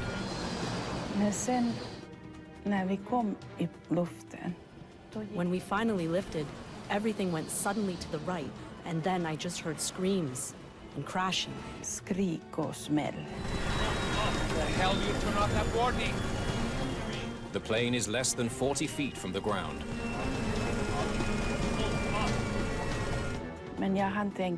I managed to think, this is my last trip. I've had a good life. I thought, oh, don't do that. Now I die.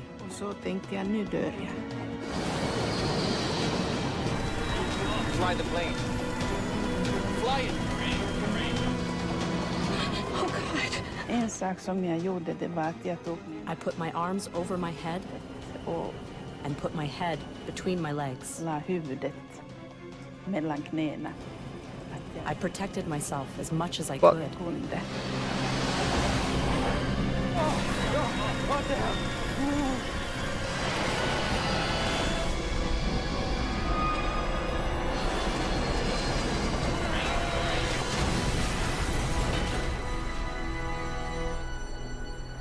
Just seconds after takeoff, Flight 5022 slams into a riverbank beside the runway. Airport fire crews are quickly on the scene.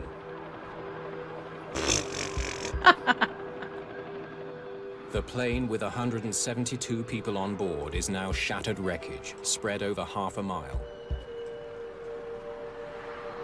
Well, that sucked.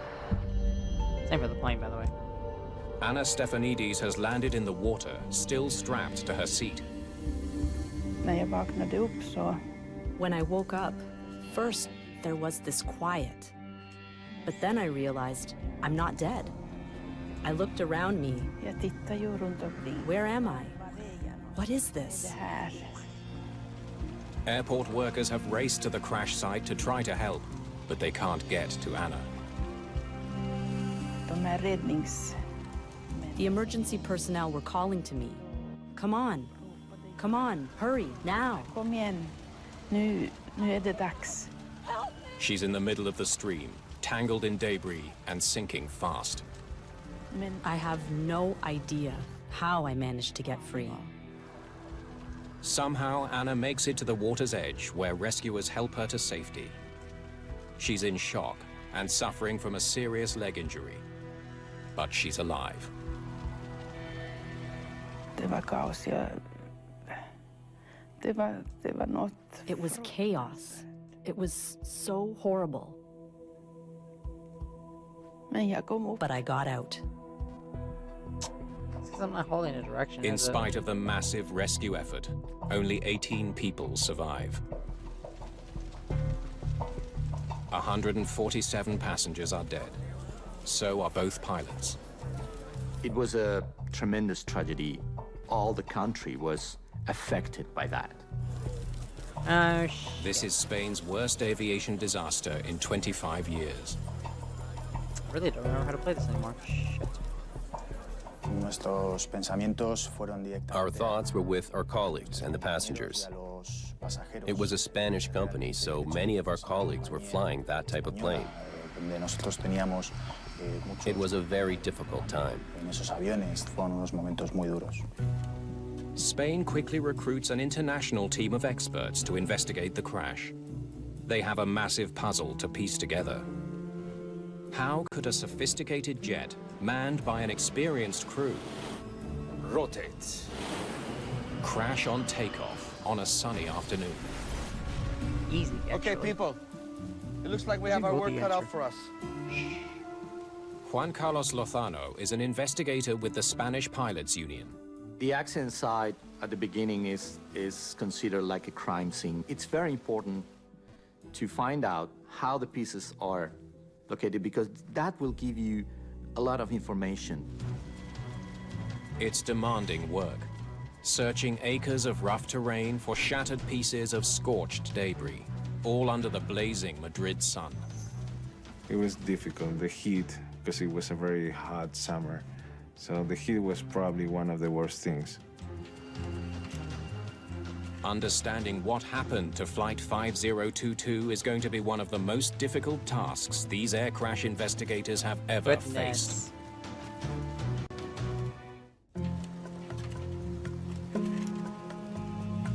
Investigators into the crash of Spanair Flight 5022 immediately focus their efforts on recovering the plane's 2 black boxes, or flight recorders. For an investigator, the FDR is one of the most vital records that we can get, because everything that is working, or it is not working, or it's causing an issue, will be recorded there. Once they download the data, it could provide vital clues about what went wrong. Gotta go to work. Let's get this to the lab, ASAP, okay? Also, between you and I, this is probably what I would have been doing anyways. Meanwhile, the nation mourns. Probably that Niki Lauda episode. The Prime Minister visits the crash site. The King and Queen and the Mayor of Madrid gather to console the grieving families. The pressure to announce a cause is intense. The press was putting a lot of pressure on the investigators to give answers, even before they had any idea what could have happened. No tengo nada de ninguna información. Es que no tengo. At the crash site, marks on the ground paint a vivid picture. Here's our first impact. Revealing just how quickly Flight 5022 turned to disaster. The first impact marks are just 200 feet from the runway. The plane then passed over a road and slid another 1,800 feet before crashing on the far side of a river. This airplane left a trail coming from the runway to the edge of the airport boundary. So it was quite clear for the investigation that the airplane had a big problem just on liftoff. When the wind's blowing that way? The timing immediately suggests a theory that might explain the crash. Let's take a look at this engine. When an aircraft gets only 30 feet off the ground and falls uncontrollably back to the ground, you have to wonder, were the engines operating correctly? Engine power is especially crucial during the first few moments of flight. If the plane doesn't have enough power, it won't achieve the speed it needs to overcome drag and get airborne. You sure you beat it? Investigators study the engines, searching for any sign of I don't malfunction. think I have. Both are filled with debris, mud, and grass ingested during the crash. If we find mud, soil, or grass throughout the engine, we can determine that the engine was fully operational at the time of the accident. In this case, we found traces all around the engine. The finding means the engines were spinning at high speed when they hit the ground. It wasn't engine failure that doomed the plane. Right. The engines were fine. But something stopped that plane from climbing. Investigators need a new theory to explain why the MD-82 couldn't climb. What was it? I am an idiot. How'd you know? I want maintenance records. Weather reports. Pilot records. The works. Let's get to work, people. For an accident investigator, it's very, very important not to establish any presumptions. You need to collect facts. I hate this jump so much. Okay, let's see what the numbers tell us. Investigators know that for any takeoff, the plane's weight and balance must be carefully calculated. The aircraft needs to be carefully balanced in order to get its better performance. So when you are taking off, you need to be sure that the aircraft has been properly balanced and the weight is correct. They review the passenger manifest, cargo, and fuel load. They need to check the total weight, as well as where the loads were carried, to see if the plane's center of gravity shifted dangerously forward One simple or back. job, dude. One simple job, But right? it's soon clear this isn't the smoking gun they're looking for. Well, there's nothing wrong with their takeoff weight. Controllers in the tower provide a more promising lead. They tell investigators that the Spanair crew called off an earlier takeoff. They had some kind of maintenance issue right before takeoff. The plane was at the threshold of the runway when the pilots noticed a temperature gauge was giving them faulty readings. Madrid Spanair 5022, we have a slight problem. We have to exit the runway. 5022, taxi to Apron Tango 2, Stan Romeo 11. Controllers cleared the MD-82 to return to the terminal. You've spent the last 45 minutes totally focused on getting that aircraft to the runway. And when you come up with a mechanical irregularity, it's like, what next? It's a showstopper. Ladies and gentlemen, we are experiencing a minor technical problem. We're just going to head back to the terminal to see if we can sort this out. Normally, the passengers are more comfortable after a clear and direct explanation on what's going on. I guess we're not going anywhere just yet. Men jag tänkte, nej, vad ska jag oroa mig? I thought, why should I worry? I've bought my ticket. I've paid for my ticket. I want to get there, and I will. I So don't they know will what have that to do means their by job scene, and fix man. this. Göra sitt jobb och fixa det här. Could the Explain last like I'm minute an idiot. repair be the key to explaining the crash of Flight 5022? Investigators need to know. Like I know what you're Spanair Flight explaining, but I 5022 don't was sent to a remote maintenance area in a far corner of the terminal. It took 9 minutes just to taxi there. And we're back. See that? See that game? Shutting down the engines. By the time they reach the maintenance stand, the plane is already 42 minutes behind schedule. That delay could be an important lead. On-time performance is Of course. taken very, very seriously in the industry. And now that they're substantially behind schedule, the pressure is immense. Oh, With for the fuck's engines shut sakes. down, the plane's air conditioning It's like I doesn't don't know how to work. play this game. Sitting on the scorching Don't. tarmac, temperatures in the plane begin to soar. Det var hett. Det var så otroligt hett. It was incredibly hot in the plane. Aldrig upplevt sån hett. I've never experienced that kind of heat before. Maintenance workers give investigators more details about the delay. They were trying to fix a problem with one of the plane's sensors. Oh, yeah. I took a look, but it wasn't serious. What's the pitot tube thing again? The sensor, called a ram air temperature probe, juts out from the nose of the plane. It measures the outside air temperature and feeds the information to the engines during flight. Yeah, dude. I think my brain is too cooked. Did you see anything outside? I think my brain is just too cooked. It's not plugged. The sensor is sending faulty readings to the engines. No, that didn't work either. Without it, the automation that adjusts engine power won't work properly. I think my brain's gone. Look at that. It says 104 degrees now. The attempted repair eats up more valuable time. I gotta write all this up. Not to mention the delay. We're an hour late at least. The entire economics of the present air transport industry is built on efficiency. An airplane in the air makes money. An airplane sitting on the ground doesn't. So if you've got an aircraft that isn't where it needs to be, this has thrown a severe complication into the efficiency in the operations of the airline. Ladies and gentlemen, thank you for your patience. We hope to be on the move again very soon. Maintenance workers explained that they couldn't repair the faulty sensor. Right, got it. Instead, they disabled it by cutting the electrical power to the sensor. They Guess you could do that. simply try to avoid the symptom, which is the high temperature in the ram air temperature probe, by pulling the circuit breaker. The quick fix eliminated the faulty readings. So But- we're done? Yeah, pop the breakers, so you're good to go. Okay. Thanks. The maintenance workers have no idea what went wrong on takeoff. Investigators wonder if the disabled temperature Get probe inside is the somehow church. linked to the I crash. could do the rest with little I to don't no see how problem. this could cause a problem. But they quickly confirm the probe is not an essential piece of equipment. The crew simply has to keep track of the air temperature and adjust engine power manually. There you go.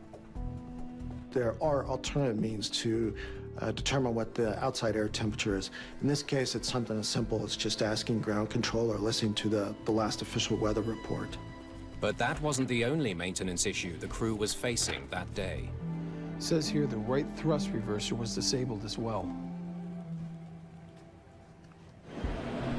Thrust reversers are used on landing to help the plane slow down. When engaged, bucket doors open to deflect the jet Shit, blast that and was dumb. redirect it forward. If a reverser malfunctions and activates during flight, the plane can lose lift and drop out of the sky. That's what happened to Lauda Air Flight 4 in 1991, killing I saw all that one. 223 people on board. Did a faulty reverser somehow activate on takeoff? It seems unlikely, but it would explain the plane's deadly trajectory. If this thrust reverser had deployed inadvertently, because the jaw movement would have taken the airplane to the right-hand side, which is actually where the airplane crashed. It's an intriguing theory, but so far, there's not enough evidence to prove it.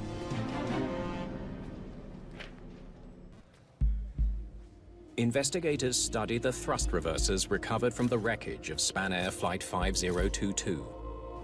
There's no evidence that the right side reverser deployed. The fuck? I'm doing it. But on the left engine, it's a different story. Is this the position it was in when you found it? The reverser is in the deployed position, a potentially deadly configuration. If one of the thrust reversers deploy inadvertently on takeoff, given that the engines are providing full thrust, that would pose a very big threat for the controllability of the airplane. Finally, something that points to a serious mechanical problem with the plane, one that might explain the crash of Flight 5022. Don't like it when the game does that, man. A lot of scrape marks. But as investigators continue to scrutinize the reverser, they realize there's a problem with the theory. I think it was deployed after impact, as the engine was dragged along the ground. Distinctive damage to the reverser tells investigators it deployed after the plane came down, not in the air. All the damage that it had sustained was very easy to compare with the marks on the ground. So that led the investigators to rule out the thrust reverser. Something else stopped the plane from climbing out. Investigators need to shift gears. Once you have eliminated the engine failure, you have to think about lift, about the possibility of the aircraft to become airborne.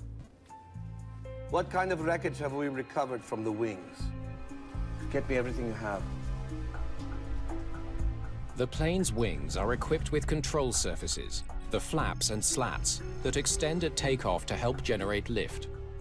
For modern airplanes, the flaps and the slats are probably the most critical parts besides the engines and the wings itself, as it allows the airplane to take off and land in a shorter distance with lower speeds. Damn it! If the flaps didn't extend properly, Irritates it me. would result in Flight 5022 not having enough lift to climb. The investigators study the lever mechanism that pilots use to control the flaps. The flap lever was hesitation. an essential part of the investigation. If the lever was driven against the side of its track during impact, it might leave a mark showing how the flaps were set at takeoff. Well, well, what have we here? There's a deep scratch at 0 or retracted position. It's a startling finding, one that suggests the flaps on Flight 5022 were not extended for takeoff. My first reaction as a pilot is that the flaps and slats are absolutely necessary for takeoff. And there's just not going to be a survivable crash if they've attempted takeoff and they weren't extended. It's hard to believe a professional pilot could forget to set such a vital piece of equipment. But it's happened Did before. the flap handle shift during the accident? Or did the pilot somehow fail to set it properly before takeoff? V1. My second innate question is, why? What happened to prevent them from being in the right position? The answer to that question could explain why 154 people died. Rotates. In one of Spain's worst air disasters. Investigators dig into the personal and professional histories of the Spanair crew, wondering if the pilots could have made a terrible mistake. Both qualified. Both experienced. You always check on their experience, if they had any issues during the training, what kind of training they had. The pilot records turn up nothing significant. Captain Luna and First Officer Moulet are both up to date on all necessary training. Hard to believe these guys could forget to set their flaps? El comandante tenía una acreditada reputación. The commander had an excellent reputation. He was a person who was considered to be very meticulous.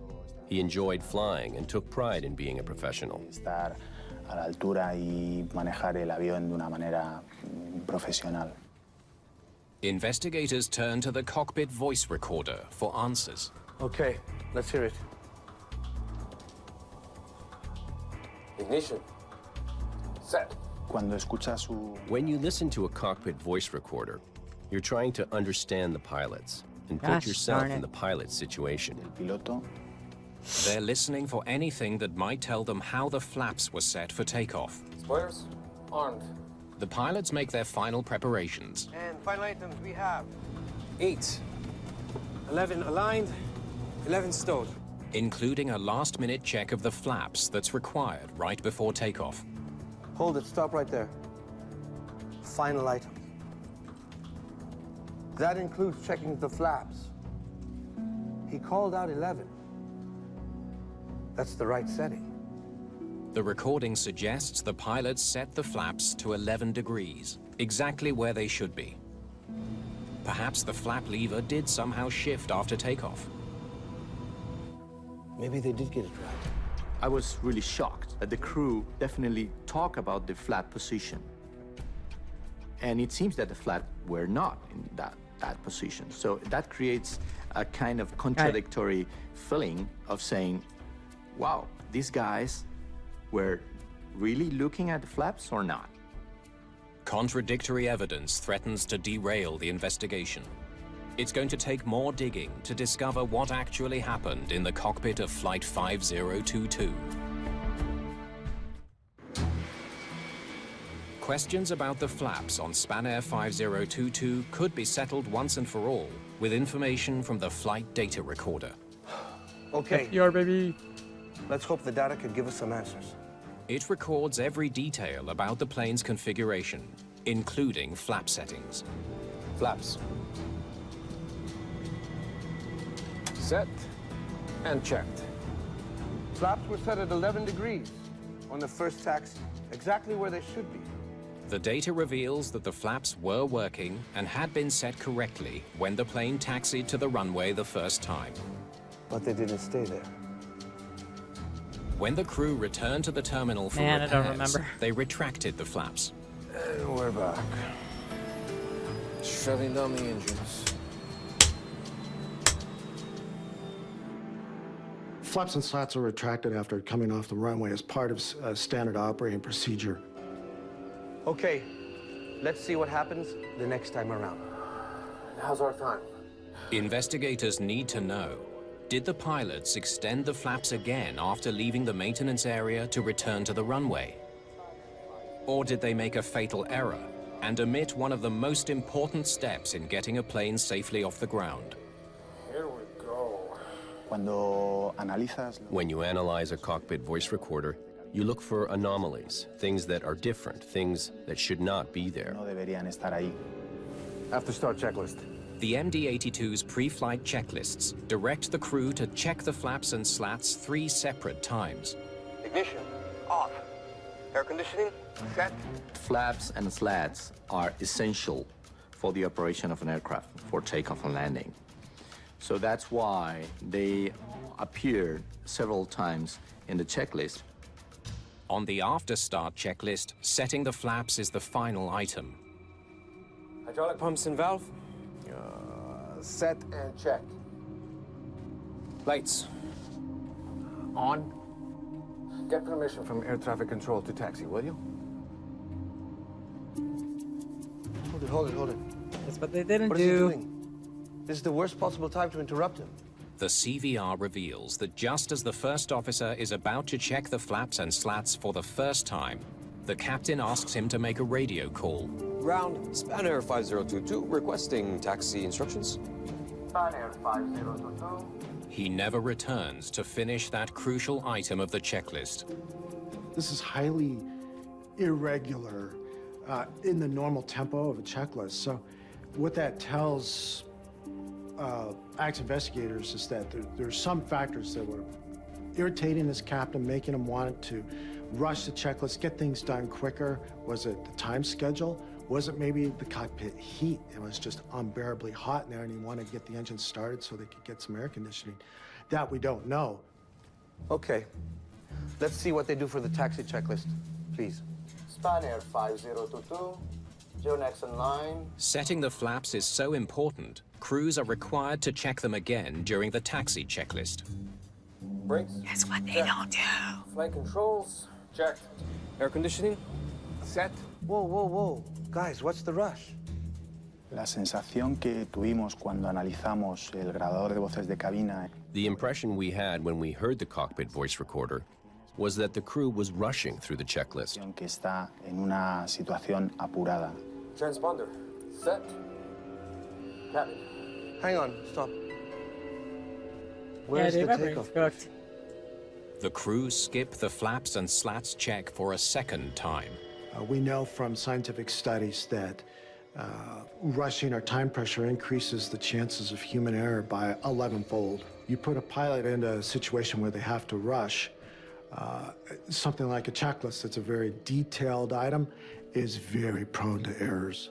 The crew has a third and final chance to set the flaps for takeoff. Final items we have 8, 11 aligned, 11 stowed.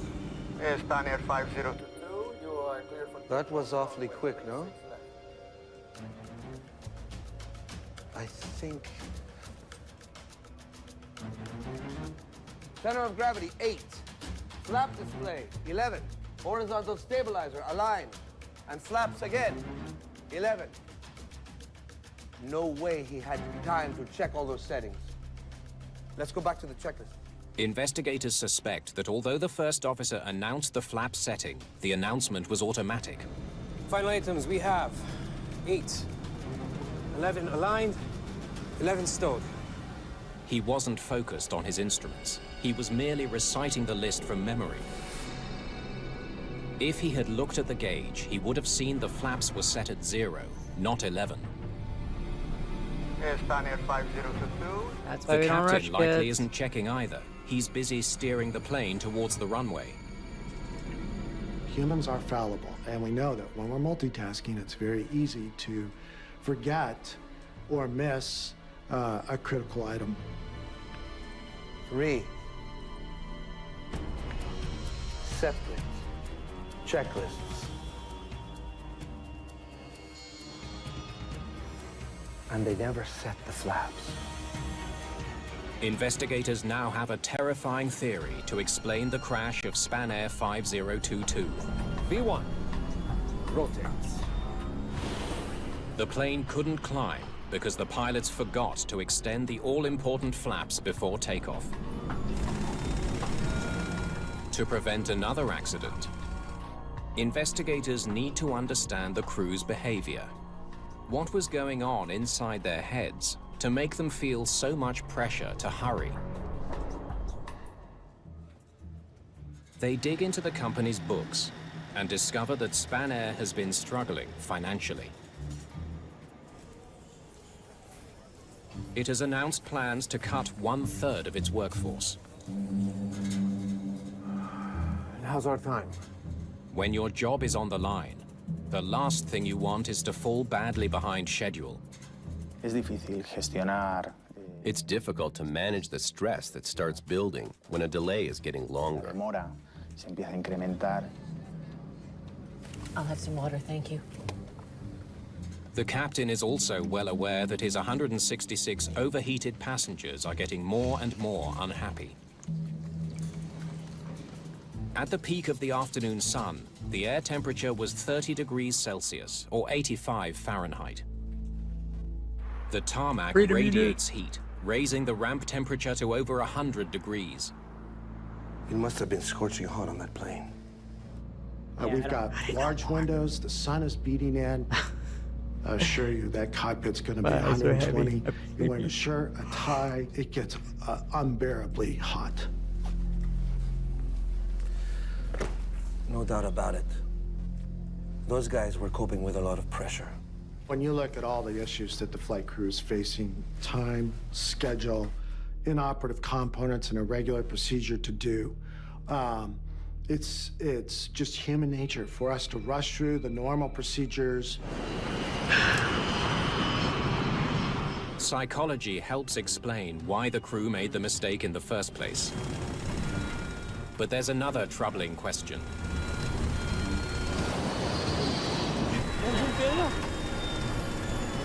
How the hell did you turn off that one? When the crisis hit, why did the crew think there was something wrong with their engines? If they had realized the flaps had not been set, they might have been able to save their plane.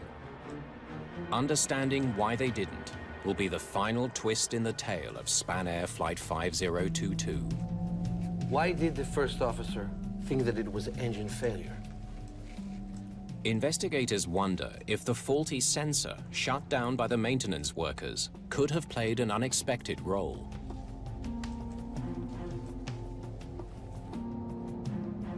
So we're taking off using manual thrust, right? With the sensor disconnected, engine control is no longer automated. Yeah, manual thrust. Before takeoff, the first officer mentions this 5 times. And if we go for manual thrust, then we'll engage the autopilot after takeoff, right? Right.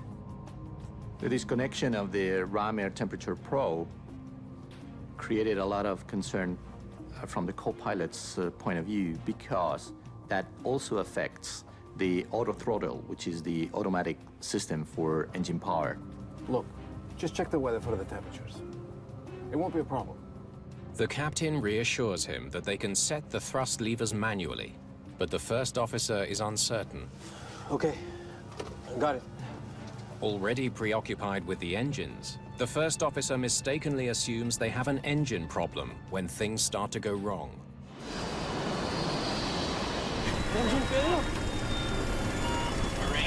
10,000 times you've done these takeoff procedures in this nice, slow, methodical, well thought out way. And now That you're took way inserting fucking longer than your it should. regular event. But there's another crucial question. Wait a minute. Where's the warning? If the flaps were not set in the takeoff position, there should be a very conspicuous sound saying that the aircraft is not ready for takeoff. The takeoff warning didn't go off, and it should have. I want to know why. They must now track down a silent culprit, a missing alarm that could have saved Flight 5022. These failures have to be connected somehow. Investigators suspect there could be a link between the failure of Flight 5022's takeoff warning and the minor problem that sent the MD-82 back to the terminal, the failure of the temperature sensor. Look at that, it says 104 degrees now. Investigators trace the complex electronics of the sensor and make a shocking discovery. The sensor and the takeoff warning both pass through the same electronic relay. When you look at the electrical scheme of the takeoff warning system, you find that the relay 2.5 controls 2 things: the heater of the ram air temperature probe and the takeoff warning alert. That's it. That's the link. Yes. It was very shocking to find out that 2 different systems, like the takeoff warning system and the ram air temperature probe heating, were controlled by the same device. Investigators suspect the R25 relay failed, disabling both the temperature sensor and the takeoff warning. Technicians are not able to recreate that failure in the lab, but for Juan Carlos Lozano, the theory makes sense. In my opinion, the relay 2.5 was the cause of the failure of the takeoff warning system. Right, got it. By opting for the quick fix to the temperature sensor problem, the maintenance crew missed a critical opportunity to find the faulty relay. Without the cockpit alarm, the pilots did not have their final line of defense to warn them of their mistake. Sadly, they were not the first crew to suffer such a fate.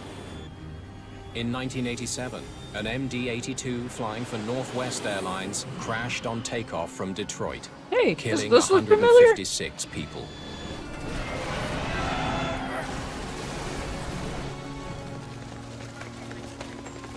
Just like the Spanair crew, the pilots in Detroit failed to set their flaps and slats, but got no warning. A disabled electrical circuit silenced their plane's alarm.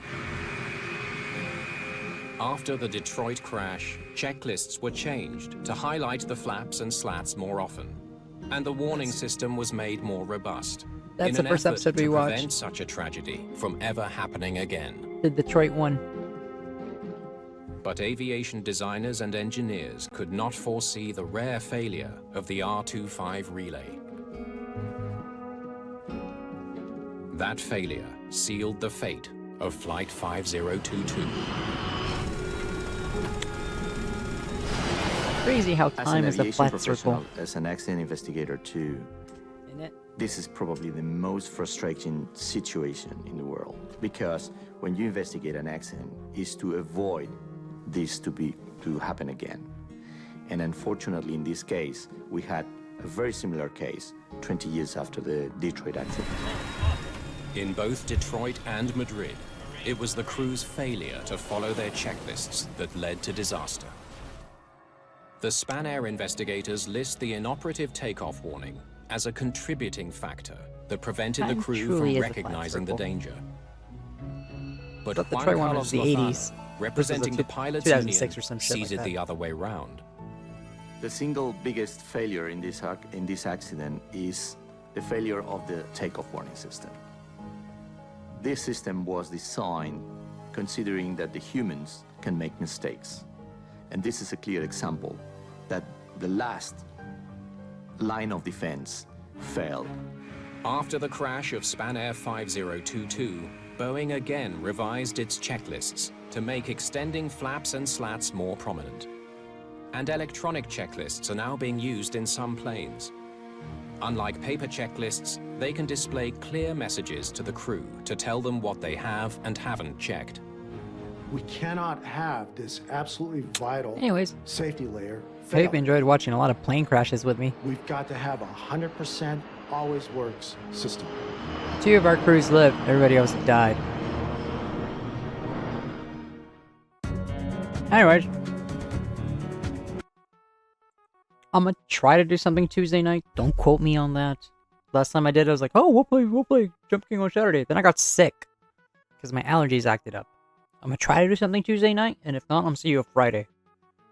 Because we gotta beat Vesperia. I have no fucking clue what's taking over Saturday. I'll look at Steam, I'll look at my game library that I can see right in front of me with all these fucking games. And we'll try to play something new. Will we see more plane crashes? No. Maybe. Anyways. Dude, it's almost 1 in the morning. What the fuck? I gotta go to work in like 8 hours. I'm hungry too. I've been eating my pretzels. I have no beer. What do I do? Ooh, the Dave Steve one would be pretty cool to watch. But yeah, we're gonna watch more documentaries when it's like I'm just grinding shit out. 25 hours, holy crap. But we beat it. I can say we beat it. You saw me here. You saw me freak the fuck out. You saw me be happy that I beat it. You saw me get all salty as shit. This was the first one. Hi. If you've been following this from February. Hi. I love you. Platonically, obviously. Or maybe not. I don't know. Anyways. Be gone, Satan. I'm sleepy. I'm tired. I'm gonna get some damn sleep. I don't know what time of the day it is for you. I hope it's great. If you're on the VOD, hi VOD. On the YouTube, hi YouTube. Anyways, I'm gonna get some damn sleep. Sound good? Cool. Don't do anything I wouldn't do. That's a really big list. You got the trophy! Complete a new Bay Plus.